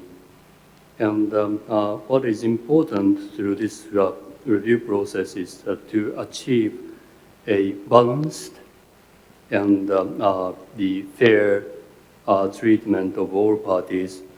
And we all are members to this organization and ICRW to benefit from being the member of this organization. And we might recall that similar attempts were made in the beginning stages of the future of IWC process.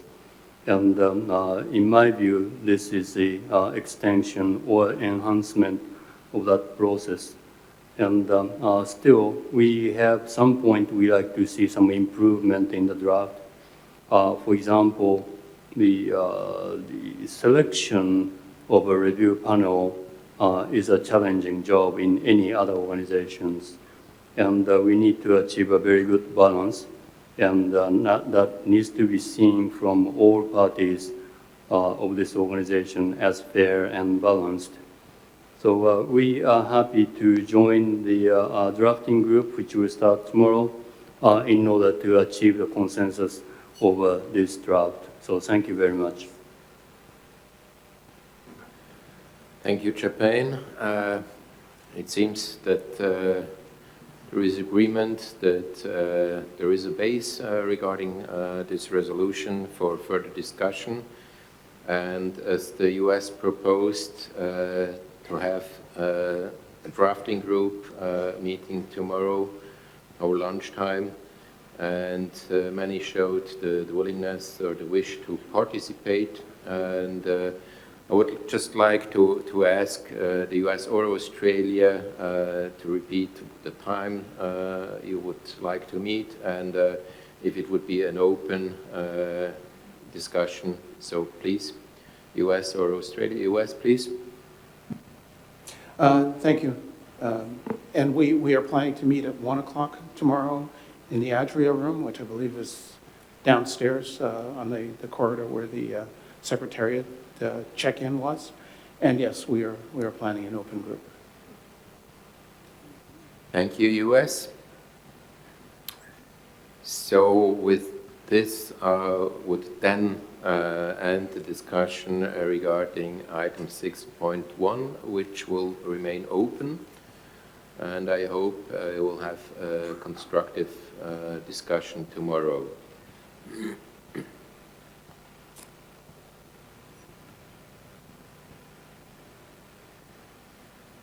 We move then on to agenda item 6.2. That's resolution regarding improving the review process for whaling under special permit. This document, IWC66/11, was submitted by Australia and New Zealand. So I would like to ask Australia to present the document. Australia, please.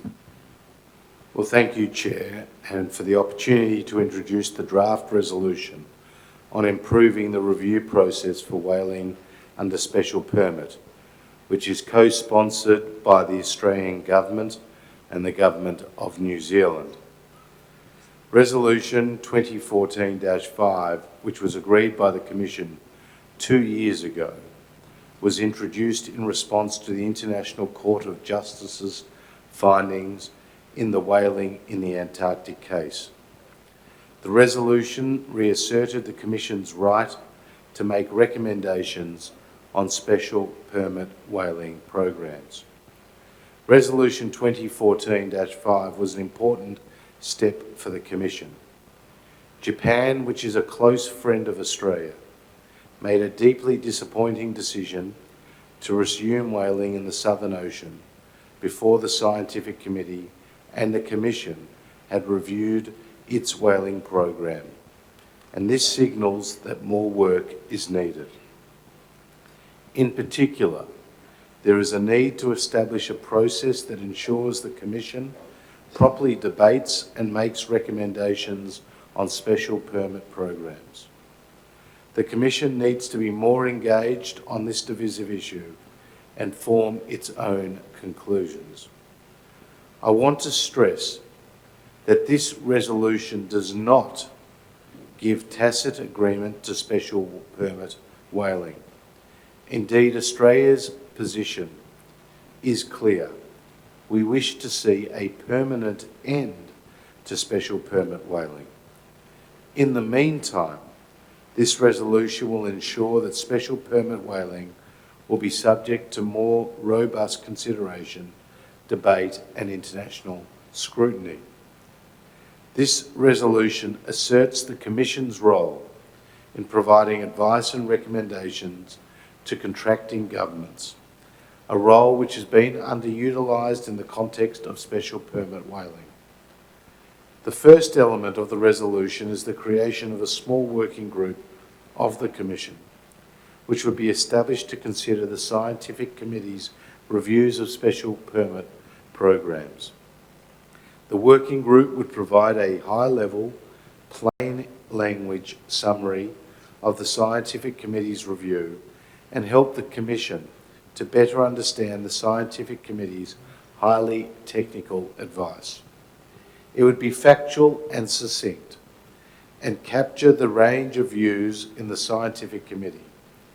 It would not detract from the advice of the Scientific Committee, which would still stand and be available for Commission members to consider. The working group's report, along with the report of the Scientific Committee, would form the basis of the Commission's consideration of each special permit program. This would enable the Commission to consolidate its views and provide any recommendations or advice it sees fit. Over the long term, this will help to ensure that the Commission properly guides the review of special permit programs.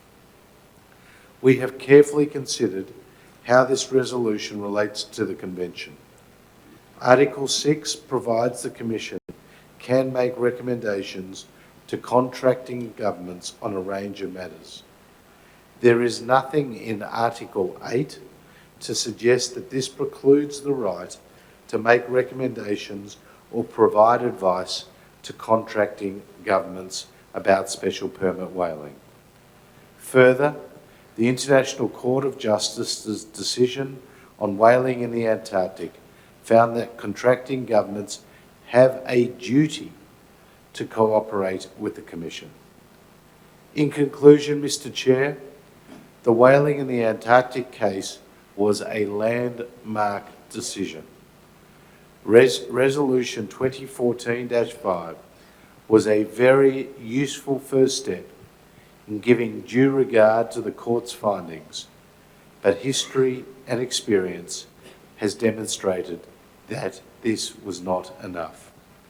We commend this draft resolution to you, fellow Commissioners, as a demonstration that despite our differences, we will give due regard to international law and are mature enough to debate difficult issues in a robust but accountable manner. Thank you, Mr. Chair. Thank you, Australia. New Zealand, please. Thank you very much, Mr. Chair. We support the comments just delivered by Minister Frydenberg of Australia on the issue of special permit whaling. We'd like to limit our comment now to the point that special permit programs should be subjected to more robust scrutiny by this Commission, and that is what this resolution is aiming to do through a fair, predictable and transparent process. In terms of managing comment on the resolution today, we recognise that there will be a range of views on this resolution, and some of those will be detailed. We want to provide space to hear those views. However, rather than having a debate on the detail in plenary now, we would propose to host an open, informal consultation today at the close of plenary at 5:30 in the Adria room, which is downstairs one level on level 11. We would like to hear delegations' initial views on the text today. NGOs are welcome to attend today's open consultation. For those delegations which have amendments but are not able to attend this afternoon, we are more than happy to talk directly. Following today's informal consultation, we will consider the various suggestions made, which will inform a revised text. We anticipate circulating an updated working text in the next day, after which we may need to move into a smaller drafting group. We are aiming to circulate to the Commission a Rev 1 version of the text by 6 p.m. Wednesday to allow this plenary to take action on the resolution on Thursday. We will keep delegations updated through the Chair on any changes to this proposed timeline. And as I said at the beginning, we are more than welcome to take comments on the text directly from any delegation. Thank you. Thank you, New Zealand. So in this case, I'll first ask the chair of the scientific committee, which is ready just to give some information about the work regarding this item done in the scientific committee. Then I will open the floor, but as requested, not going into a long discussion, just to have some comments, and thank you already for giving us the information how you would like to proceed with it. Thank you. So, Scientific Committee, Katharina, please. Thank you, Mr. Chairman. This is just a piece of information that can be useful for the discussion. With respect to the draft resolution on special permits as a part of our ongoing review process, the committee has recently made a number of amendments to its procedures that give additional priority to the topic. For example, this scientific committee, at the last scientific committee meeting, we didn't have evening sessions. We start very early our discussion in plenary. This means that there are no competing sessions of our groups while we discuss this topic. We had 5 full sessions led by myself, plus we had 2 working groups working on different aspects of scientific permits. One was on the revision of Annex P, one on the modeling issues. And in addition to this, we had several subcommittees discussing technical papers. We also established a group which will consider the need or otherwise to modify Annex P in light of the recommendations and suggestions made by the 2 expert panels, the last 2 expert panels, and clearly to discuss, to reflect the discussion that the Commission is having now. Clearly, the committee stands ready to continue on improving its procedure in this field, according to any instruction that we will receive from you. Thank you. Thank you, Katharina. I have India on the list. India, please. Thank you very much, Mr. Chairman. I would like to express that we are broadly in favor of the idea of this resolution that we are presently discussing. However, we would have to go a little more into detail about the implications and the way it will function before we can give our unequivocal support for it. So I would like to state that we would like to support this resolution, but we would need a little more time to give necessary thought to it. Thank you. Thank you, India. Next on my list is the US, please. Thank you, Mr. Chairman, and thank you to Australia and New Zealand for presenting this resolution. I'll be brief because I know you want us to actually have the more substantive discussions with within the working group, with the drafting group and the informal group initially, but I do want to say that the U.S. does support this resolution, although we continue to believe that lethal scientific whale research is unnecessary. We do recognize it is allowed under Article 8 of the ICRW, and we think that we need to improve the process by which both the scientific committee and the commission fulfill their responsibilities with respect to this process, with respect to the Article 8 process. So we will look forward to the discussions this afternoon and engaging with all members on trying to find a way forward to improve that process. Thank you. Thank you, US. The Netherlands, please. Indrukken.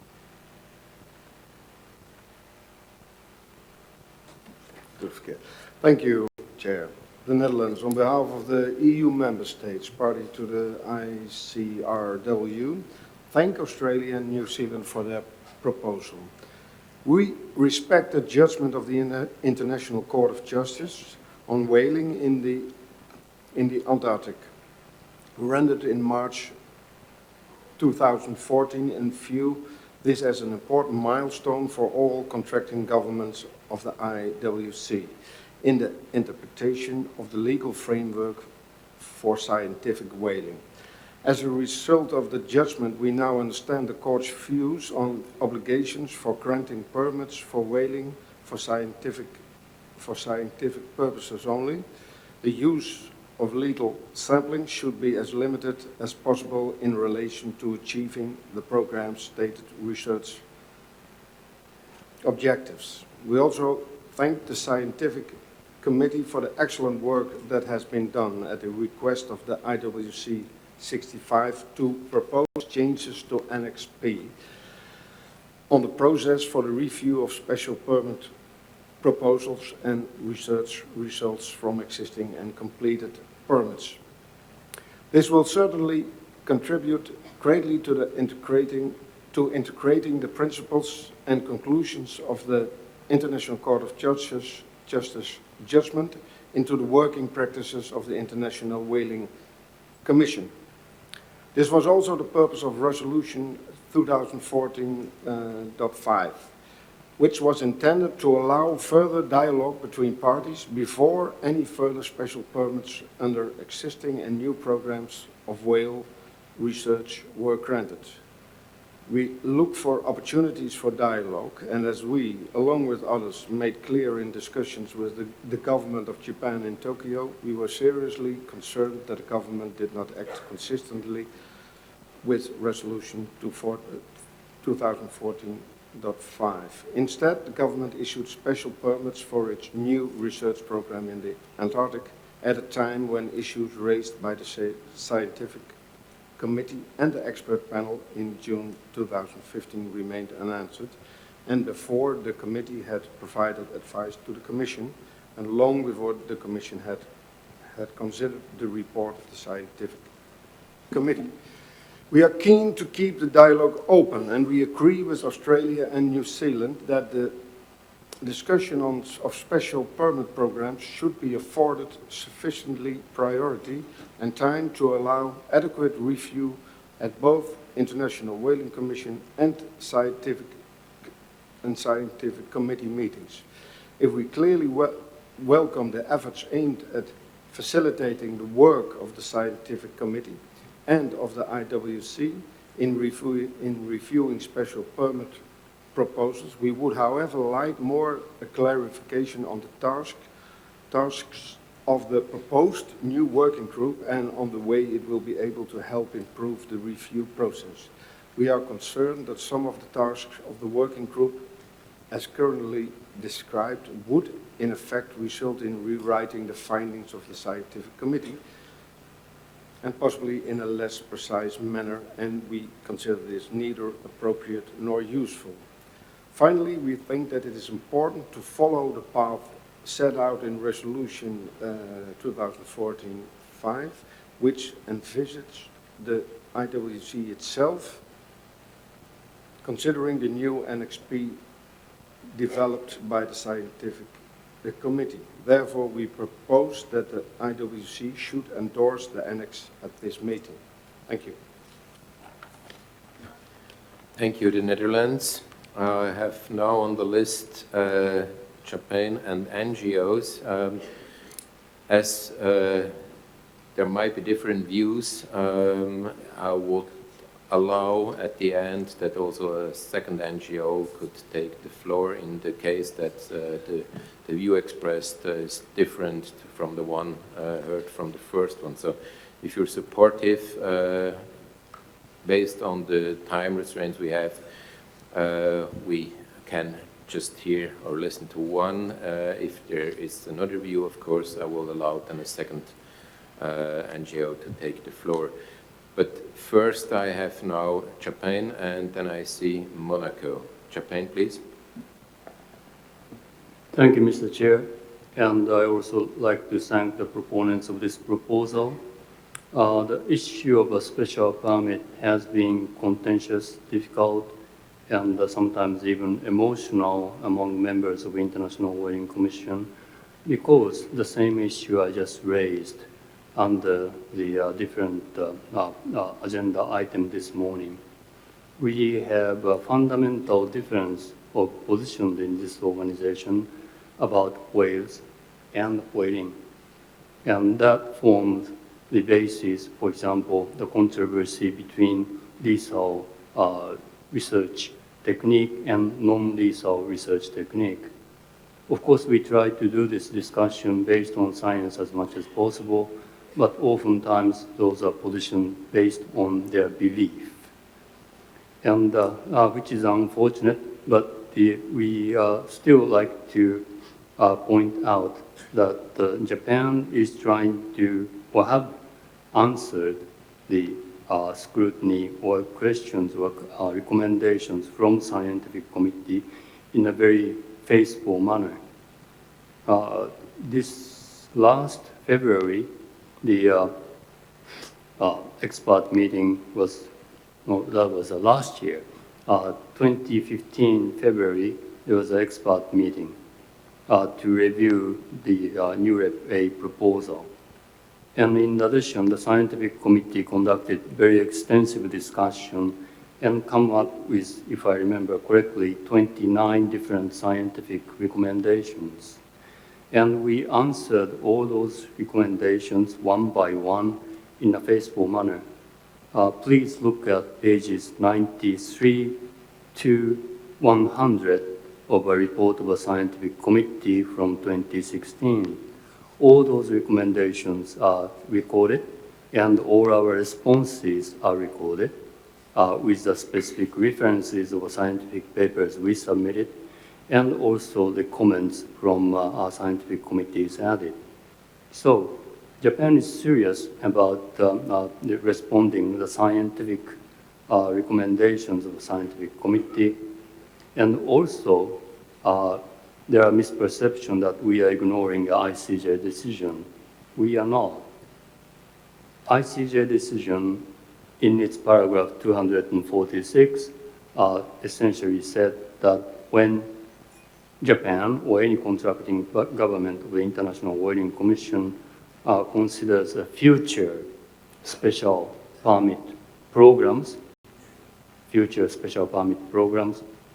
the ICJ expects the respect for reasoning of, and conclusions that came out of ICJ procedure.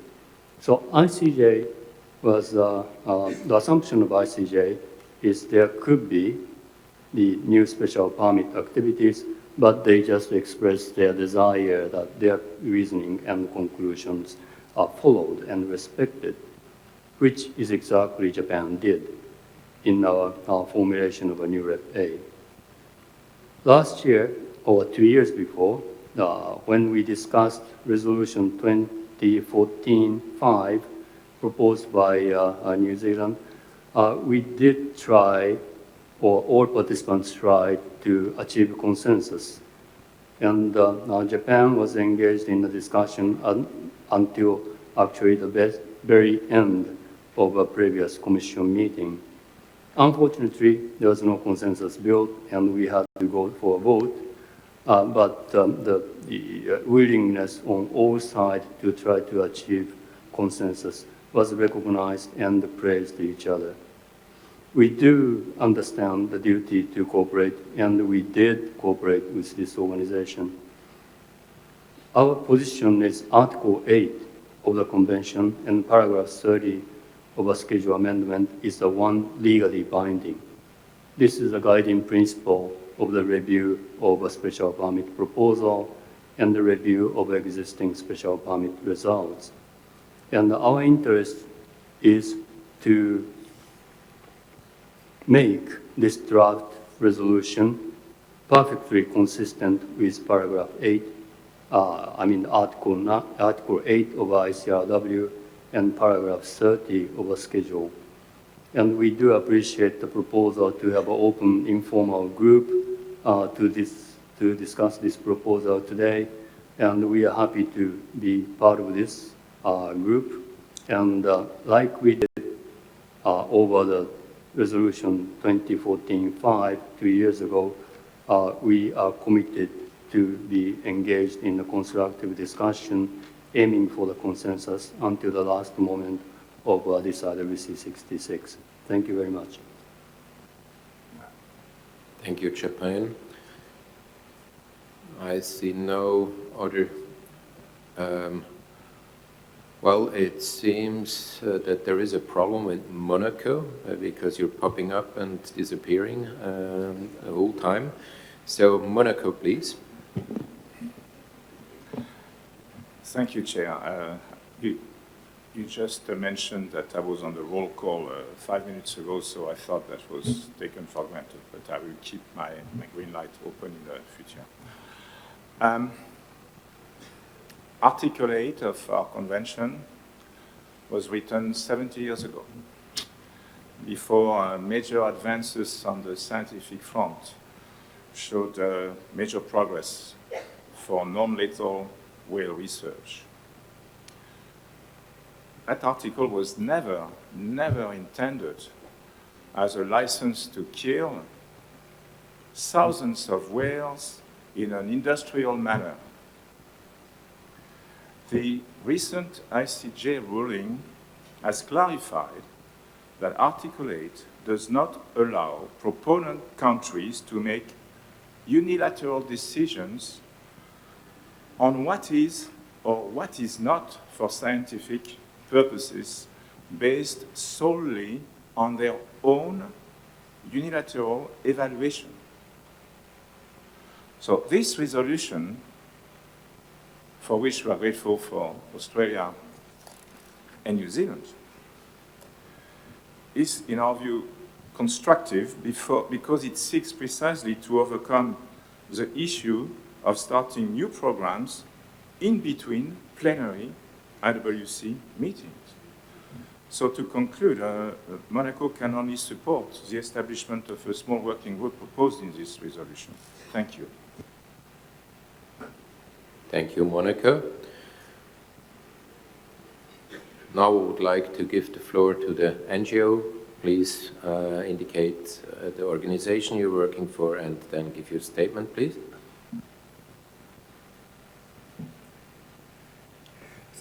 Thank you, Chair. My name is Paul Spong.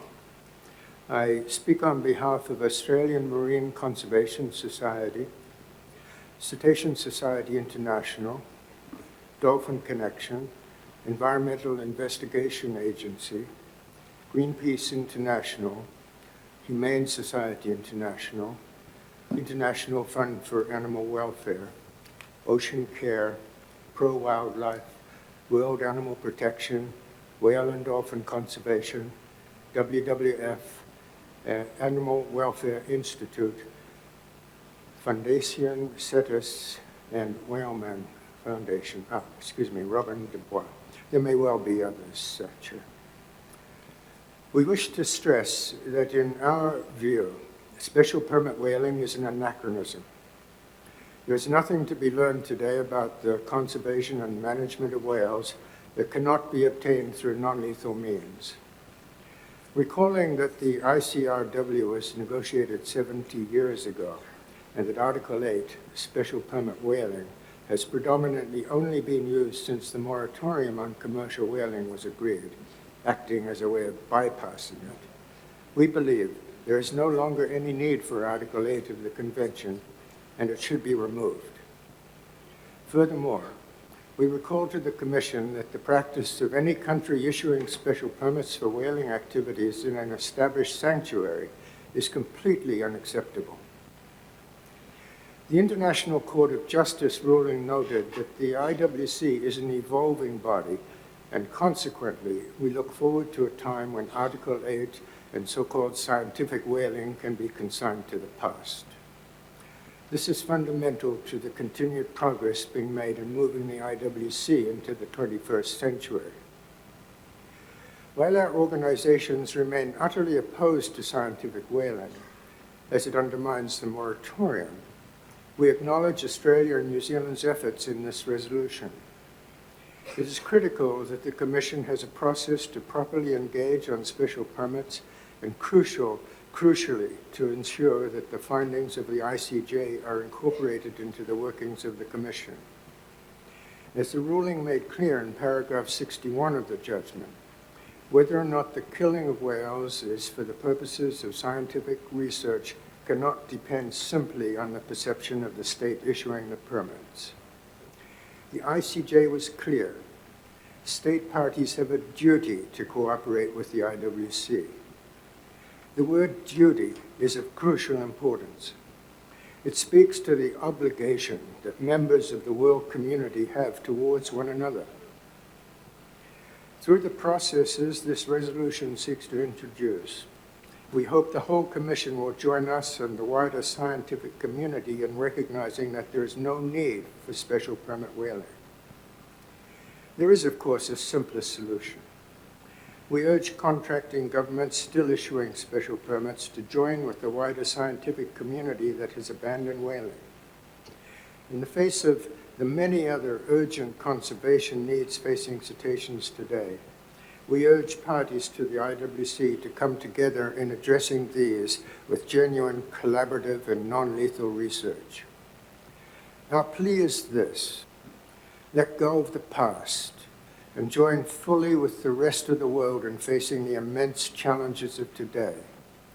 It is our duty to do what we can to give future life on our planet a chance.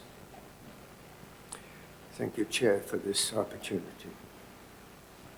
Thank you, and I see there is a request by another NGOs maybe having a different view, so please.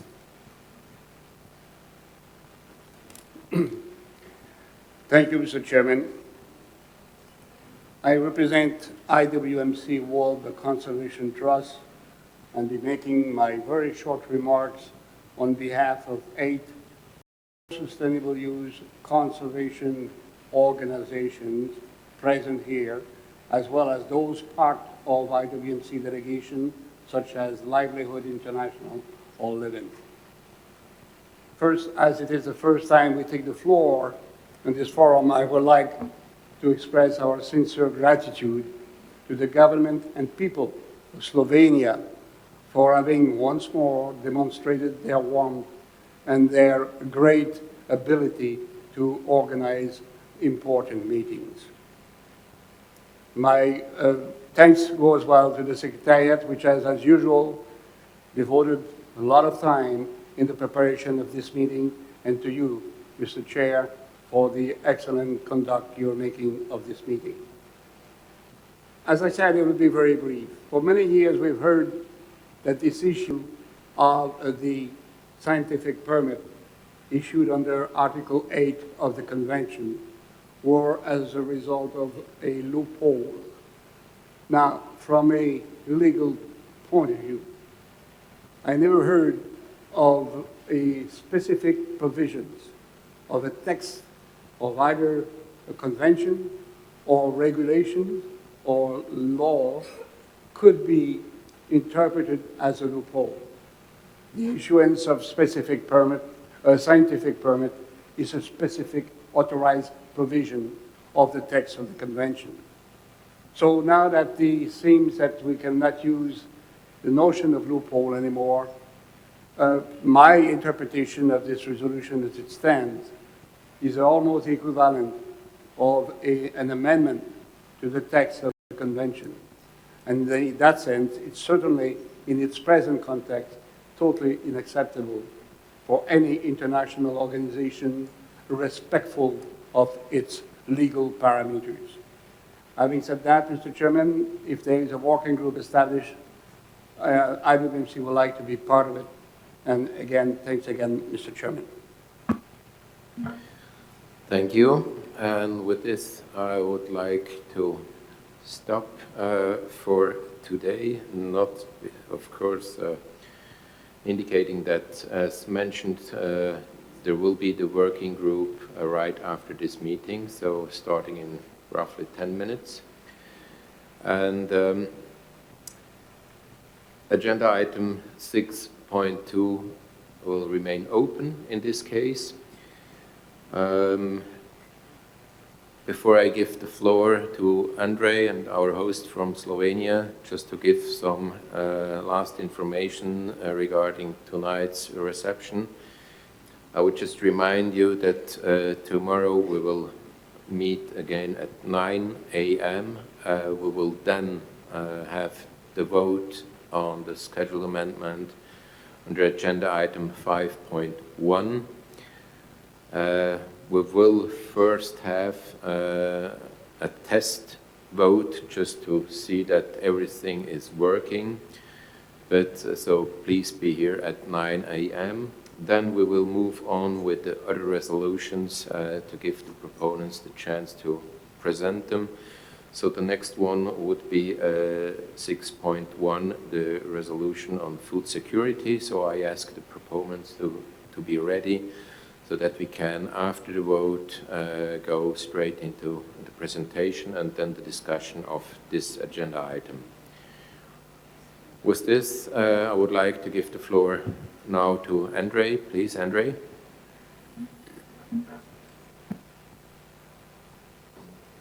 Thank you. You are all invited at 7:30, as we already mentioned, to reception hosted by Slovenia, which will be 2 floors down from here. We know that there has been a long day.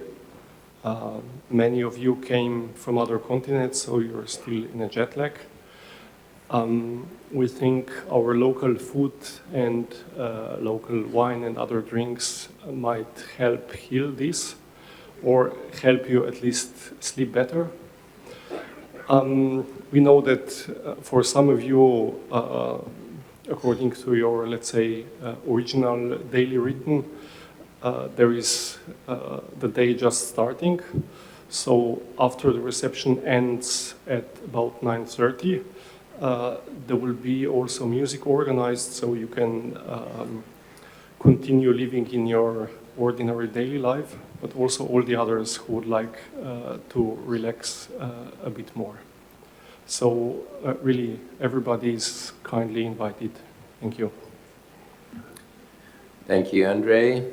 I'm sure we will enjoy. And I have just to ask Simon if there are any. No? Okay. Then I thank you all for the first day, and hope to see you tomorrow in a good mood as you've been today. So thank you very much. The meeting is closed for today.